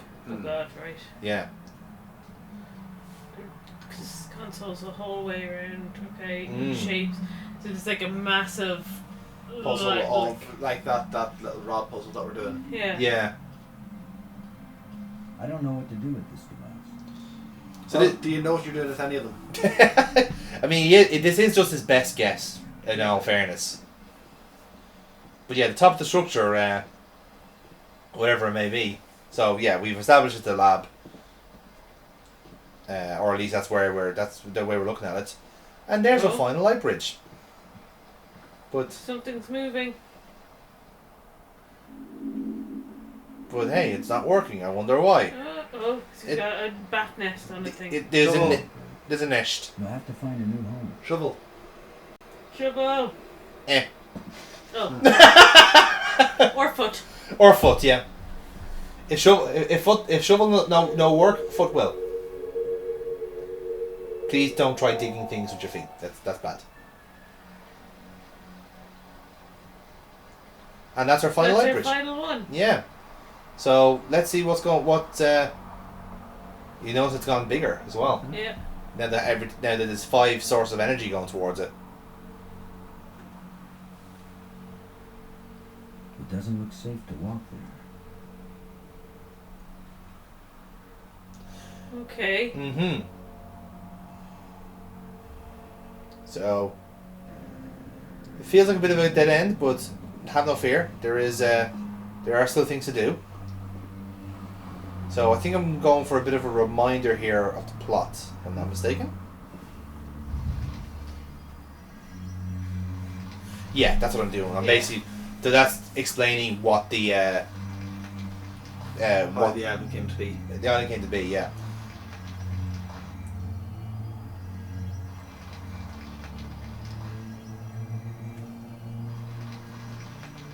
So bear in mind, so with that graphic here, we're also thinking what Maggie said, where it seemed like all the aliens went somewhere else. Yeah. They left, but they didn't physically leave, or at least we don't see any evidence of that.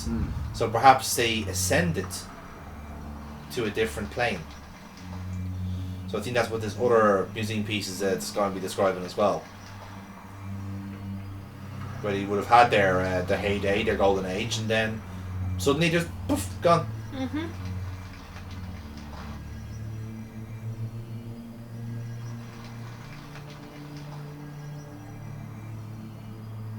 The larger moon is being eclipsed by the smaller one. Done that.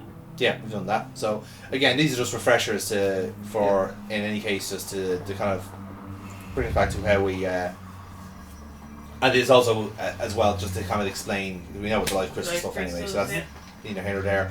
I think really what I was doing for my own kind of sanity was trying to see which one actually related to the inventor, because the inventor's been mentioned a bit in the plot, but we haven't had an actual like direct interaction in that sense.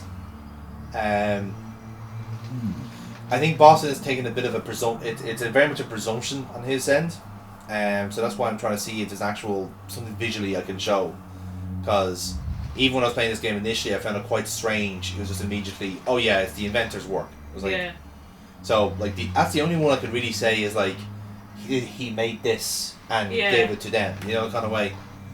But I think it's also one of those. It's also one of those things where like sometimes the plot moves a little bit too fast at times. Like it feels like it could need a bit of breathing room here or there, you know, where just actually slow down and explain itself a little bit. But that's not necessarily LucasArts' way. It does actually trust you to be smart enough to know what's going on, because a lot of point-and-click games can be very, very guilty of holding your hand for the entire thing and just taking the fun out of it. The game that was like this previously was Loom, and Loom was an extremely short game, but it's quite nice in a certain way. But the whole gimmick with that is basically you're able to cast spells by playing notes of music, and like for instance, let's say once you know how to open a door, that's a certain configuration of like notes, but you also have to kind of grasp like you've actually learned two spells there, because to open you have that course of music, but if you do the opposite you can close something. Every spell works the opposite way. Now the thing is, like, the game gives you no prompts in that respect.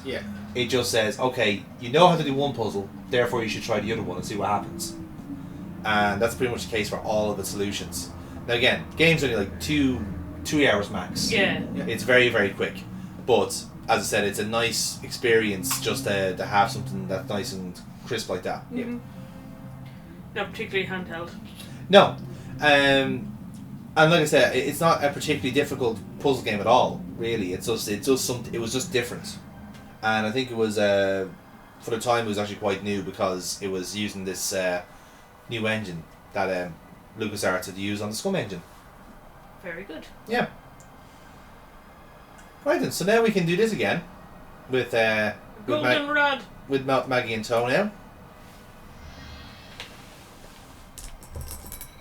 And we do a Monster Reborn on them. Use a revive. It's a revival herb, to be fair, as we all know. So a lot more unpleasant. Yeah, it gets pissy now. Yep. Okay, so get ready for boss fight. Plays off, or we die. Die? As long as I don't accidentally offend him, we'll be okay. Hello, Bollock. Well, you prick. He says, open your mouth, which is their way of saying speak. You do the talking, Maggie, so you can understand each other. Speak. There we go. Why was your tomb so carefully hidden? So only the most persistent, the most clever, and therefore the most dangerous of visitors would find me. Why has your body been preserved so carefully? Since all the evil in this place was my fault, I chose to be its guardian forever. The light bridges are magnificent. We never dreamed that people could walk on light. Ah, yes. We were happily surprised at how convenient those light strands turned out to be. If we had known, we would not have bothered to build the trams. I mean, there's still hope for us yet, lads. Who needs a public transport system? Let's just walk on light. When all the bridges are complete, the eye will see. The eye? When you say the eye will see, you aren't talking about our eyes, are you? An eye that can see the 3 dimensions of time, as well as the 3 dimensions of space. It will show you beauty beyond belief. But once you have seen Space-Time 6, will you ever see Space-Time 4 again? The eye may be open, but the mind hasn't the strength to see. So, how much of that makes sense in terms of what he said there? What does it do? Not a whole lot. The lights all So the light bridges, light strands, were not intended to be a mode of transport. They're a way of opening up a new dimension. Yeah. So space-time 6 is like our 4th dimension, 5th dimension, whichever you want to call it. Space and time, and where the eye sees, the mind can fly. So that's where all the other creatures ascended to. Exactly. The doorway into the place where your people went? A door that can be crossed only one way. You don't know that. If someone has a strong enough tie to reality... You think you are stronger than all my people? Even they, the strongest race known, could not overcome overcome the Now, temptation of not to say he's bullshitting here, but the museum did say that you were enslaved. So, Yeah. Starship to take us home to Earth. It's our obviously they must have fought against their oppressors at some point and won, but even then, Since you think you are stronger and wiser than my people, one could argue perhaps the light crystals were the means of which they survived. I will tell you how to find the piece I hid, if you know how to ask. But it will cost you more than you ever imagined. We'll give you a break. I mean, it's a fair trade, isn't it? The island we found, where was it hidden? It left this reality, but only a little way. It can come back, because it never fully left. The island moves in and out Like of reality. now, a lot of sci-fi that do all these kind of things with like alternate universes and dimensions and stuff, much like with time, it basically plays by its own rules. Yeah. So it always has to play like some kind of level of conceit with like, okay, if they're on the same astral plane, same location, let's say, at a different time, or same location but they're in like a few states above the 3 states or whatever. So this one's kind of taking the latter, where it says, okay, it's in the same place, but totally different air, different dimension, so it can't interact. Or controlled. Those who go there from here cannot change anything. They are nothing but observers. Forever. The creatures who live here now, did you people know of them, or did they come later? Millions of years have passed since then. What once were pets or companions have followed their own evolutionary So yeah, path. they've literally been like in a different dimension for millions of years. Or as terrible, as clever, or as stupid as it was in them to be. Which begs the question: what happens if we just leave? Like, will the chinchillas finally take over the world as God intended? And there are as many of them as are needed. Who are you, Honored One? The bringer of To be honest, we probably should have started with that. Yeah. Please tell me who you are.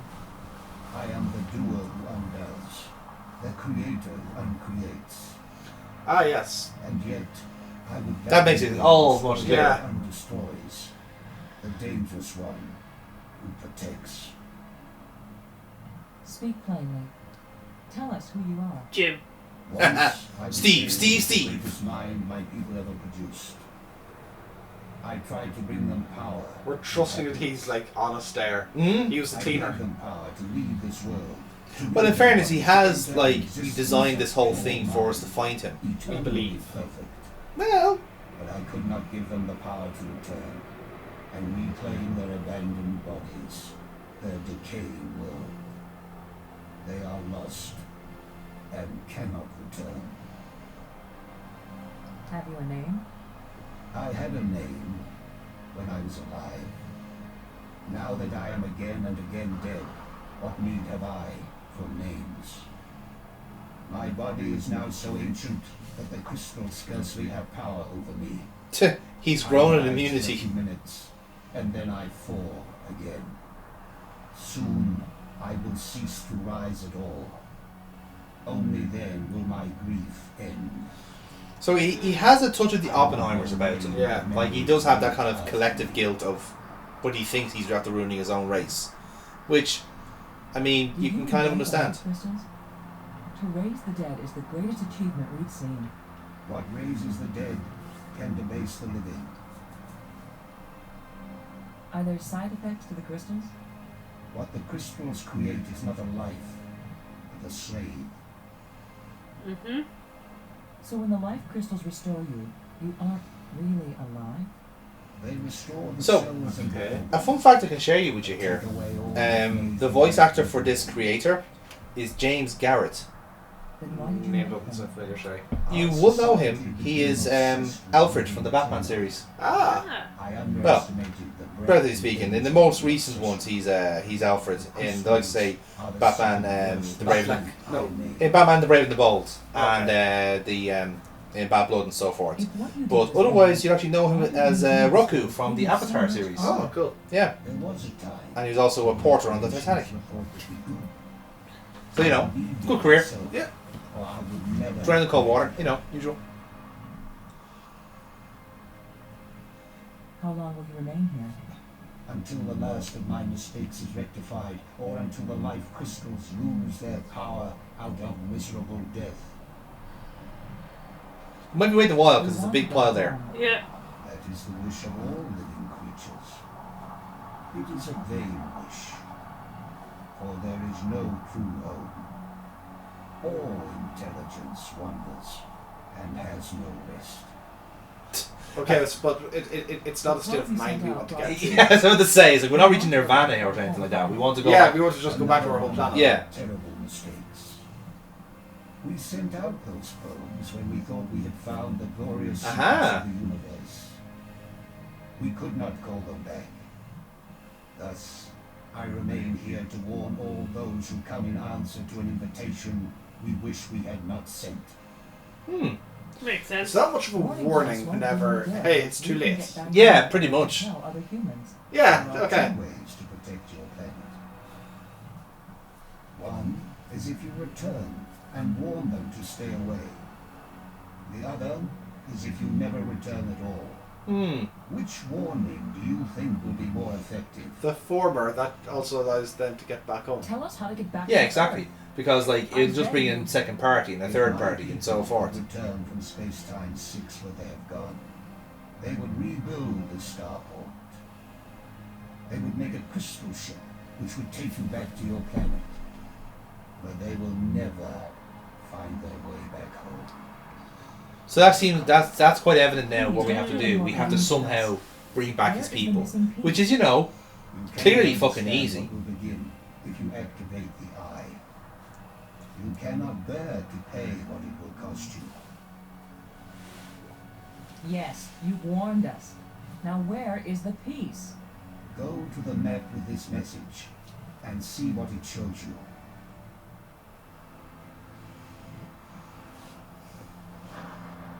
Aha, another rod. I have said enough. That's it, we're done. I will only have helped you when you give up your foolish plan. We're not giving up. My only consolation is that true death comes from It's just- dying. In fairness, if he's been here for 1,000,000 years, I kind of see where he's going. I get it. Like if I think I'd be kind of talking the same way if I was in my 70s. It was like, another day Just closer end to death. Yes. I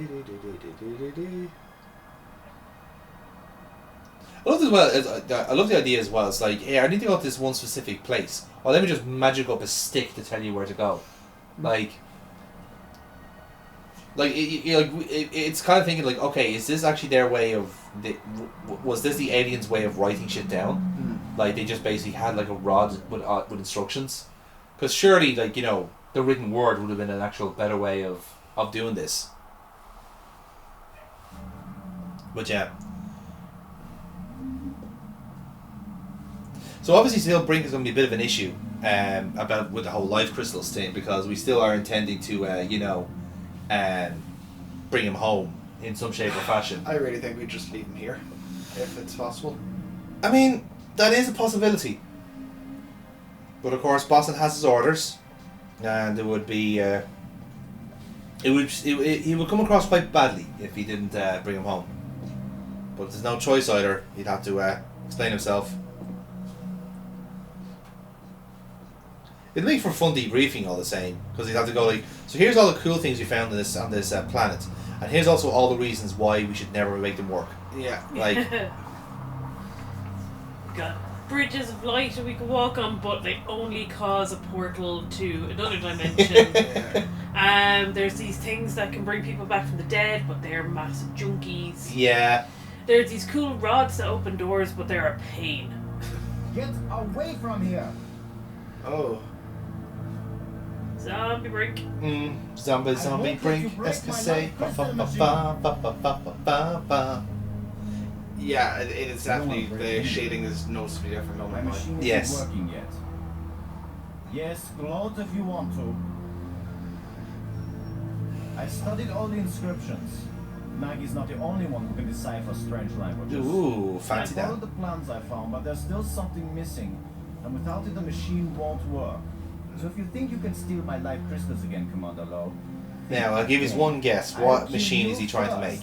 Is he trying to make more life crystals? And you got it in one. Let's all pretend to be shocked. I only robbed you once. So you're still one ahead. Don't joke with me!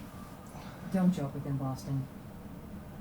Don't joke with him, Boston. His blood pressure looks really low. He's either cursed or he's anemic. They both look the same.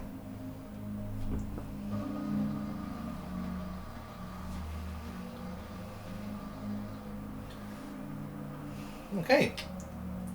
So our new rod. Yes. New rod, who this? Like, I'm trying to even think now, right? Say if you're on this alien planet, you want to like change phone numbers, you have to like literally get your rod out and give it to them. Yeah.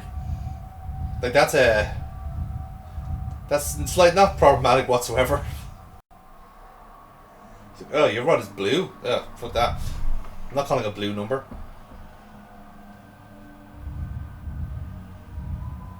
So where's this machine part hiding?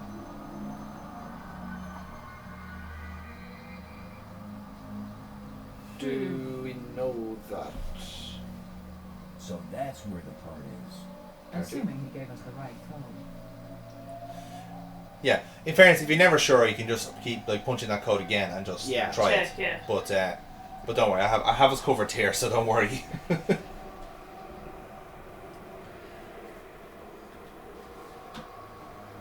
And again, it is often the case where like it's probably one place that you haven't had any interactions with at all, and it just so happens that this is where you want to go. If I remember correctly, I think it's where the waterfall was the first time. Remember we opened the grave for the spider. Mm-hmm. So thankfully, it's actually in this area, because again, it's game design logic. Yeah. If you didn't have it here, then there'd be fuck all point for the spire. Yeah. Because you only use it for like 2 things, so it all balances out, you know. But again, it's one of those things where I think it does actually reward you, like basically just having a wander at some point in the game. And I'd say for anyone who wanted to play this game themselves, that's the best advice I could possibly give you, is just go for a wander in every area first and then start solving puzzles. Yeah. You know, now obviously it's not possible because you're opening. Yeah, you'd be trapped in some areas. And there we this go. this is the area I was asking about. Yeah. So there you go, James. You were right to see it out. Hey. Uh-huh. I wish I knew what's going to happen when I get this piece back in place. Now the creator is warned it will cost us something dearly. There was another door that you could still try to go through back there? It's just a rock formation. That looks like an entrance. It did look like an entrance, but yeah. And there was another small rock that looked like a stone could be placed. Mm-hmm. It could be. Could be. We might be coming back here. Now, in fairness, I think there's a massive clue there with the way the entrance is, because it's a triangle shape. Yeah. And the thing we have here is clearly like a wedge. Like yeah. Like a piece of cheese. Exactly. Cheese. Careful. We know about halloumi. We were actually talking about that on the way over. Yeah. How quickly we can run jokes into the ground. Hey, we haven't mentioned halloumi in at least 6 months. I think we've been doing quite well, actually.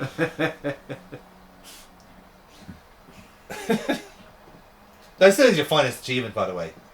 You know. Again, I do this all the time because again, I'm also like male brain is a serious thing here. Yeah. Male brain, like you will tell the male brain 5 things, it will automatically forget 3 of them. So you remember the things that have to be remembered. Get to Umi. Get the halloumi. Get the halloumi, yeah. I'm fairly sure that's just get to Umi. Instructions unclear.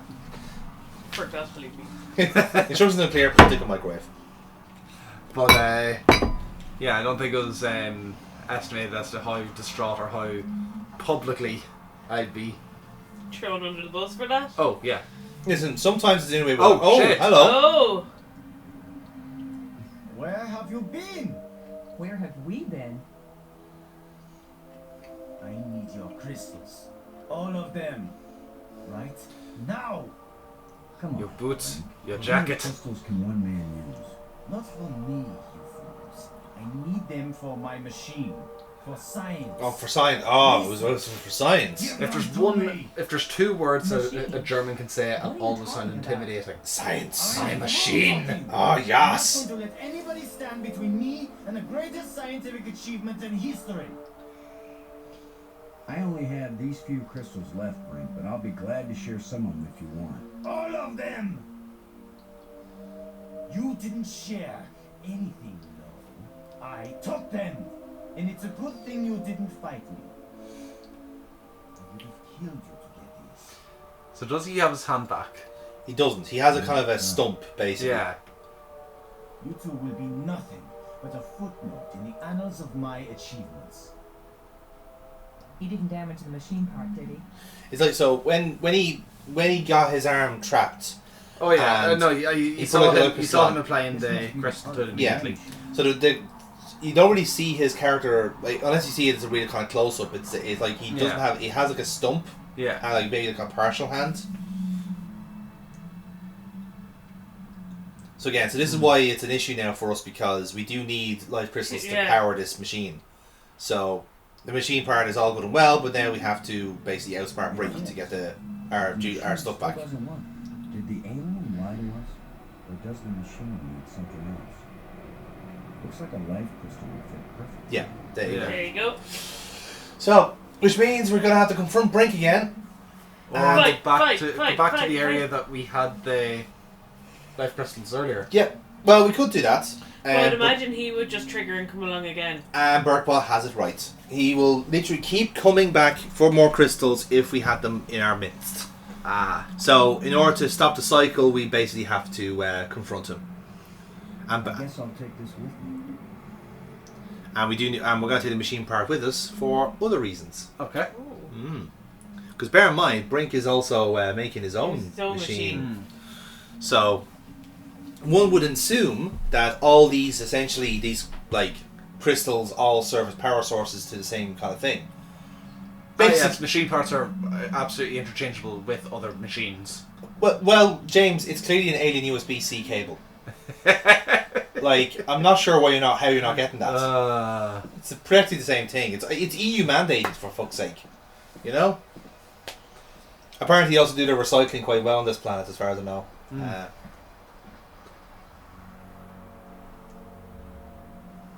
So now, if we, so again, it's also kind of keeping track of where Brink's lair is as well. Could just rename one of the. It's it. Home of the rat bastard, yeah.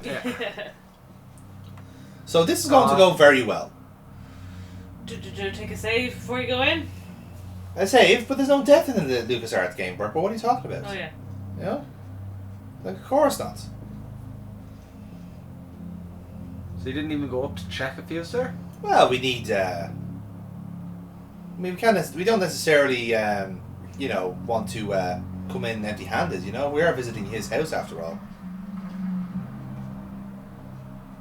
What's happening here? I'm trying to remember that myself. Am I missing something here? Or am I just being silly? Perhaps I was just being silly. I'm trying to get the atmosphere set up correct. You don't want to like go running into a room. You want to like walk in, cool guy. Pace yourself a bit, yeah. Absolutely. No, I think I was trying to weigh up whether I actually needed life crystals or not. Yeah, you can see the stump there. Yes. Like I say, like possibly he still has like a. Me and you were on the right wavelength, Burt, by the way. Zombie Brink.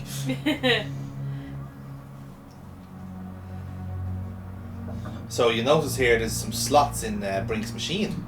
Yeah. That are triangle shapes. Oh yes.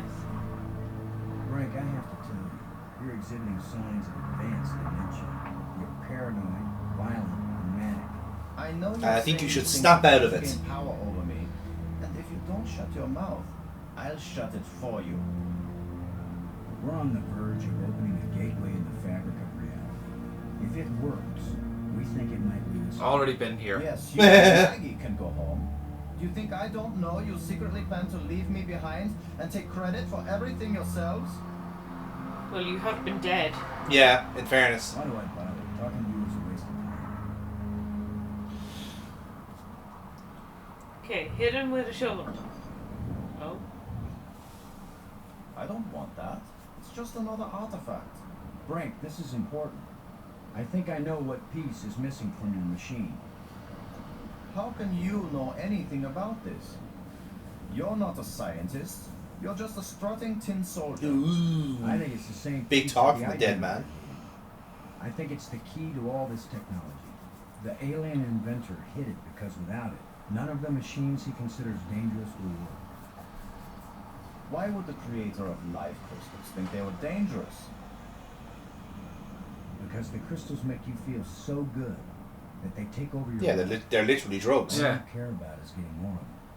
He said it was the second worst mistake he'd made. And the worst mistake? The eye. So you and Maggie, you keep telling me I'm crazy. But you plan to make an even worse mistake. I'll make you a deal, Brink. Yes, like the deal you made before. I keep my part, but you go back on You it. showed up and broke your own part. Yeah, in fairness, like his parts kind of like are very literal. No deals with liars and thieves. Oh no. Brink, you need what I had to make your machine work. But if it works, then you'll have plenty of life crystals, right? You could share them with us and it wouldn't cost you anything, right? If you have the missing parts, yes. That's my deal. Your machine, my part. 50-50 on the life crystals. I know you plan to cheat me. We won't even come near the machine when it's running. You divide up the life crystals. Then what's to stop me from keeping them all? Because I am trained as a military man, right? And if I ever actually decide to fight you, I don't care how strong and healthy you are. You will lose. Because I've got a shovel. Yeah. Got it? Get your missing part and put it in Finally, the Robert machine. Patrick was able to be menacing as a voice actor. It was like, this is the reason I was hired. Okay, so, I mean, let's see what happens. I just don't know how yet to link them up. So, Remember our deal, Brink. so this is a weird one, right? So the relic, the machine itself is its own thing. But again, once I go to things, it's not the. We need to use it on that particular slot. Yeah. So. It needs the part. So there you go. It came up. It popped up on screen there for like a split second. I just don't know how yet to link them up. So Sierra had this problem. I always used to have this problem with the icons they use. Yeah. Where like they sent like whatever point they need to use is the center of the icon. Whereas thankfully LucasArts don't have this issue. That's why they use crosshairs, for all their games. But Sierra actually counteracted that with when they have the icons like that, you can load up your most recent item and right click to it. Yeah. So say if you do find the exact pixel you need to click to, you can right click a couple of times and get the item. It's vibrant. So it was like, it was actually a genuinely good change Who there. knows how fast it's supposed to work? We'll just have to wait. Suits me fine. Oh. Split them 50-50, right? Of course. 50-50. There's one. No. There's one.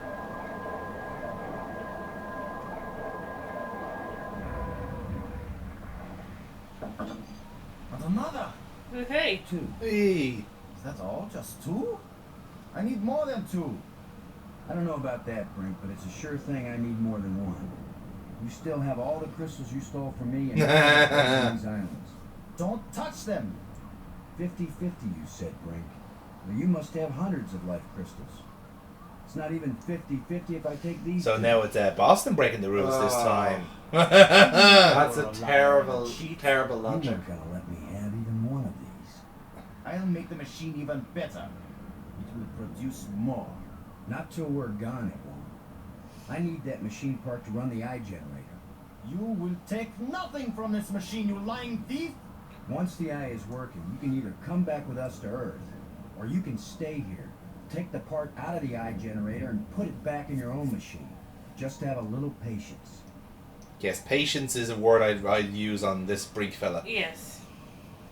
So now, take it out. No! My machine is stopping! You've wrecked my machine! You're a dead man! No, Look who's talking. Please. Yeah. We don't have to fight. You can have the part back after we're done with it. Everything you say is a lie! Maggie, tell him. If you say a word, Maggie, I'll kill you too! Brink, Don't make me hurt you. You won't hurt me when you're dead. Oh, no, She's fine. just on her phone. Yeah, she's playing an asteroid game.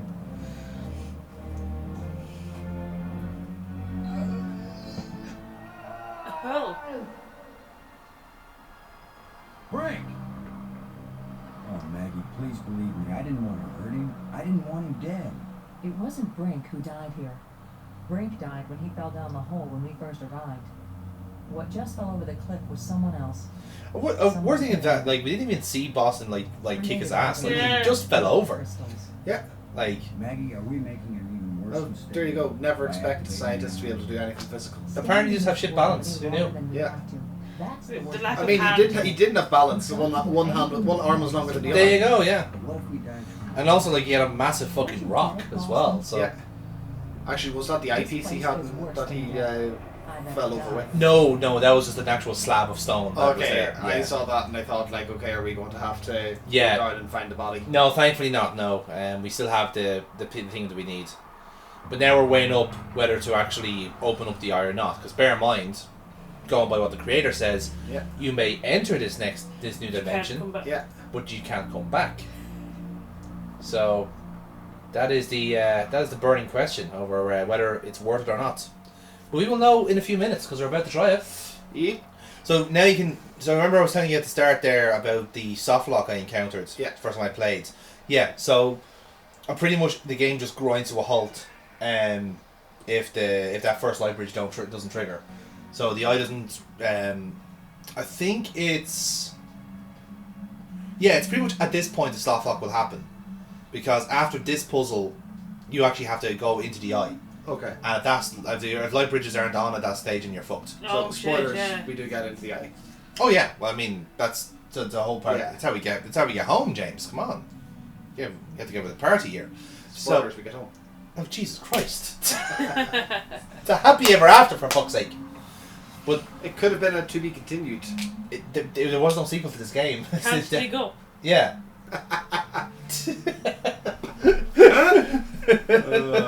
Well, yeah. So that's the crack essentially. Is after this puzzle, yeah, pretty much doing. But the worst thing about it was, because it's the first one, you know something is wrong, like from the first hour, let's say. Yeah. And now we're like, what, let's say game time wise, about 4.5 hours later. Yeah. And you're still looking at it going, yeah, this is still fucked. This is not getting any better, you know. But thankfully everything worked out well in this version of This thing has the already dig. killed one of us, but it's back in place. Quite ominous there from. It hasn't. He's just said what died there wasn't Brink. And I don't believe Zombie Brink is dead. I mean, well, that is up for debate, isn't it? Didn't see the body. Exactly. Yeah. So. He'll come up riding the Loch Ness Monster. The Leo. I got on the brink of Floridon! The Brink Ness Monster. Boo. Fuck off. Fuck's sake, like what kind of what do you expect of me, like?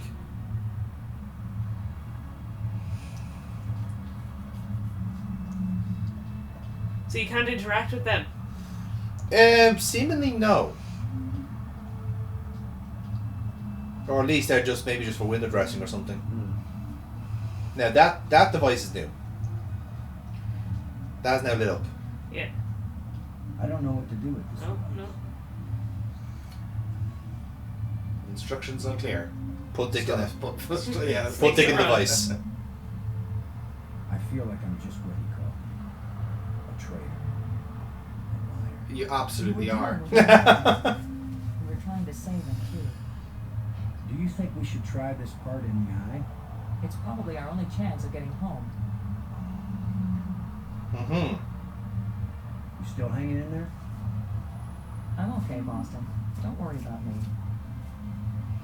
I don't know about you, but I'm starting to I do find it annoying that like the dialogue kind of repeats a good bit. Yeah. Especially considering like they are they come across as new prompts as well. It's like, oh, come on, you know. Like I know why it's happening, because they treat it as if we haven't spoken in this room. Yes. But like you should know if the thing is triggered the first time around. Oh. What exactly Yeah, happens here we when go. you turn it on Puzzle with time. enough life crystals? It would have taken me years to read everything, Boston, and I didn't understand half of what I read. But there's no doubt that this machine is dangerous. The alien warned us it might cost us more than we expected. What does that mean? It might mean that just turning on the machine might kill us. You mean he booby-trapped the thing? I mean that the machine may draw on more than life crystals. It may drain the life out of whoever uses it. Then I'm running the controls. Don't be absurd. It might do nothing, too. Or it could kill whoever isn't at the controls. I just want to tell you. No goodbyes. We're gonna make it home together, Maggie. I'm not sentimental, Boston. I just want you to promise me something. After you saw me break every promise I made to Brink, you want me to make another one to you? What happened with Brink couldn't be helped, Boston. I know you'll keep your word with me. What's the promise? If I die and you live, don't use any life crystals on me. Don't revive me. Do you understand? Are you sure? I saw what Brink became. I don't want that to happen to me. You wouldn't be saving Maggie Robbins. You'd be creating a monster with my memories, my face. Don't do it. Promise me. I promise, Maggie. And vice versa, okay? All right. And now you tell me the truth about something, Maggie. Oh. Are you sure you didn't find out somewhere that something bad happens to the person at the controls of this machine? Boston, I don't know any more than you do about what will happen when I switch this thing on. If that's a lie, I'm gonna be really ticked off, Maggie. Yeah, I know. Oh. Interesting response. Here we go.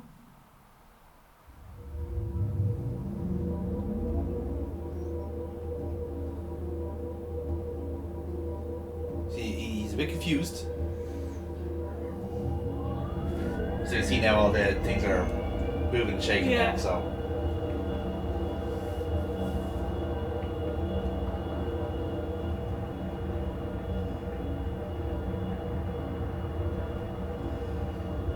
Oh shit. It's stuck. I'll have to pry it open. Be careful. So that's the last one, the last device. Yeah.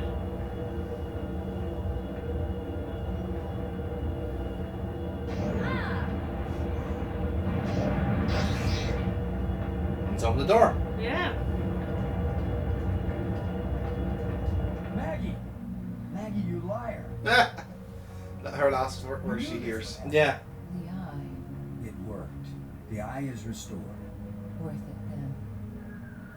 Go home. Maggie. So now, this is where you have your choice of good or bad ending. Okay. At this moment, You could revive her. you could go back and get a life crystal and revive her. Oh. So I'm going to ask you now, what do you think is the good ending? Don't revive her. Revive her. Oh. Ooh, okay. Let's discuss this one. What? So what's your argument for? Okay, if we're working on saying like, okay, the good ending is don't revive her. What's your argument? She asked not to, so if you revive her, Mm-hmm. she will just cause wanton destruction. Interesting. And why do you think it's a good ending if you revive her? These video games are supposed to have no deaths. It's LucasArts. Mm-hmm. So. Well, even unlife is better than dead. Hmm. Yeah, so you think it's a case of basically like, okay, we can't live without her, essentially. Yes. Looks like the controls must have shorted out when the eye machine was turned on. Great. Trap. So, you have to have had a life crystal on you in order to revive her. Okay. Because the trams now have shut down because the eye is open. Okay. It basically creates, like, has such a power drain on the rest of the world that you have to be here. But if you did have that's why the game basically insists that you have like a good stash of life crystals at all times. Yeah. So if we had life crystal, we could revive her there, but we can't. So she's dead. We'll find out at the end if it's a good or bad ending. Dun dun dun. Dun dun dun. Gonna find out she had a life crystal in her pocket the whole time. Maybe. Oh, Doug. She's just a bit of Of course, she's not actually dead. He never actually checked her pulse. I don't know, she looked pretty, like, ropey there at the... Yeah. Her eyes went back up in her head. Yeah. He had one more trick up his sleeve. So, how do we get rid of the dog? Bone! No.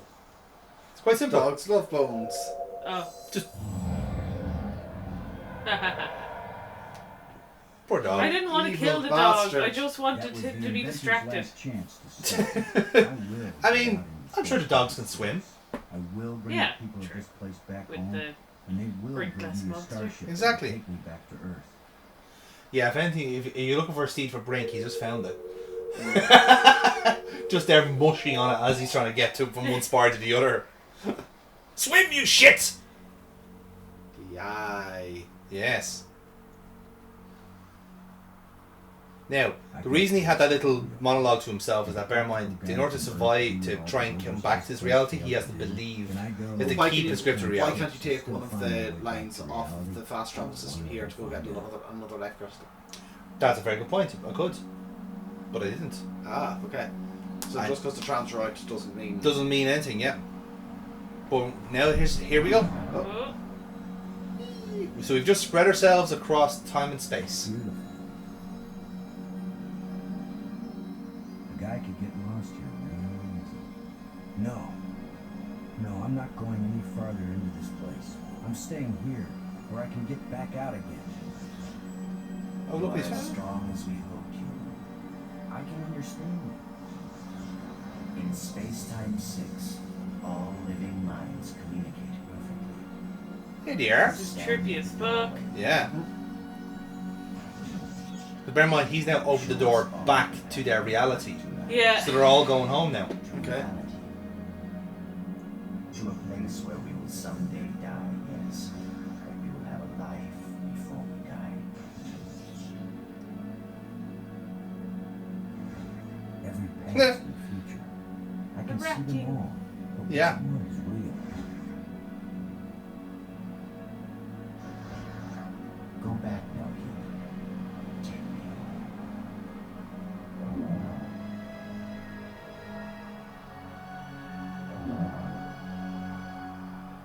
My people have their bodies, their bones, their lives again. We only All drink 6 death people. from our Well, it was million. There are millions of them, in fairness. was to go back to Earth and tell the story of how they died. Why not let them tell their own story? Oh? Oh? I wish. You knew the way home, but I know all the other paths through time and space. He's gonna revive them himself. So just because they died in this reality. Oh. Aha. I've brought you a gift. Brink has 2 hands. Brink. But there's also something else different about him. We were lost. He's old? This being Yes. found us and led us back. The creepiest smile. That's the good ending. You're right, Burkwa. Yay! If you brought her back with a life crystal, she would run off. So you really And believe she'd in refuse to the help you. crystals? And then when you revive her, then she'd give you a smack across the face. Okay. What the crystals bring back from death, it wouldn't have been you. I know, Boston. You kept your word. And yet, you did find a way to bring me back from death. It wasn't me, but I'm glad you're here. And I'm free of the madness of the crystals too. Also me. No, it was. So yeah, the penalty for him eating all those life crystals was that it aged him him, immensely. Yeah. We once revered a great inventor because he opened the door to our Well, also that like he was also probably on the planet for X amount of years Yeah. as well. So you can argue it's one of something and the other. You know. All I am is a guy who wants to get back home. Already my people are preparing a great crystal starship to take you there. But we can come back, can't we? For those life crystals. I just don't want to bring back one to put on my mantelpiece. Like there are 2 at the bottom of the staircase outside. He doesn't need to know that. He just makes nay on the life crystal, okay? I hope you're right. Yes, the humans and the bird men. Human beings are as, nice as us. polygon species all right that way. But don't worry.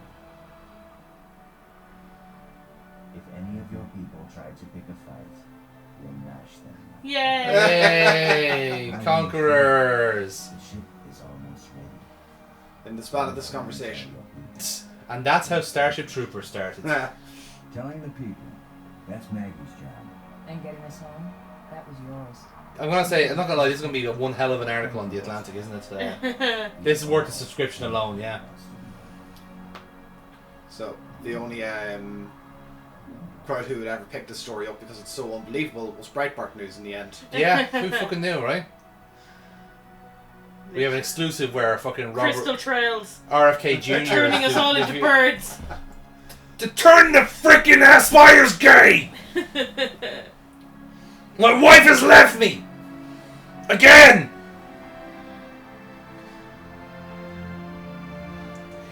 In fairness, I don't think even Breitbart would pick this up because if we had to go onto a massive crystal to go to the same planet, they think that would be actually too gay.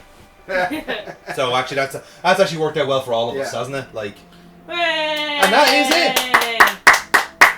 They've gone home, and based on the concept by Steven Spielberg, like whether or not you want to be on this credit list, Steven Spielberg, we're putting you on it. In fairness, he gets 2 credits there. He also added more plot points as well, so he actually did flesh out the story a little bit. But the game is written mostly by Sean Clark and Orson Scott Card. So again, depending on how much you think you think they thrown into it in between, but yeah, that is it. Game done. This would make a good series. Wouldn't it? Yeah. I could understand, like, Spielberg, I suppose it's kind of for screen direction. It could work. It's a funny one. I think if LucasArts had not enforced their kind of own rule of like every game is self-contained, and done basically beyond that, I would agree with you in one aspect.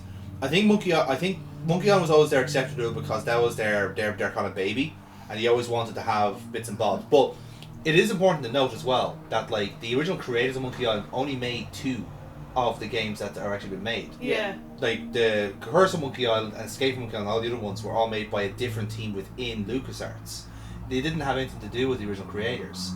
And there's all of our voice actors there. Daniel Jones, Mary Wise, everyone there. Steve Bloom did a lot of the actors. He's very versatile, to be fair. Yeah. But yeah, so you're looking at thinking, okay, so technically they only did like 2. And the sequel, the Monkey Island 2 was essentially a piss take of sequels. That's why they left it on a stupid cliffhanger with a deliberately shit ending, you know. But all the other ones they had, like outside of the Sam & Max series, which is basically a detective game anyway, of like here's some just random fucking adventures, you know. Everything else, like, is there a sequel in Grand Fandango? You'd say probably not. Unless you just had a completely different set of characters in a different part of the world. Yeah. In Loom, there's a very satisfying ending with that, but there probably could be a second game in Loom. I think there's definitely an extra game or 2 in this, personally. Because again, you have, okay, what happens next after this then? Where do more people make contact? Do we learn about the same species? Do other things happen because of this? You know, kind of way. Yeah, when they go back, do they try and... Yeah. Does a war start up between the 2? Yeah, exactly, yeah. Like, I don't think Tim Schafer wasn't involved in this particular project, but he's a lot softer on the whole sequelizing of their games than everyone else is. Because his project Psychonauts, after the LucasArts kind of kind of merged back into all the other masters that it has, that recently had a sequel as well. And again, that's another... Kept our computers working. I mean, that's fair. And yeah, that recently had a sequel as well, and it was long awaited, and that's a series worthy of a sequel because we actually did enough to kind of warrant it, you know, kind of way. Yeah. But much the same as anything else, you left enough on the table to go, oh yeah, I want to see this character back, you know. Yeah. Whereas, and this is also why I kind of appreciate the thought of how LucasArts put the games together. They write the games as if they're not intending to make more. Yeah. It's not a cash grab. It's not a cash in by any stretch. So there's a lovely, at the time, we actually did make a novel of this. It was like, I like that. It was like, because that wasn't a thing. Yeah. It was never a thing at this point. Aww, monkey. And these are people who have left the job since, but they still get credits, which I think is a nice thought. Ron Gilbert. Yeah, Ron Gilbert. Yeah, who we would have known him for Monkey Island. Brian Moriarty there, the man behind Loom. And yeah, a lot of the authorship is still there in LucasArts at this stage, you know, which is quite nice. So again, this would have been more the Tim Schafer era at this point, but again, he wasn't involved in this project at all. But yeah, that was basically the dig. It was good. I have to say, the storyline is excellent. Some of the puzzles I would have struggled if we had not had a pre-recording of the puzzles. I probably would have struggled and gotten very frustrated at the changing crystals, doors. Yeah. Just the repetitiveness of it, but cutscene. That's a little Easter egg. But yeah, brilliant. I enjoyed. What do you think? I enjoyed. Again, some of the puzzles wouldn't have been like fun to go through live. Glad that we were able to get that then done kind of in summary. Yes, rather I think than, so. Like pausing and like, okay, what do we all think? So yeah, no. Glad we got it done. Yeah, no, I like I said, I'm a big fan of Dig myself. Like, I think because I had the problem with the first playthrough I had, I actually kind of got a better appreciation of it the second time around, because a lot of stuff just made more sense. Yeah. You know? So, yeah, no, I think, and I definitely thought it was a lot easier the second time around as well, because I think I just got too bogged down in some of the more nuanced stuff about it. It's like I'm there looking for like this obvious blue thing where like, okay, it's probably not like that in particular, but if you've kind of pegged back what you were thinking of the last time, that is actually the right answer. You just overcomplicated yourself, you know. But it's not the hardest puzzle game in the world, I have to say. But especially for the puzzles that you do have to like slow down with, like say like the possum or the fossil one, they're really good ones. They're like you can see what you want to do. Yeah. They are able. It's theoretically able to do. Yeah. But trying to pull it off is annoying. Do the clicks in the right order, or get the shapes into the exact positions. They are better versions of the cup in Ripper. Dead on. Yeah, absolutely. You know, you could see in Ripper, and I always go and I use that as my go-to terrible puzzle. Yeah, it's a great example actually. Yeah, where you know what you want to do, but it's so badly done. Whereas at least you know what you have to do. It's just repetitive with the door crystals. Yeah. That's would be my only critique of it. Yeah, and I think that I don't think there's any real way to avoid it in a sense, because ultimately when they were redesigning this game over and over again, because again the intended was like for 3 different characters to be doing 3 different jobs. When they had to basically just said, fuck it, let's just leave it to one guy and let him basically be the explorer and open things up. Yeah. There's no way to avoid something like that. Yeah. You know, and as at least with the light bridges, you're not like I insisted on the light bridges in that playthrough, but someone else playing it might not even realise that's a thing. Yeah. So then when they're told, oh, we need the light bridges to connect everything, then they have to go back all around the fucking place and connect everything, you know. So that adds to the thing as well. Yeah. When you mentioned Ripper, I think that was a great example, because the Dig is a very good example of a game where you live within the means of your engine. So with Ripper, the biggest problem was they were making puzzles and they were making like programming things that their engine physically wasn't capable of. If you can't do, say, a shooting segment, don't do a shooting segment, because it looks like fucking gash. And they did. In the same way that if you can't do a fixer-upper or a puzzle like the cup, don't do it. Do something else. So the puzzles that were grand in that engine, like say the tile puzzles, like figure out the words and all that sort of stuff, they're deciphering something. You know, they're really good and interesting because they're tied to the plot. They're not badly designed in any way. But as I said, when you're making a game like that, you think the thing is brilliant, and then once you come out of your rabbit hole after 2 years development, you see those guys over there. And then they've done it so much better. Yeah, exactly. You can understand it, you know. So anyway, so that is the Dig done. That's the latest chapter of of Click the Thing done. So Click that thing. So again, we are not going to reveal too much, but there may be a break in between what's happening on Click the Thing, but I'm going into retirement. Things. Yeah, you're going to click in retirement. Yeah, exactly. I need to rest my clicking finger. Exactly. Now, in the meantime, we can have a conversation off camera about where we go next with the series. But to help me out, as we always do with this series, I can give you an option of clicking or twisting. Twist. I'm gonna go twist. You're gonna go twist. Yeah, right. I had it in my head. Okay. Going into this recording, something a bit different. Bit different. Okay. Do you want a sequel? Sure. All right then. 1, 2, or 3. Let's go 3. 3. All right then. The next game that I will be playing on your behalf to watch will be Broken Sword 2. Woo! I'm happy with that one. Yeah. Broken Sword 2. That is the Smoke and Mirror. So you remember Broken Sword for its Templar shenanigans. Take the Templars out and put in the Mayan Apocalypse instead. Okay, cool. And this was 12 years before the 2012 Mayan panicking. actual. So they treated the year 2000 in universe as the Mayan Apocalypse. Right, okay. So it's a much shorter game, but it's a lot tighter. There's not as much faffing about powers as the first game. It's very focused on what it does. But I think we're going to have quite a lot of fun with it. It's a game I know off the back of my fucking hands because I've played it so many times. So I will have trivia du jour about it. But yes, next time on Click the Thing, Burkbot and James, if you're willing, if you're about, we'll be checking out Broken Sword 2, The Smoke and Mirror. Happy Woo! So until then, we will be doing other things, bar clicking, but when we come back, we will be clicking more things. Click that thing! Click the thing. Hurtle, dartle. Good night, everybody.